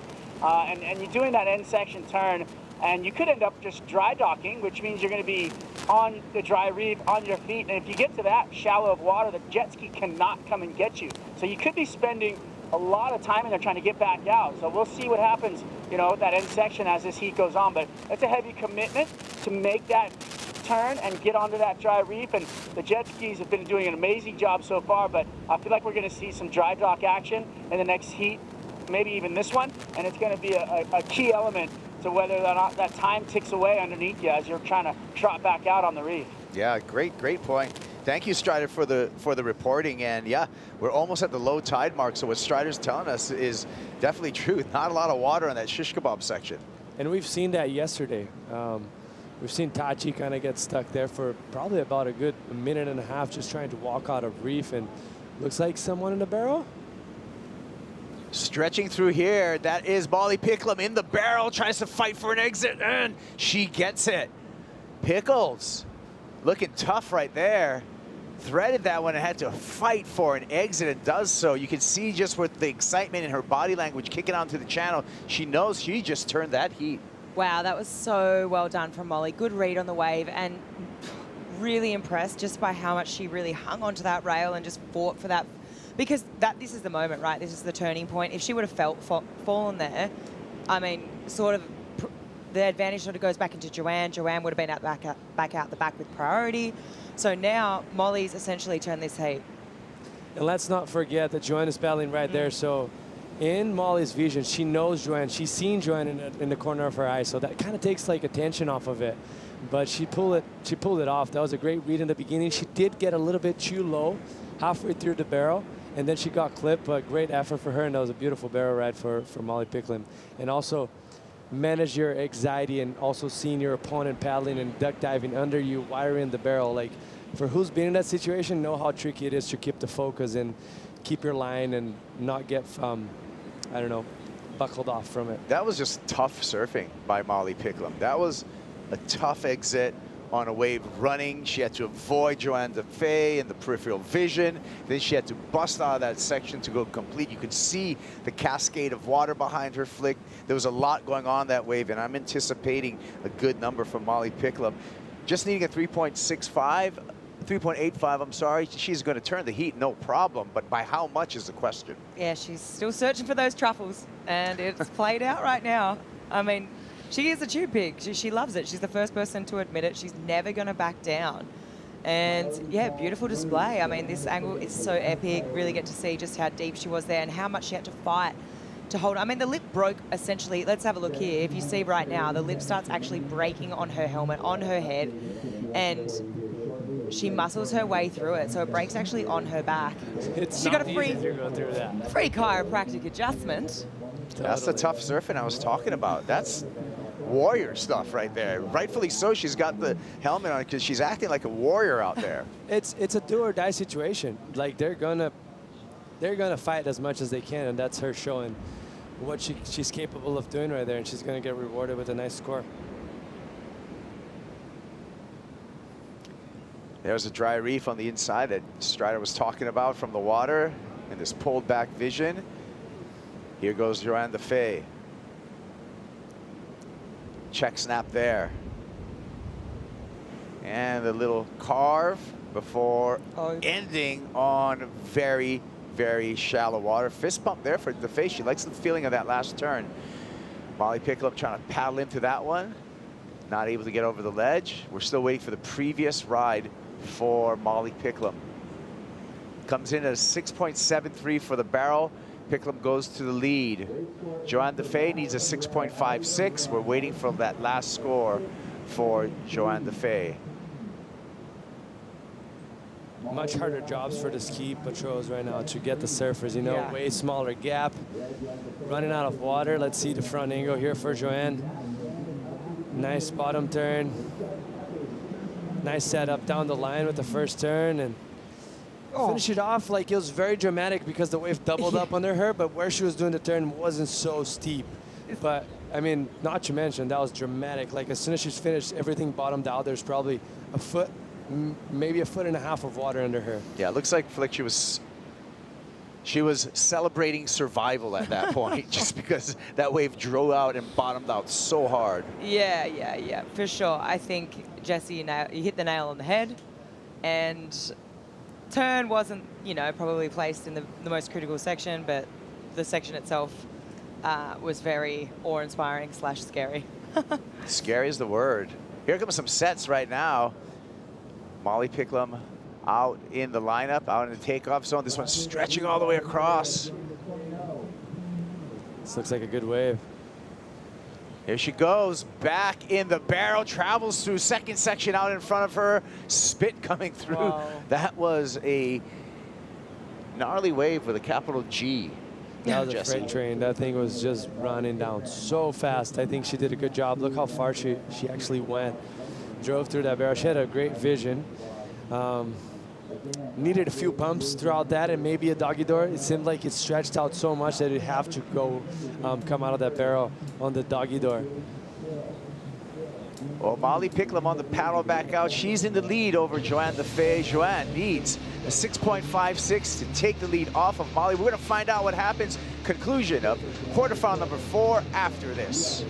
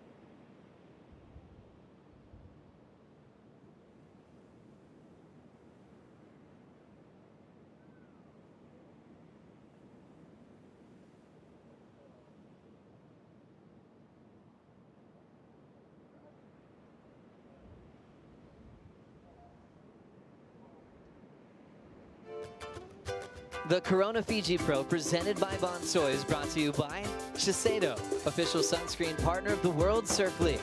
By Eventbrite, on or off your board, you've got plans with Eventbrite. By Oakberry, fuel yourself with the official acai of the WSL Asia Pacific. By Mophie, official portable power bank partner of the Corona Fiji Pro, presented by Bonsoy. Mophie, stay powerful. By Fiji Airways, official airline partner of the Corona Fiji Pro, presented by Bonsoy. And by Tabarua Island Resort, celebrating 40 years of surfing in Fiji.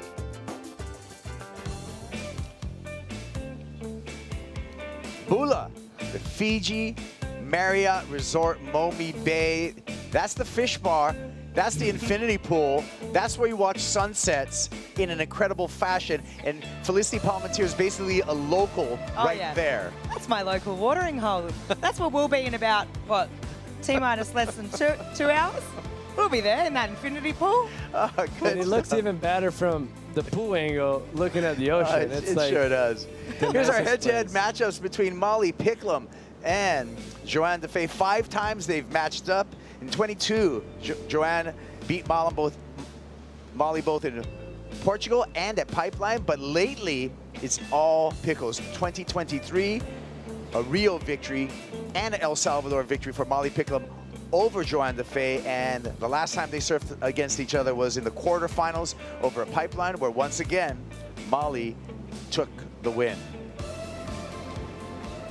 And Joanne Defay trying to even up those stats right now. She's trailing Molly Picklum. She's doing a good job on this wave. Just needs under a 7-point ride, a 6.56 to turn the heat.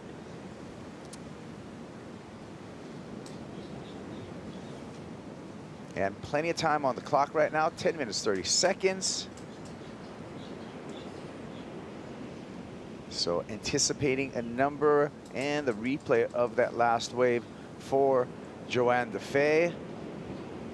You can see the consistency picking up right now after we went. We're pretty much at the peak low tide, but I feel like this swell is kind of hanging in there, doing us some favors right now because it's been pretty consistent just in the back half of this heat. I mean, as much as it's a little smaller than this morning, I expect it to be even smaller than what we have right now early today. Like it's been a blessing to actually have that condition and cleaner than yesterday. Everything looks great. And let's see what Joanne did here in her last wave. I think we missed the takeoff, but I think we saw that first turn. Kind of lost the rail right there on that second bottom turn, put her out of position. As you see it, she was indecisive if that was like a good wave to claim or not. That just shows that she probably didn't think the score was going to come towards her. Yeah, and it didn't. Came in at a 4.77, so she's getting a jet ski ride back out, the Red Bull jet ski, and still aiming for a 6.56 to take the lead off of Molly Picklum, who's been just charging in every one of her heats. 7-point rise, 6.73 for Molly Picklum. There's another strong showing for her. Yeah, super strong. Something that when I think about my favorite surfers, they're the surfers that they're either going to go out there and they're going to get a 10 or they're going to get a 2, because you just know that they're going to push themselves so hard, and it just creates that level of excitement, right? And Molly's definitely one of those surfers. You know that if there's a big meaty section in front of her, she's going to grab the rail, she's going to commit.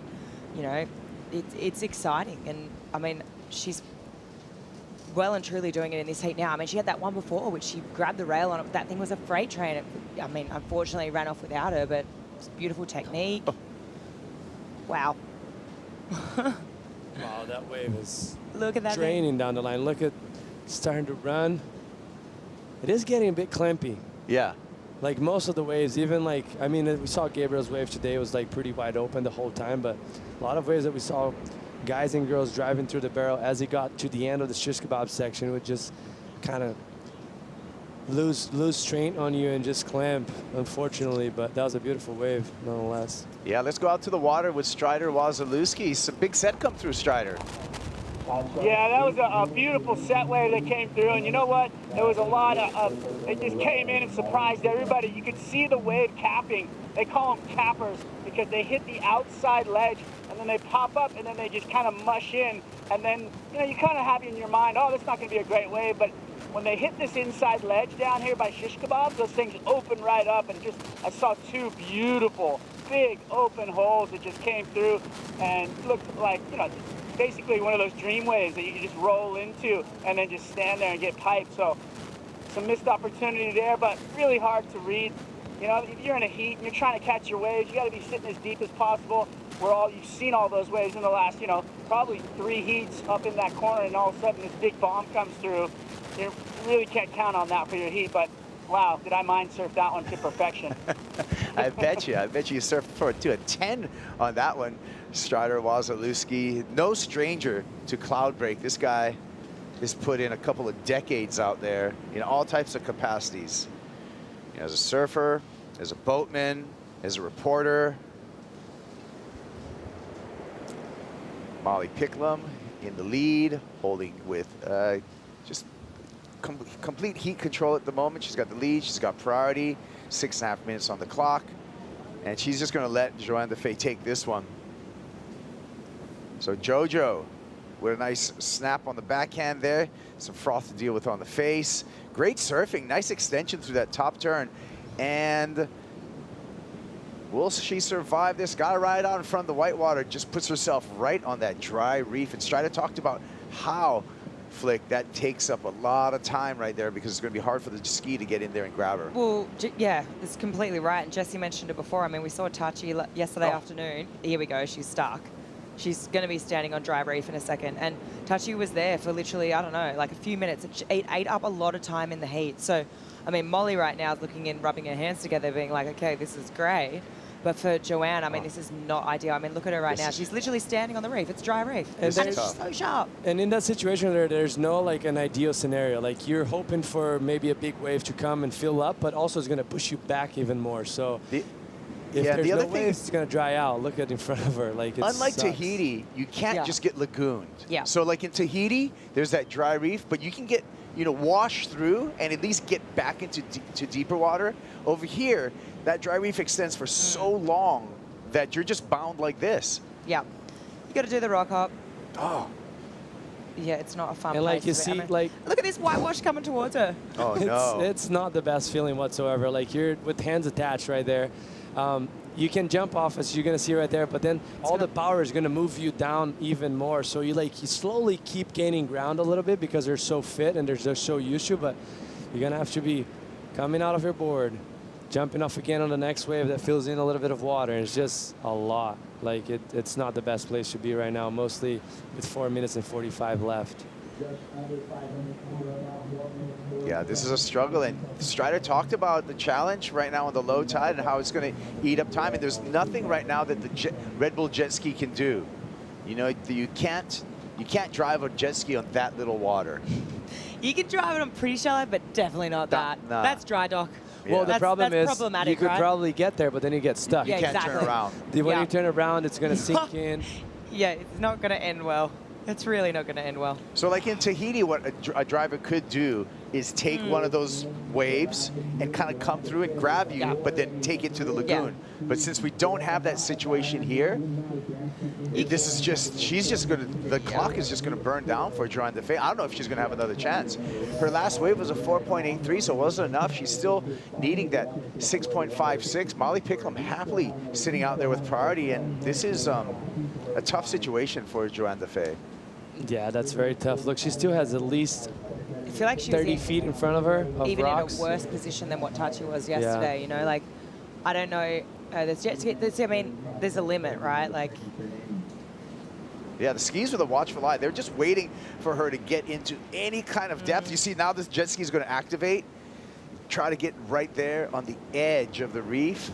But she still got needs to to get gain to ground. Yeah. She has a little bit to, like, in order for her to jump. See, like, there's water filling in, but not enough for her. She's going to get dry docked again if she jumps and start paddling. So she's waiting for that moment, and only a surfer knows the feeling of that, you know? It's not a good feeling. It's not the greatest feeling. oh, I feel for her. You got to slowly walk in, keep gaining ground every time, and you hope for not a big set to come because then it's going to swap you down again.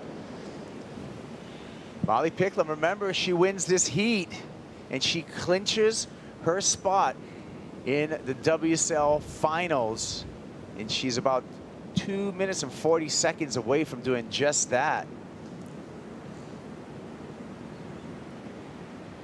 And that'll leave us with just one more spot for the final 5 on the women's side. Yep. Looks like maybe she's going to get some ground here. Joanne's just paddling, but She's going to get dry docked again. Still so shallow. Oh, Can't duck she's dive. Oh, no, oh, don't there do you go. it. She already touched the bottom. That's why she bailed, you know? Okay, now she's fine. Yeah, climb onto the sled. Now she's fine. Go, go, go. That was dramatic. That was. I'm sweating right here. All right, well, out to the channel, and we'll get deposited out in the takeoff zone with probably just a minute on the clock. She lost 3 minutes on the rocks right there. Yeah. She got in that situation with 5 minutes left, and we're down to 2 minutes when she got out of it, and still a little bit to get to the lineup. So just on the rocks itself is, and we had just mentioned, Strider had just mentioned that, like it's crucial, it's critical. Okay, so there's the drop-off point.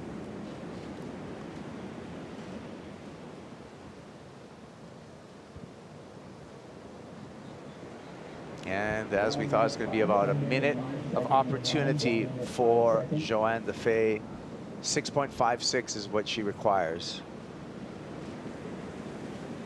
And she's going to take a diagonal line in and hopefully catch one a little further down the reef that stands up on the inside. Molly Picklum defending the main part of this reef pass right now with priority and the heat lead. Yeah, you got to be thinking too that Molly's probably going to start moving towards her.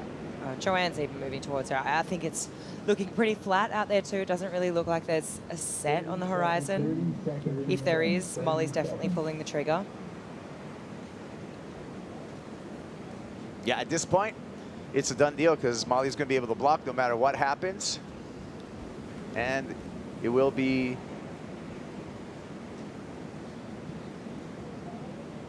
10 seconds.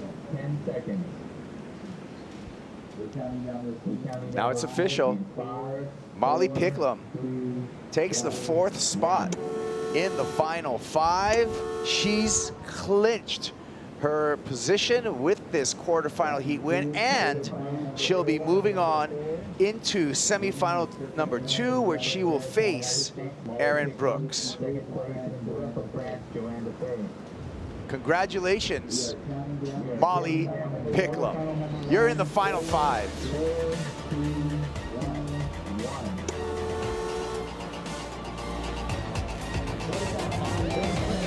Grabs around the pipeline, pulls up and under. She's still going and gets the exit. We're pushing women's surfing together, and we'll look back and realize how big this moment is and the push that we're doing right now. But I'm so honored and so grateful to have these girls in my life pushing me to see how good we can all get at surfing. What a turn. Molly Boukhiam taking it to the house. Molly has it dialed. She is so sure of herself. That is an iconic wave. What a moment for her to remember forever. Good going with Molly. Backdoor, jumping in the barrel, lead covered, and she is coming out. Whoa! Oh, Hello, San Clemente. Molly Boukhiam's coming for you this September to compete in the Lexus WSL Finals.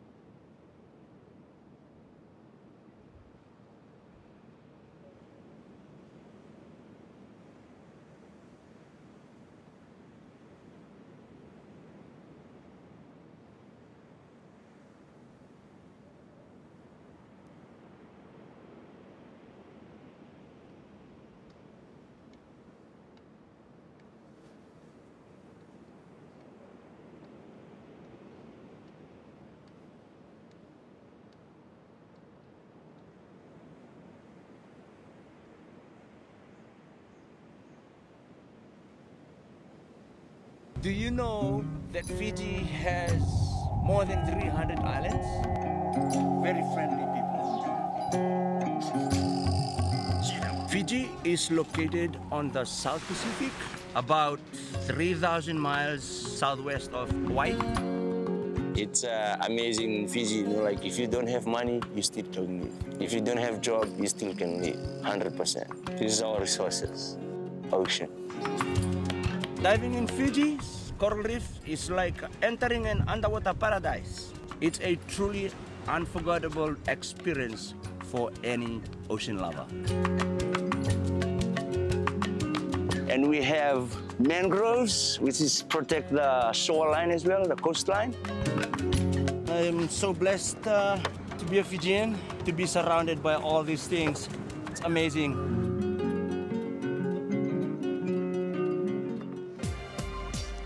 Let's go.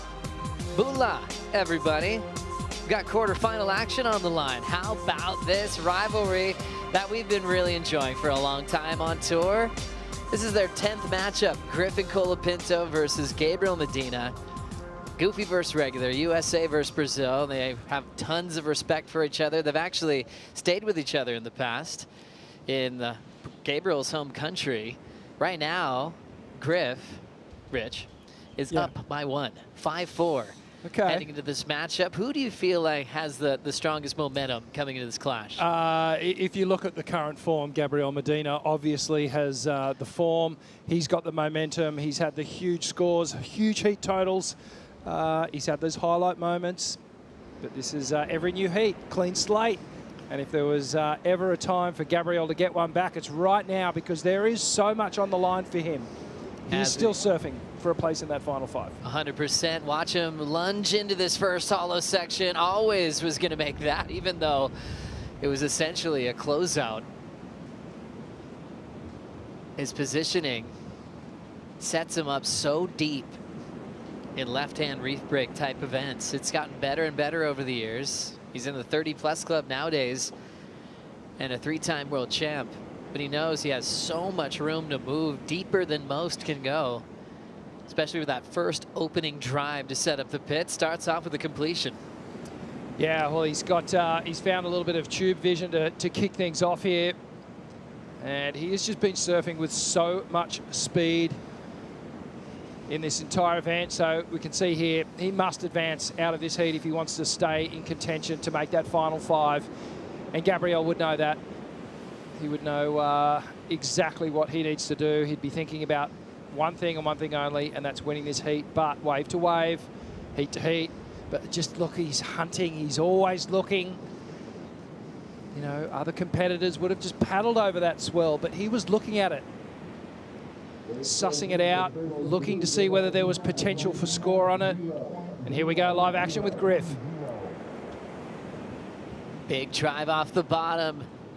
Belts it off the lip, section coming down and strikes it. 2 solid turns for Colapinto.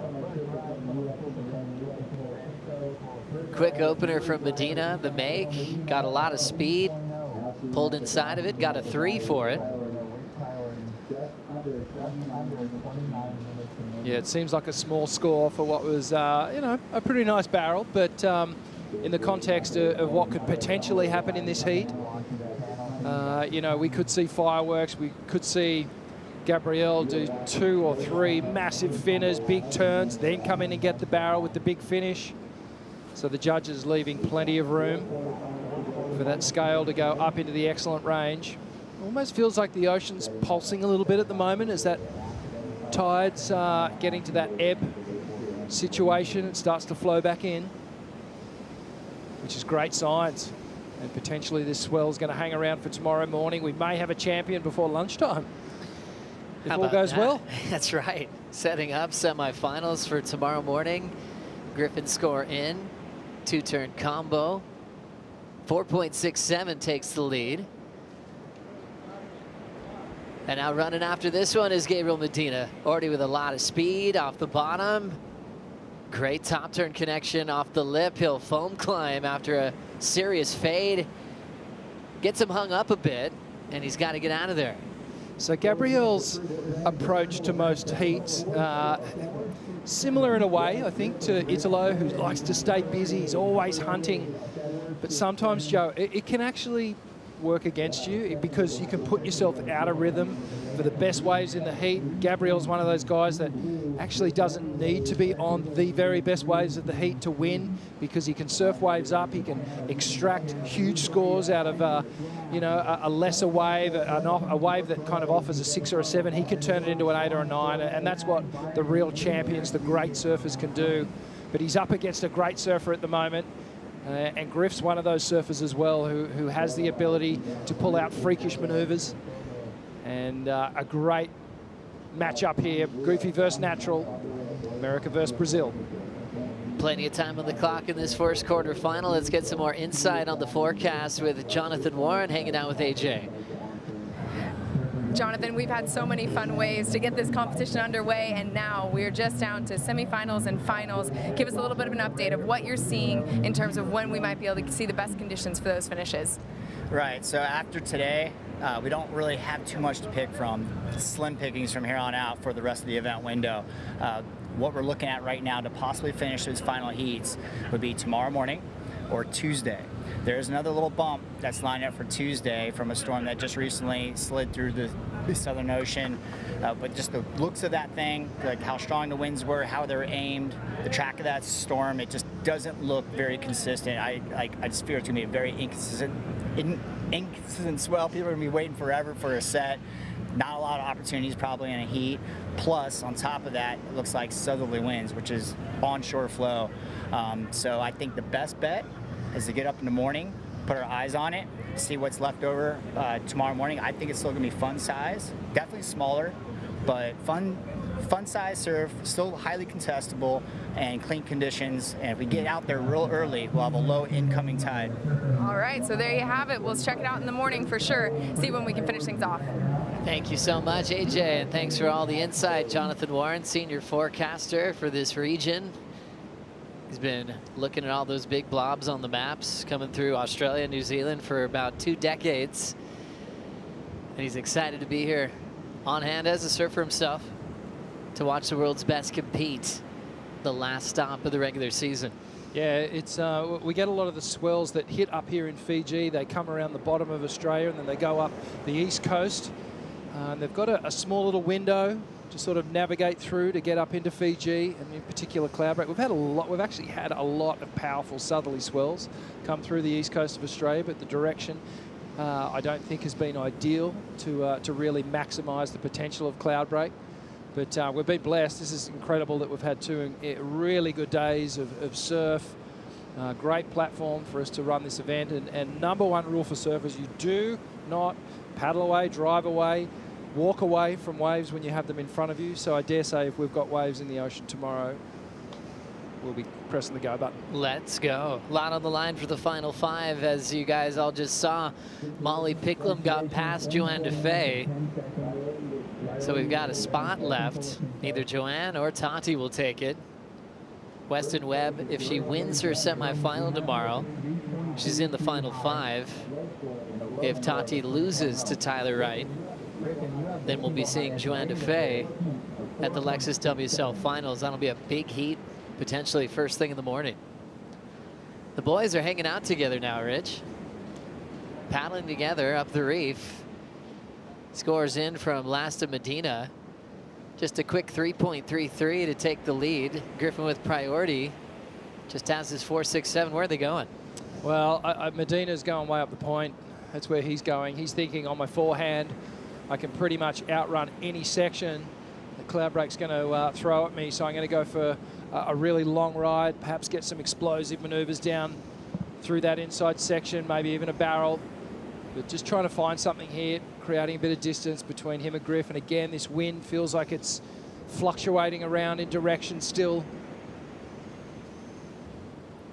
Looks like a bit of a set approaching the lineup. Decent size swell line.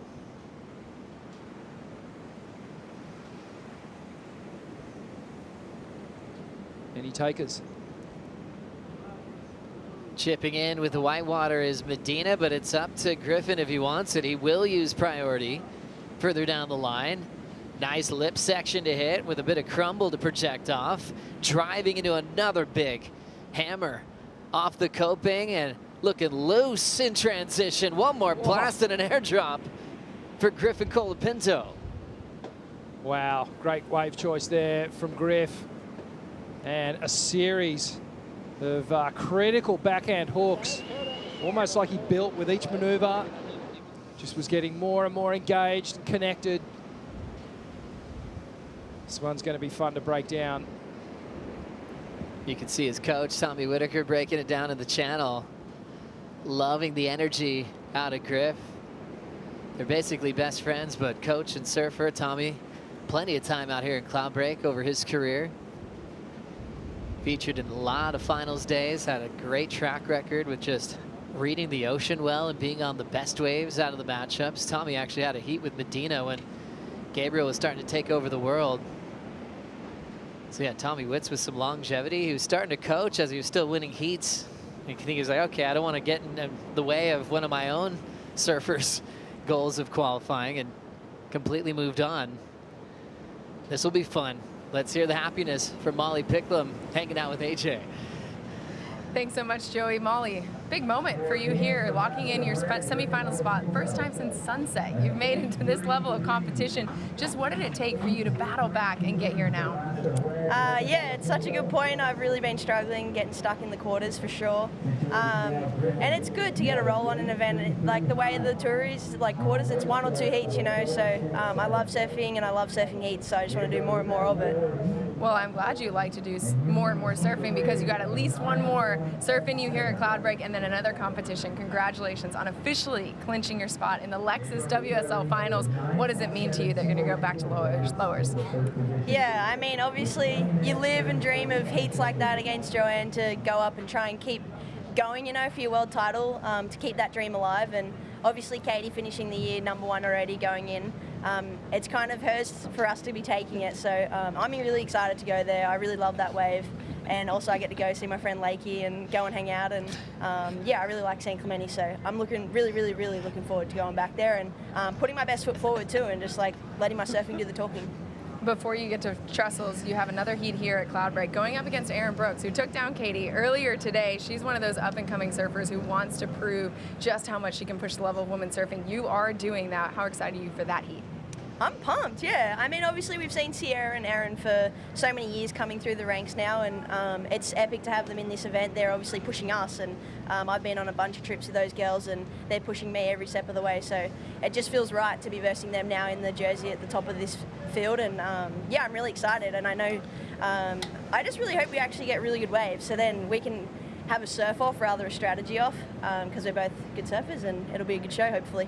Looking forward to seeing it. Thank you. Thanks so much. And thanks everyone for supporting me. Obviously, it's taken a lot to get past those quarters, but I really appreciate you all and love you all. Ton of support for Molly Picklum, not just in Australia, but globally, as we look at Gabriel Medina finding his footing, corrupt flip, and lands on the roof. Almost rides away. Wow, Griff, he was looking at what was going on there from behind. And Gabrielle just trying to mix things up a little bit here. Just identifying that wave didn't really offer him too many clean sections down the line. So he just went, okay, I'm going to have to do something really unique and spectacular. Takes to the air. What are we calling that, Joe? The corrupt flip with that double grab on it. Josh Kerr, who's been here at Sierra Kerr, he started doing that version of the alley-oop.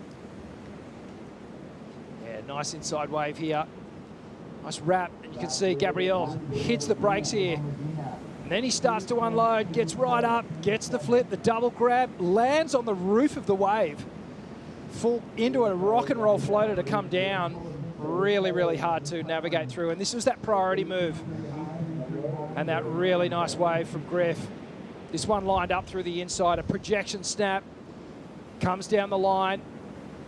More critical on the second, and then on the third, gets more rotation off the lip, comes round, and then with the fourth one, even more before that wave bottomed out, and Griff rode out cleanly on that one. Oh, just so much skill when the surfer just disconnects from the wave, being able to reconnect, take all that shock and you know, all that force up through the lower body. That's why these guys train so hard. What a big score for Griffin Colapinto, 8.33.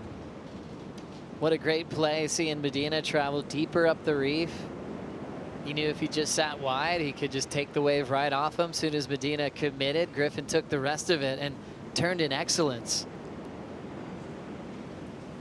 Big backhand swings with some variety, big finish, and now really putting a ton of pressure on Gabe. Gabe reaching for the sky to try to get back in the heat and came close to a pretty radical finishing move. Chasing a 9.67 at the moment. Passing the halfway mark. Yeah, it's a similar situation to what we saw earlier today. I feel like Gabriel's going to need 2 waves at this point if he wants to get back into this heat. Great score from Griffin, that 8.33.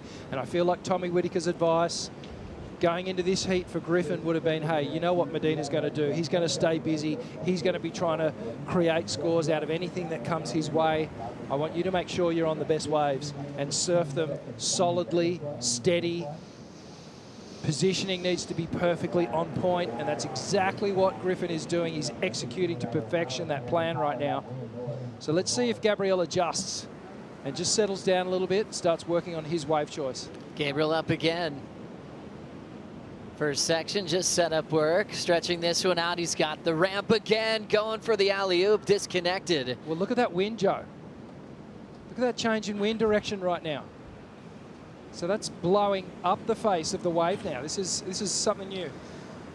Back-to-back attempts for alley-oop rotation strider from Gabriel Medina, trying to get himself back in this heat. He's got a lot on the line today. Yeah, he definitely does. He's up against it at the moment. We'll see, I mean, how he's going to react. I mean, he hasn't been in this position in the event yet so far. So he's coming from behind. He's got an added element coming in right now. He's got like a west wind coming across the water right now, which is very unusual, almost northwest. It's just so bizarre to see the wind coming out of this area or this direction at the moment. So it will lend to big airs. We'll see what he does right here. He looks like he's lining one up, throws it into the wind. Beautiful. Oh, man. He is going to go for every little bit of aerial antic that he can now that he has this wind helping him. And Griffin is going to have to hold his position. He's going to have to be really smart. I love Griffin, but we have seen him make some mistakes in the past with the technical side of heat management. So let's see if he can pull through and hold on to this lead. Thank you, Strider. Yeah, you could see things shifting quickly, you know, passing the first chapter of this heat. Now with Medina needing some serious scores to come through. He's completely adjusted to that wind change that Strider identified. 3 airs in a row he's attempted, which will be interesting to see where the judges go, because that hasn't really been something that they've been really dealing with the last couple of days. It's been really overall performance, barrels and big turns as we look at his last attempt. Yeah, so Gabriel hits that lip, gets the full rotation, and you can see he almost over-rotated. His body was still rotating when his board connected back with the water and just was unable to stick that landing, but a great attempt nonetheless. But yeah, we've seen the wind predominantly coming offshore from the direction of the reef and then from around and back behind the reef. And this is basically a full 180. It's coming up the face now. Medina, one of the smartest athletes to ever compete on tour. Qualifying in the heaviest rookie class with John Florence, Miguel Pupo.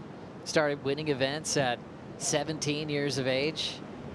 From France to San Francisco. Now with 17 championship tour titles. And that last event title, the 17th he got, was at Margaret River in a final with Griffin Colapinto. Still waiting for his first win of this season. Trying to come from behind to make it into the WSL Final 5. So far, advantage Griff through the first half. We'll take a Bonsoy brew break and return to quarter 1 after this.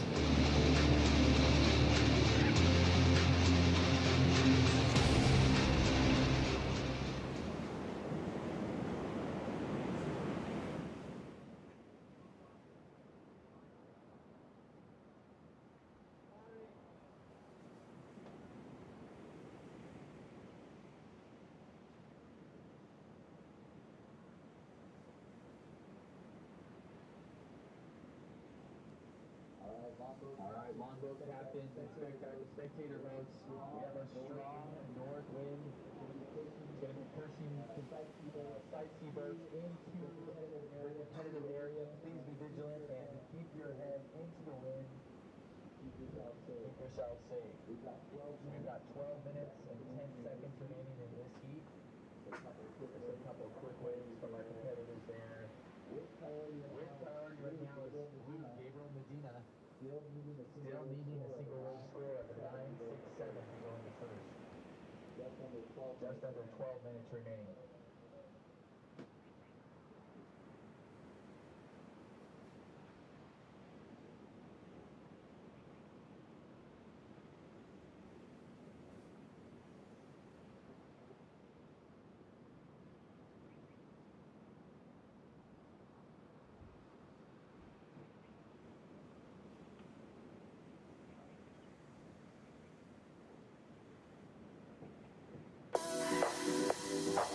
Time to get Caught up here with the Bonsoy. Paul saw the biggest moments of the day. First off, the Medina Masterclass we saw in the round of 16. Exploded against Jake Marshall. Almost got a 10. 9.87, he asked for it. He was being polite about it. He gave him a kiss and said, let's go. 2 judges agreed, but a 9.87 as he moves on. Brilliance. Then Jack was able to clinch a spot into the final 5, turning this heat around. He was losing against Connor O'Leary towards the tail end. Always clutch, nice and calm, and can channel the energy of the ocean on his side. He's back to lowers to compete for a world title. He's gonna relax now. And then we got to see Imai take down world #1, a big heat win for the Maui boy. Imai Kalani Duval came into the last stop of the season out of contention for the world title race, but really trying to pick up some big heat wins, compare his surfing to #1 of the world, and he's gonna take that and run with it. Imai doing a great job this season. He's gone through a lot with the midseason cut in the past. Definitely one of the biggest heat wins of his career went down earlier today. Kind of flashing back to that Medina performance where he was lights out, kind of reminded me how he was taking on the early rounds in Tahiti back in May on the championship tour. In fact, 2 of those heat totals he had in those early rounds are still the top 2 combined heat totals of this entire season. Gabriel getting the 18.96 total when he beat Ryan Callanan. He had a couple of big 9s in that one. That's the 2nd best heat total of the year. The best is 19.83 total he had over Jake Marshall in the round of 16 at Teahupo, which included a 10-point ride. Yeah, he's had a lot of highlight moments this year for sure, and it's actually weird that he's not already in the final 5 discussion. But that just talks to consistency. We know at the start of the year it's a little bit of a slower start for Gabriel. We just expect him, you know, like Kelly for all those years, we just expect him to be in that sort of top 5 positioning throughout the entire year. But just, I can't believe how clutch Jack is all the time, you know. That heat earlier today where he got it, and he's seen him do that time and time again, especially on these reef break situations. So true. Well, during the break, we saw the priority shift. Griffin looked at this wave. You could see Medina was hustling him to make a decision there, and he just ended up passing Prio right over to Gabriel Medina, and he still holds it now. Yeah, okay. So, you know, Gabriel pushed the issue there and was able to get back priority, but it looks like he's going to use that priority right now. Trying to chip away, needs a 9.67, 1 snap to start. He's looking for a ramp again. He's had a few choices. Full rotation on the roof over a real shallow section of the reef. Griffin watched every bit of that rotation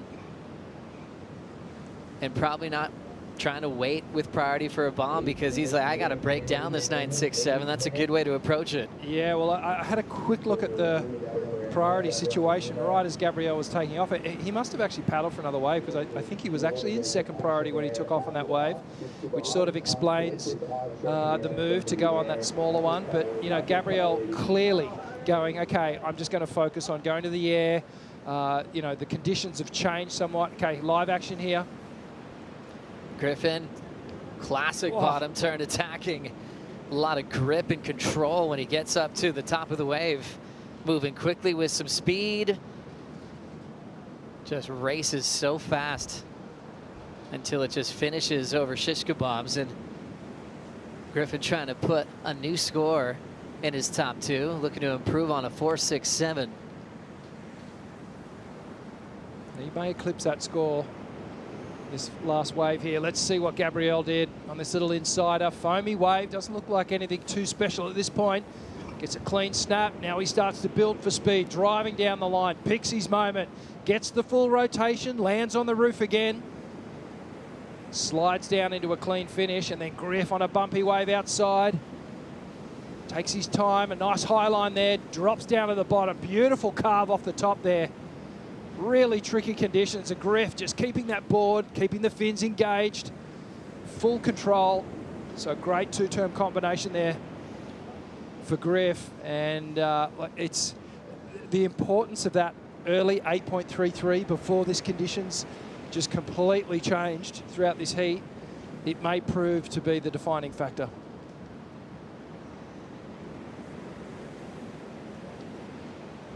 Gabriel Medina, 6.83 on the rotation. Putting himself in a better position in this heat. Last score coming in for Griff doesn't improve on his top two. So Medina now chipping away, needs a 6.18. Coming from deep on the rankings. Remember, last year ended up finishing in 6th. Came down to a final in Tahiti. Whoever won would move on to the WSL Finals. Jack got the win that day. It's crazy how he's in a similar situation 1 year later. But love the footwork and the upper body work from Gabriel Medina, putting himself in this heat now with that 6.83, Rich. Yeah, well, let's just take a closer look at Gabriel on this air, putting on a little bit of a clinic. Key it up for you any moment. I didn't think we'd be breaking airs down when we came to Cloudbreak. But we will. So if you pause it right here, I just want to note just how coiled he is in the legs here. Full compression, ready to pounce, ready to bounce off the lip. So if we let it roll. So Gabriel picks his point here. Okay, stop here. So watch the arms. They're already in a rotation situation, going this way. So the upper body's already turning. I'll clear this. You watch the lower body start to come around with him. He flattens out, tucks that front arm in, and it's all, that back arm almost acts as a bit of a pendulum weight as he's coming down, totally on the roof of the wave here. And then Gabriel sort of hops off and jumps down into the trough, gets airborne. But that perfect synchronization between that upper body turning first, the head turns, and then the lower body comes and follows. And Gabriel, you can see there with the claim, stoked on that one. Well done. Great execution, and he's thrown a lot of different types of airs in this heat, going for the corrupt, then the alley-oop with no grab, going for a full rotation, slipped out, and then that one at a different angle. So that's the spontaneity out of Medina as well. It's not just one repeat maneuver that he's always trying to show the panel. He'll just react on the fly. But yeah, this wind change is pretty aggressive at the moment. It's picked up as well. This has increased even in the last 5 minutes.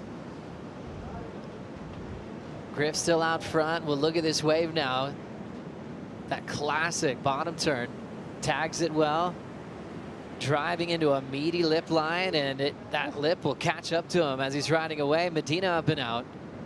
3:20 to go. Gabriel chasing a 6.18.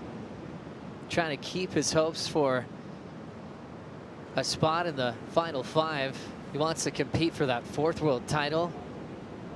At the moment, tied on the all-time win list with Tom Curran, Mick Fanning, Andy Irons, all 3-time world champions. 3 minutes remaining. 3 minutes. Yeah, well, what this wind's doing, Joe, as well, we've had these predominantly off and cross offshore winds, and it tends to hold the face of the wave up a little bit. The way the wind is now, it's almost blowing the lip and the face of the wave down, which means wave choice, you know, those waves that had a real stretched out, a longer line to them, they're probably going to break too quickly. So just identifying those waves now that are actually going to be slow enough and give you the opportunity to really perform those maneuvers. Looks like Gabriel's found one here. Gabriel throwing the tail high whip, ends up upside down. Still chasing some ramps with this wind change, trying to trust his ability to adapt on the fly in such an important heat this season. We mentioned how close he was last year with a win at Margaret River, and sometimes he's the favorite in the early rounds like we mentioned earlier in Tahiti. But he just hasn't made a final yet this season, and the bulk of the points are from making finals, but even more for wins this season. Italo with 2 wins, Jack with 2 wins, helping their cause in the final 5. Griff winning over in Portugal, where he did get a win over Medina when I thought Medina was the favorite in the early rounds again. So he's just been getting stuck in those semifinals, quarters, when he has been the event favorite, especially looking at the numbers.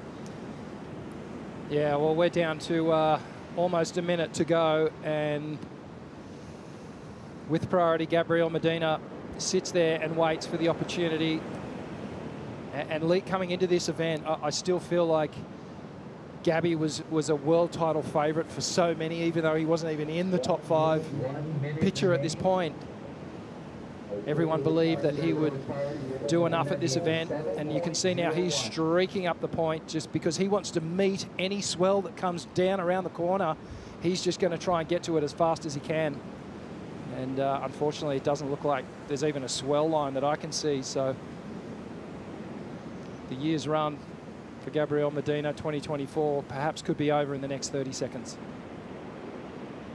Just coming off a bronze medal in the Olympic Games. And now sitting up on the reef, hoping for a miracle moment. He's had quite a few in his career. Has priority, so Griffin just has to sit there and watch. But if Gabriel can't find a wave, this will be it for his season. And we're into the countdown.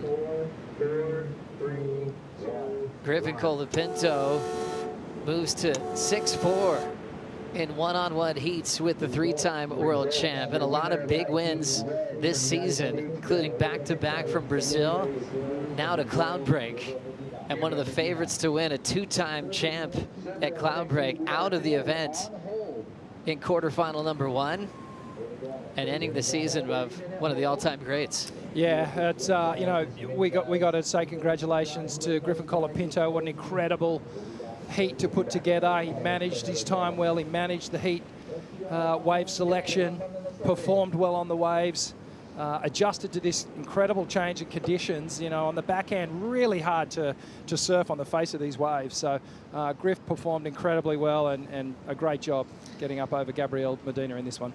Let's talk about the wind with our commissioner, Jesse Miley-Dyer with AJ. Yeah, Joey, so you guys have been seeing the wind on screen just completely wreaking havoc the last few minutes. Jesse and I experiencing it firsthand, so what does this mean for the competition? Yeah, definitely not expected.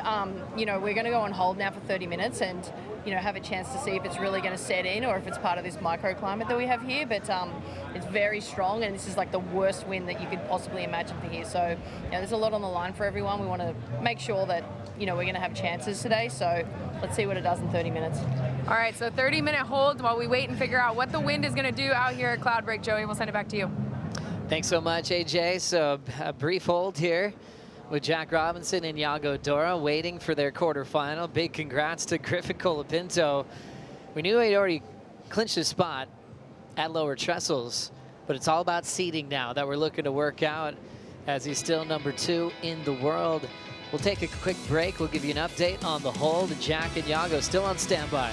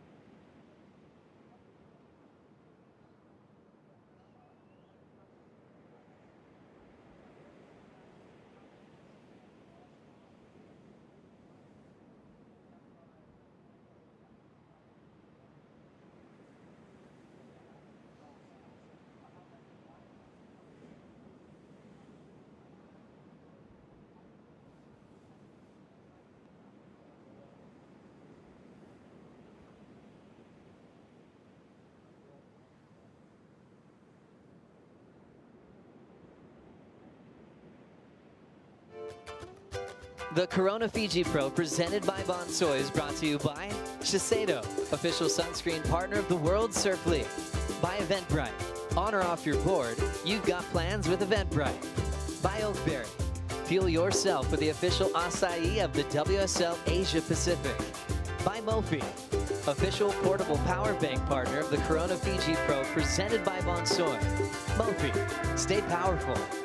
By Fiji Airways, official airline partner of the Corona Fiji Pro, presented by Bonsoy. And by Tabarua Island Resort, celebrating 40 years of surfing in Fiji. What a beautiful setting to be in at the Fiji Marriott Resort, Momi Bay. So fun to hang out with the locals. All the Fijians give us a big bula vanaka every day, give us a smile, rays of sunshine. Richie Lovett swam across that bay, a couple of laps before the day kicked off. Right on sunrise. You can go over there to that dock you see in the distance, and that is where Strider Wasilewski loads up for the morning with AJ as well, our commissioners, and heads out for the water report in the channel. Thanks for being with us. We are on hold at the moment, anticipating things to continue with Jack Robinson and Yago Dora in the quarterfinals. The wind changed aggressively, and now we're hanging out for a little bit. Joe Turpel, Richie Lovett, Felicity Palmatier, thanks for joining us. No worries, I just ran. I'm a bit sweaty, guys. Yeah, sorry, no, I wasn't anticipating this. Right on time. I love how much time we have, not only the day, but the waiting period. And a great call for Jesse Miley-Dyer just to say, hey, let's just hold for a little bit, see if this wind's going to kind of clean itself up. And there's every chance that it will, because I don't think this wind was even on the forecast. It's just something that's happened, that we've got a local weather system that's just blowing up, and it's really blowing the line up to pieces. It's really become, not unsurfable, but really difficult for the competitors to hold a line, to really perform those maneuvers. And with such big things at stake here, I think they made the right call. Flick, I want to get your opinion on this last heat, because big things at stake. Gabriel Medina and Griffin Colapinto. That's a showstopper. One of the best rivalries we had on tour, and the way Medina's been surfing, almost getting a 10. It was thinking like it would be Medina's day, but Griff surfed incredibly well. Yeah, Griff, you know, he absolutely nailed this. And to be able to adjust halfway through a heat when the conditions are changing as well. I mean, you can see here at the start, I mean, he did a good job at kicking the eyes out of it, and then obviously Gabby having to give way here to Griff. But I mean, yeah, when Gabe came into this heat, event, yesterday, you know, he came out in blistering form. He was looking unstoppable. So for Griff right now to get this win over Gabby out here at Cloudbreak, where, you know, he's won twice before, I feel like this is going to do massive things to Griff's confidence. I mean, Gabe, you know, he rolled the dice a few times. I mean, this was massive. I went up to the broadcast compound and I actually watched this thing and I was like, no way, like, I can't believe he made that, and on such dry reef. He had a few attempts before that as well. Didn't quite go his way, but I mean, yeah, it's got to feel good for Griff, because I mean, that's a big win over someone who's so confident in these sort of waves. And yeah, I think, you know, Griff's going to take confidence from this. It's really cool when you look at Griffin, you know, and how comfortable he has been against Medina in his career. Not every surfer, and it's really rare that someone has been able to get so many wins off Gabe. You know, Gabe's usually mowing through the field, let alone on a wave where Gabriel's favored on his front side. And for Colapinto to still have his confidence and stick to his game plan, I mean, that meditation's working. He has that belief in himself. He's got one of the best track records against Medina on tour. Yeah, and that's, you know, it sort of speaks to Griff's mindset and his ability to calm that head noise and not be fazed by his competitor. He just focuses so hard on the job at hand. It could really be anyone in the heat with him, and he just does what he needs to do, you know. And this is not something that's happened overnight. He's worked on this for a couple of years now, maybe even longer. You know, the journaling, the meditation, the breath work, all of it. This is all coming to fruition now, and he's getting the wins. Massive win for Griff, already hanging out with AJ. Yeah, Griffin, a massive win for you to make it to the semifinals here at Cloudbreak, going up against Gabe. Just how did you stay locked into how you wanted to perform? I just felt like I've been really feeling confident in my backside turn, so I really wanted to just look for that. And I knew Gabe's was confident in his barrel riding, and I kind of wanted to go further up the point with him because there's more turns up there, and then down in the shish kebabs is more barrels. So it's like, let's go up there, and that's where I got my 8 from, and then the wind came on, and it was pretty hectic. I was like having to keep my composure. I thought it was, you know, it was like kind of good and bad, because I already had an 8, but then it was good air wind for Gabe, and he started just doing trolley birds and backflips and stuff, and luckily he didn't make those ones, and worked out in my favor. What goes through your head as somebody who knows, okay, this is how dangerous Gabe can be, but you have your own sort of bag of tricks as well? What do you rely on mentally in those moments where you start to see your competitor sort of starting to hit his rhythm? It's definitely, that's hard. I don't know. It's like I had so many mixed emotions. Like, I knew there was a lot on the line for him, but I really want to win this contest and solidify my spot in second. And it's just, I don't know. I was like weird. Like, I was feeling like almost like I wanted to see Gabe do well, and I don't know. It's weird. So I like just kind of mix of emotions. Well, speaking of your spot at lower trestles, you're guaranteed at least 3rd, can move up to 2nd still. So with that, how much confidence does it give you to be in the semifinals here at Cloudbreak and knowing that you're going to have a good leg up at the Lexus WSL Final 5? Oh yeah, it feels really good. I mean, beating someone like Medina out there, I feel like gives me a lot of confidence going into that contest. 3-time world champion, just got a bronze medal in the Olympics. So yeah, I feel really good, and going home, get another shot at my home break, and it looks like it might be the last one for a title for a little bit, so hopefully capitalize on that. Well, we'll look forward to seeing you in the semis. Congratulations. All right, thank you. Well done to Griffin. Colapinto is on fire. Loves his backhand. You can tell he's confident with it. His board looks perfect from Matt Biolas as we take a look at the Final 5 snapshot. Remember, John's out, but he does have the #1 seed. For Griffin, with that win, the worst he could do is be the #3 seed. So he's not going to drop down to 4th or 5th. It's up to working out if he'll be 2nd or 3rd flick. Yeah, I guess it all comes down to these last couple of heats that are remaining. And I mean, Jack, the one that's waiting to go out with Yago. I mean, this is a big matchup. Obviously got Ethan still there. And we'll wait and see what happens with this wind, right? But there's still scenarios that can play out. There's still opportunities on the board.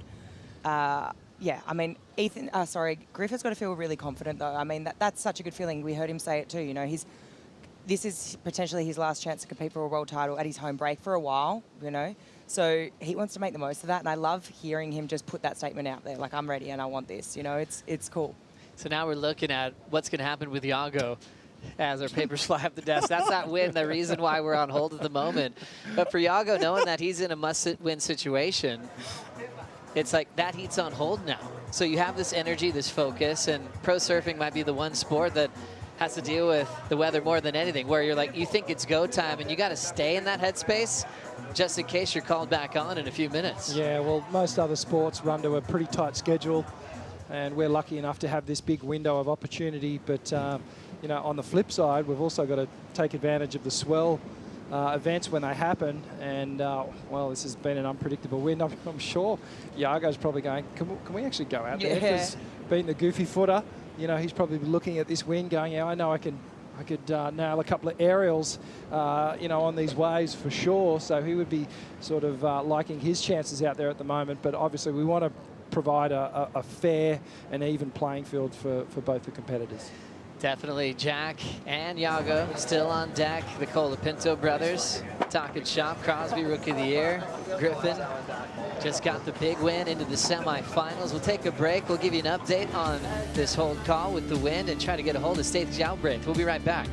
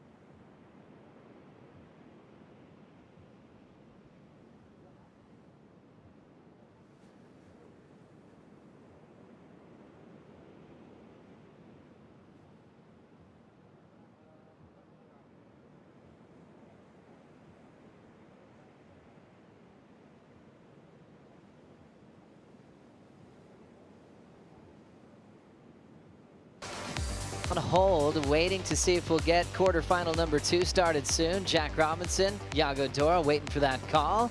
As we wait, let's see what happens on Tavarua. Game of knockout on the basketball court the other day. Hey, that plays if it goes in, dude. Everyone knows how to play? No. This is a bit ridiculous. Here we go.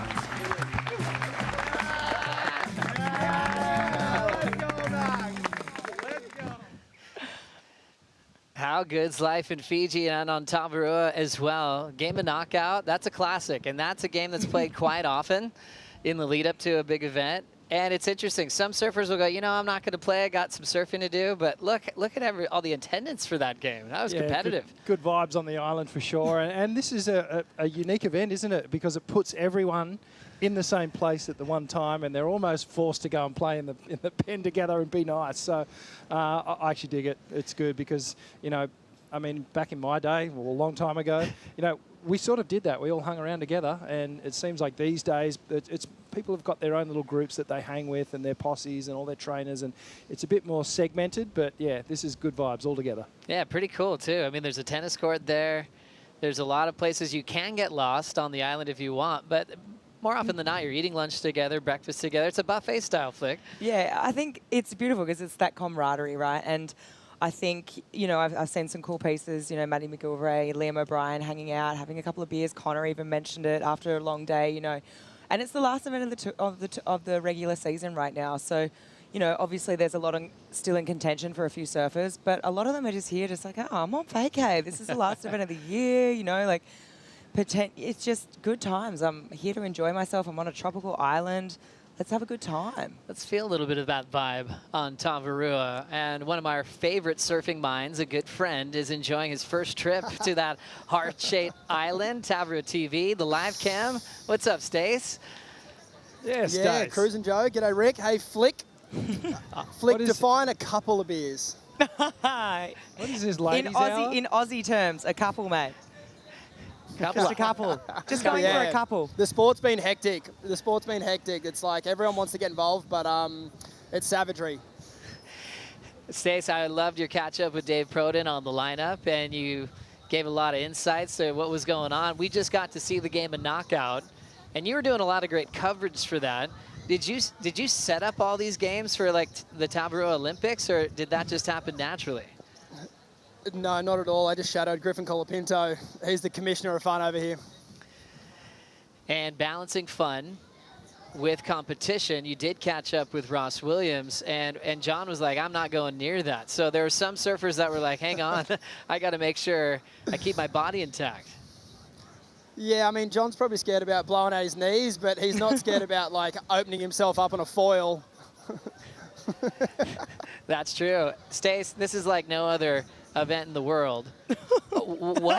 What is the vibe like for you? This is your first take, and we were just talking about how everyone's hanging out together, whether they like it or not. What does it really feel from your perspective? Because you've been at a lot of CT events over the years. Yeah, probably the most unique thing is just how they share the boat together. So you typically go out with the person you're in a heat with, and then you come back in with that person. So that's probably the only awkward moment. Other than that, it's all, yeah, everyone's hanging out, having a good time. Well, the one heat that's on hold, Stace, is Jack Robinson versus Yago Dora. We caught up with you earlier today and kind of couldn't believe they're in a similar scenario that they were last year. What's your take on it with Jack versus Yago, especially with the wind delay? Oh, to be honest, I've just got a lot of love for Leandro Dora. Just what an exceptional bloke. It's his son versus someone who I'm sure he'd love to work with. World title campaigner, as is Yago. you know, I feel for him. Like, that's a crazy position to be in. Deja vu. Yeah, definitely. We saw how emotional it was after Tahiti last year, where Yago did lose out. Jack went on and then won the whole event to compete in the WSL Finals. And Stace, also quickly, we just lost one of the biggest names in the draw. Gabriel Medina out. Griffin Colapinto has found a magical recipe against one of the greatest of all time, especially in these lefts at Cloudbreak. I don't know if a lot of people saw that coming. No, for sure. And like you said, Griffin stuck to his guns. And I don't want to put the horse in front of the cart, but I think Griffin went a long way to winning a world title right there. 100% Stace. Interesting with more quarterfinals to come. Imai, Rio Waida. Rio's really stepped up in a big way as well. He's making some comparisons to Uluwatu in a heat win he had earlier. I've never seen him with this kind of confidence. Have you? No, not at all. He's attacking the wave. He looks so confident. His boards look amazing. He's got a really good read on the reef, and he looks super confident on the wave. And he's having a good time, you know. Like I said, he's getting involved with all the games, and he's hanging around. And yeah, couple of years behind you. Yeah, how could you not? Hey, Stace. That's the couple, Flip. Yeah. We mentioned vacay mode and the good vibes over at Tabby, mate. As we've seen more and more surfers drop out of the draw throughout the last couple of days, how has that vibe changed, and who's going to have the biggest bar tab at the end of the holiday? Yeah, Ramzi Boukhiam. Okay. All right. We'll keep close tabs on that then. Stace, be careful. I know it's Sawyer? your first trip. No, probably not old enough. Things add up quickly when you just throw it on the beret, so tread lightly, my friend. That's right. Yeah, you got to be careful over here. Stace Galbraith. It's pretty easy to have a good time. Thanks for your Rich, time. can I borrow that shirt? Oh, of course, for mate. Saturday? Absolutely, mate. That thing is mental. I'll bring it out. I haven't left the resort since I've been here, so it'll give me an excuse to come over to Tavi and say good day. Yeah, brought to you by likewise, Jack's brother, I haven't left Fiji. here. On you, Stace. Always love catching up with you. Enjoy your time on Tavarua. The live cam right there showing the restaurant, which is the left is named after it. It's just right behind them there over that world-class shelf. Stace is enjoying his time. You can tell. He's having a blast on his first trip over here. Oh, Stace is always having a good time. There's no doubt work? about it. Oh, yeah. Is it work? It's work. I'm here for work. Tamarua TV, it's a very important job. Just got a commissioner of fun. So many memories when you look back on this event. And one where everyone ended up with mohawks if they went to Namotu was the goodbye for Taj Burrow. Let's open up the WSL vault when Taj Burrow said goodbye in the heat with John Florence. Taj Burrow will again face elimination as he's up against Hawaiian John Florence, one of the best barrel riders in the world. Taj survived against Kiowa Belly, but now he's running into a guy that has so much momentum coming into Hollow Waves. John, late takeoff, slamming on the brakes to pull in. He gets spat out. John straight out of the gates. Opening score, 8.17. That's how you start, and that's how you put the pressure on. Taj Burrow now up. Slams on the brakes. Nice and hollow section. Burrow comes out after the spit. Burrow wants more. Hammers a huge section. Game on for Taj. I think we'll see the lead change. Right behind him, though, have a look at this one. John, he's up again now, looking for the lead. Needs a 9.04 in the barrel. Spits once behind him. Florence comes out. No one gets as deep as he does. Maybe Kelly, but that's about it.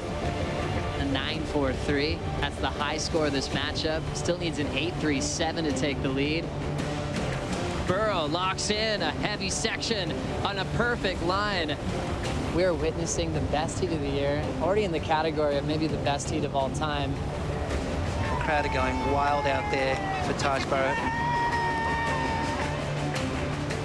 This is John Florence chasing an 8.37, slams on the brakes, super deep. This wave staying wide open. The wave spits its guts out underneath that backhand snap. A big lead change, and we've had lead changes with every single moment. Taj Burrow on the wave behind, stalling, pulling in, traveling. Is he going to come out of this? Of course he is. scores dropping now for Taj Barrow's last ride. It's a 9.4, and it's not enough for a lead change. John moves on to round 4. Best heat ever. So good. What a heat. Heat of the year already.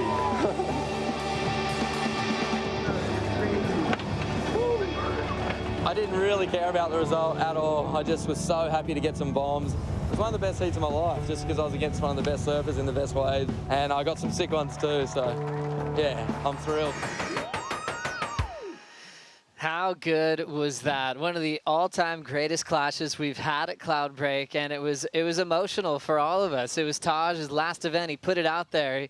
He was starting his family. It was too distracting to do both. He's like, I just got to be a dad now. And so he's like, this is it. It wasn't even the end of the season. Put it all on the line. And he almost got the score at the end, a 9.4. There's still people, not just in West Oz, that are going, I reckon he got it. I mean, look, West Aussie, not trying to be biased, but hey, that was good surfing. That was really good surfboard riding. Look at that last turn, the way he blew those fins out. I mean, obviously we've got progression in this sport, but that right there, that would have won any heat today. That was just absolutely incredible. I mean, Taj, yeah, what a great surfer, and you know, especially for the state of Western Australia. I mean, definitely one of the best to come out of the state, and now Jack Robbo's trying to follow in the footsteps. Totally. What a haircut, too, for Taj to celebrate that. We had to actually get a written thing from WSL saying, please don't give us a mohawk when we'd visit. And they were still running after us. What a great celebration that was. Let's get an official update for the day with Jessie Miley Dyer and AJ. Thanks so much, Joey. So Jessie obviously had to go on hold for this wind. Still whipping out here at Cloudbreak. So what's the next move? Yeah, so we're going to be off now. This wind's definitely not something that we were thinking would be here. But, you know, this 30 minutes hold, it's kind of given us a chance to have a look at all the models. Jonathan's here on the boat with us. We've got a bunch of really amazing people here who are local, like Yuri, who's had another look, and he's also like, I think it's in for the day. So we're gonna hold those heats and the remaining of this round and come back tomorrow. So speaking of tomorrow, Jonathan told us that we're definitely going to look at tomorrow. There's also some opportunity Tuesday. So what are you guys sort of balancing as you make the decision of when we're going to wrap this up? So I think for tomorrow, one thing we know we're going to do is we're going to come a little bit earlier. We're coming out here 30 minutes earlier with the idea that we can start, take advantage of the swell that's going to be here for tomorrow. And also we're really mindful of this high tide that we have. It's I think it's about a 9:30 high tide. So that's definitely going to be something that comes into play. You know, look, if not, there's still plenty of days left in the waiting period, and it's not something to panic about yet, you know what I mean? Tuesday is definitely an option, but for right now, it still looks like tomorrow is going to be a pretty fun wave, and fun day of waves, and I think it's probably going to be our best option. All right, so get up early tomorrow because we could be having finals day, Joey. Thank you very much, AJ, and our commissioner, Jessie Miley Dyer, off for the day, but potentially kicking off with quarter 2 first thing in the morning. You know what that means? Coming up next, the Corona Cerro post show to go through all the biggest highlights of a giant day for pro surfing.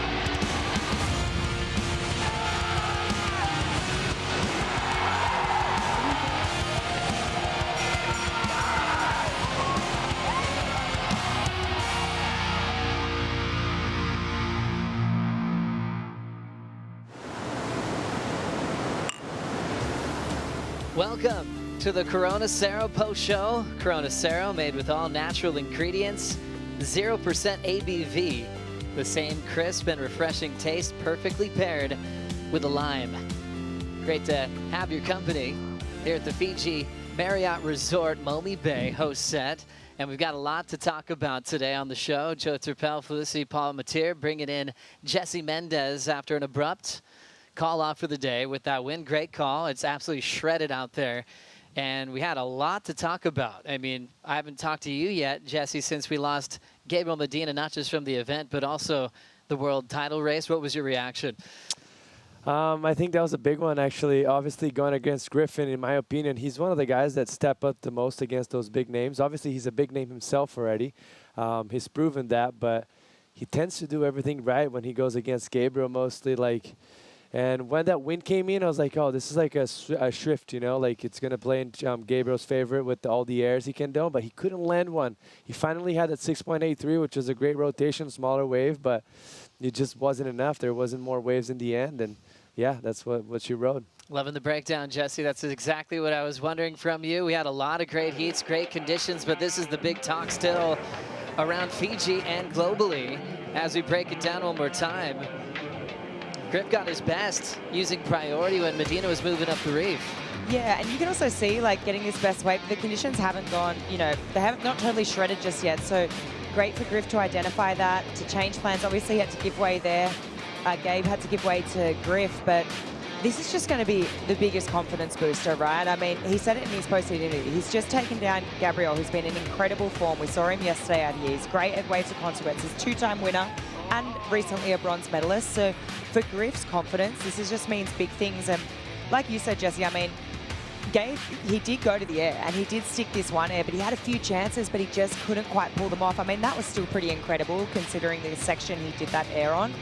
But yeah, he just couldn't come to fruition for him. But hats off to Griff. He kept his composure and without a doubt locked in, you know, at the very least, a number 3 spot, a seed going into the final 5. So, I mean, that could still change before the end of the event, but great win for Griff. That's right. As you also see Yago, Dora's name. Remember, he's still on deck to compete with Jack Robinson. Robinson's already clinched a spot. Yago's got something to surf for, very reminiscent of last season. We have Italo Ferreira out of the contest, losing to Baron Mamiya. Mamiya has Ethan Ewing in the last quarterfinal as well, so there'll be a ton of pressure on Ewing battling against Baron Mamiya, and Baron's got nothing to lose, you know, and he's feeling a rhythm. He hasn't felt this good since Pipeline. Totally, Joe, and that, I mean, when you're pressure free, like, it tends for you to commit less mistakes. But I've had a close look at Ethan's Ewing because we were commentating, me and Flick, and earlier today, and there's not one moment in that whole entire heat that it seemed like he felt the pressure, which is crazy because he had to have been going through pressure right there, but he was just able to mask that out, and he looked great, and he looks like he's ready to take the top 5. Exciting times as well on the women's side as we had a giant heat. 4 and 5 in the world going head-to-head in quarter 4. Molly Picklum getting the jump on Joanne Defay to clinch her spot in lower trussels. Yeah, Molly looked so good. I mean, Joanne opened up with this wave here. It was a 7, and I was thinking, okay, Joanne's looking in really good form. But Molly answered back with her own 7. And, I mean, this must be it here. Just really textbook backhand surfing. And, you know, followed up with, she backed it up with that tube ride afterwards, which we'll probably see as well. I mean, this 3-turn combo, she kind of had a couple of attempts before this, wasn't really hitting the mark, and then backed it up with this thing. So she did a really good job at reading this section and then just really muscling her way out of this. I mean, she could have easily have fallen here, but, and there's so much energy that's breaking on top of you. So she did a good job, got the win, and clinched her spot. It was a giant win for Molly Picklum, who has beat Defay more recently, but a left at Cloudbreak, a previous champ, that was massive. Now it's coming down to this. Tatiana Weston-Webb is in the semifinal with Tyler Wright. If Tati wins that semifinal, she's going to lowers. Let's just mention, they're both very good friends, and they're staying in the same room at Tavarua, so this is interesting, right? Like, oh my God. It's the only place in the world that this happens, you know? Like, all the surfers stay together, and it's great. because they're friends and they're battling in the water. Flick, what would you do? Are you going, hey, can I find another beret for the night? That's a lot to think about. It is, but, you know, these women, you know, there's only a small amount of women on tour, right? Everyone's super close, and I just think, oh, no, I'm not finding another beret. You're just hanging out together. And at the end of the day, like, coming into this, they weren't even in that they weren't in that top 5, right? So it's like, hey, let's let the best woman win here. It's fair enough if someone was already in there, right? And then someone's come and knocked them out. It's like that. Yeah, okay. They've just both been outside of it. So, as far as I'm concerned, yeah, let the best woman win. Let's do let the surfing do the talking. That's what they're thinking. I know for a fact. Yeah. There we go. Game on. That could be first thing in the morning. Tyler out of world title contention. Tati with a lot on the line to try to take that win and get a spot into the final 5. Obviously, Joanne Defay wants it to go the other way. We'll find out what happens in the morning as we go to the Mophie charger of the event contender from today. 17-year-old phenom Aaron Brooks eliminating world number 1 today. Oh, this was incredible, right? I think, hey, this is a good indication of what to expect from Aaron Brooks once she qualifies and she gets on tour, because it's not a matter of if, but when. She's already, you know, for number 4 currently on the Challenger Series. She's got a win. She's got a 2nd place already. And just this whole day, I mean, she surfed so well. Not even just in this heat, you know, against Katie Simmons, but you go back to the previous heat with Gabriella Bryan. She took that opportunity in the dying seconds of that heat. She didn't have a priority. She did it under priority, got a score when she needed it the most. And I'm just so, yeah, proud watching her. You know, we've seen her coming from a long way away, but to actually see it come together in a heat is a different thing. And yeah, really impressed. Crazy. Sometimes there's just a turning point with an athlete that win under priority after losing her board when her leash wasn't on. That could have been everything to show that she could pull off anything she wants. Aaron Brooks has Molly Picklum in semifinal number 2. And Tyler Wright, like we just spoke about, has Tatiana Weston-Webb. Tati in a must-win situation to try to fight for a world title. She's been runner-up in the world in the past. And for Molly, she already knows she's going to be there with that win over Joanne Defay as we flip the finals bracket. And look at the back half of the draw. Well, I guess the top as well. Jack versus Yago. That's been on the boat for a while. Now they're coming in to reset. Imai versus Rio. Then Baron Mamiya versus Ethan Ewing. Oh, man. You know what? I just look at that Jack, Robbo heat and the Yago Dora one. It's like Jack's already clinched. Like, you know, they're good mates. They you know, have got the same coach. It's like, do I just give this one to you so you can have the spot? I know. Okay, everyone's thinking it. I'm just going to say it. Sorry. I've said a couple of those today. Whoopsies. I know. I like when you do, Flick, because there is the thought there. And then the other thought, I think, to counter that is the last thing Jack wants to do is let somebody in that could potentially take him out when it comes to a world title. That's not going to happen. That's not going to happen tomorrow. Like, Jack's not going to give him an inch. That's just how they are. They want it too much. Yeah, maybe if it was a QS and someone's about to qualify, you're already there. That's happened in the past with brothers in the same heat, but a world title's on the line. Forget about it. They're surfing for this thing. It's their last breath. Let's check the surf. Surf line giving us the report saying tomorrow could potentially be the finals day. Also looking at maybe Tuesday for a final. Yeah, I guess obviously, you know what? We woke up this morning and we were pleasantly surprised. That swell from yesterday stuck around. It was very groomed, but obviously we've seen it, you know, sort of dissipate throughout the day, got a little bit more inconsistent, and then all of a sudden, it was forecast for cross-shore winds, but not the wind that we saw this afternoon. And then obviously you see, you know, tomorrow you've still got that little bit of that swell hanging around. I think because this swell was late, we might have a little bit more than expected, which would be good. You look further on into, you know, the next few days, and yeah, things get grim there for a couple of days. There is that swell in the future. Is it good enough to wait around for? I'm not sure, and that's why that's not my job. Hey, I'm a bit tired, maybe. No, this is fun. This is honest. It's real. That's what we're doing here on the Corona Post Show. You know what time it is. It's time for the Fiji Marriott Resort Momi Bay top 5 moments of the day. Coming in at number 5 on the charts. Finals still in sight for Tatiana Weston-Webb. Coming through with a crucial victory to stay in the draw. This was massive for Tati, and you know what? Of course she wins this next semi-final, she's in, right? But at the end of the day, she came into this event as an outside chance, and she needed a big result to make it happen. I think she'd just be happy at the end of the day to have finish the year off with a really positive result. She's doing just that. Coming in number 4, Colapinto goes up 6-4 in one-on-one heats and ends Gabriel's season. I mean, I think more impressive than anything about this heat is how he kept his composure, and throughout this wave you can see how calm he is, and I mentioned that in his previous heat, how he's so calm off the bottom turns, and he's accelerating throughout every turn, so much pizzazz, so confident. He looked great, Griffin, and he took down one of the best. Number 3, you're always going to make the top 5. Aaron Brooks, big wild card upset. Yeah, she's just surfed so well today. So impressed. And you know what? Her wave selection, her heat IQ, the strategies she put together, she kind of had in this heat too, she actually had, the broken leash. Here we see it here, had to do the board change, and then ended, she's also got barreled today too. I mean, just surfing beyond her years, super impressive. Obviously took down Gabby Ryan, and then obviously world number 1, Katie Simmers. So, I mean, look out for finals day, because I feel like, what Stace said today when we crossed to him, hey, she wants to go all the way. There's no doubt about it. That she's probably watched what Boukhiam did earlier this year in Tahiti and been like, hey, if she can do it as a wild card, so can I. And, we know she's had experience out here in the past. She came here earlier in the year. She's put a few reps on the board. I've seen a few photos of when it was solid as well.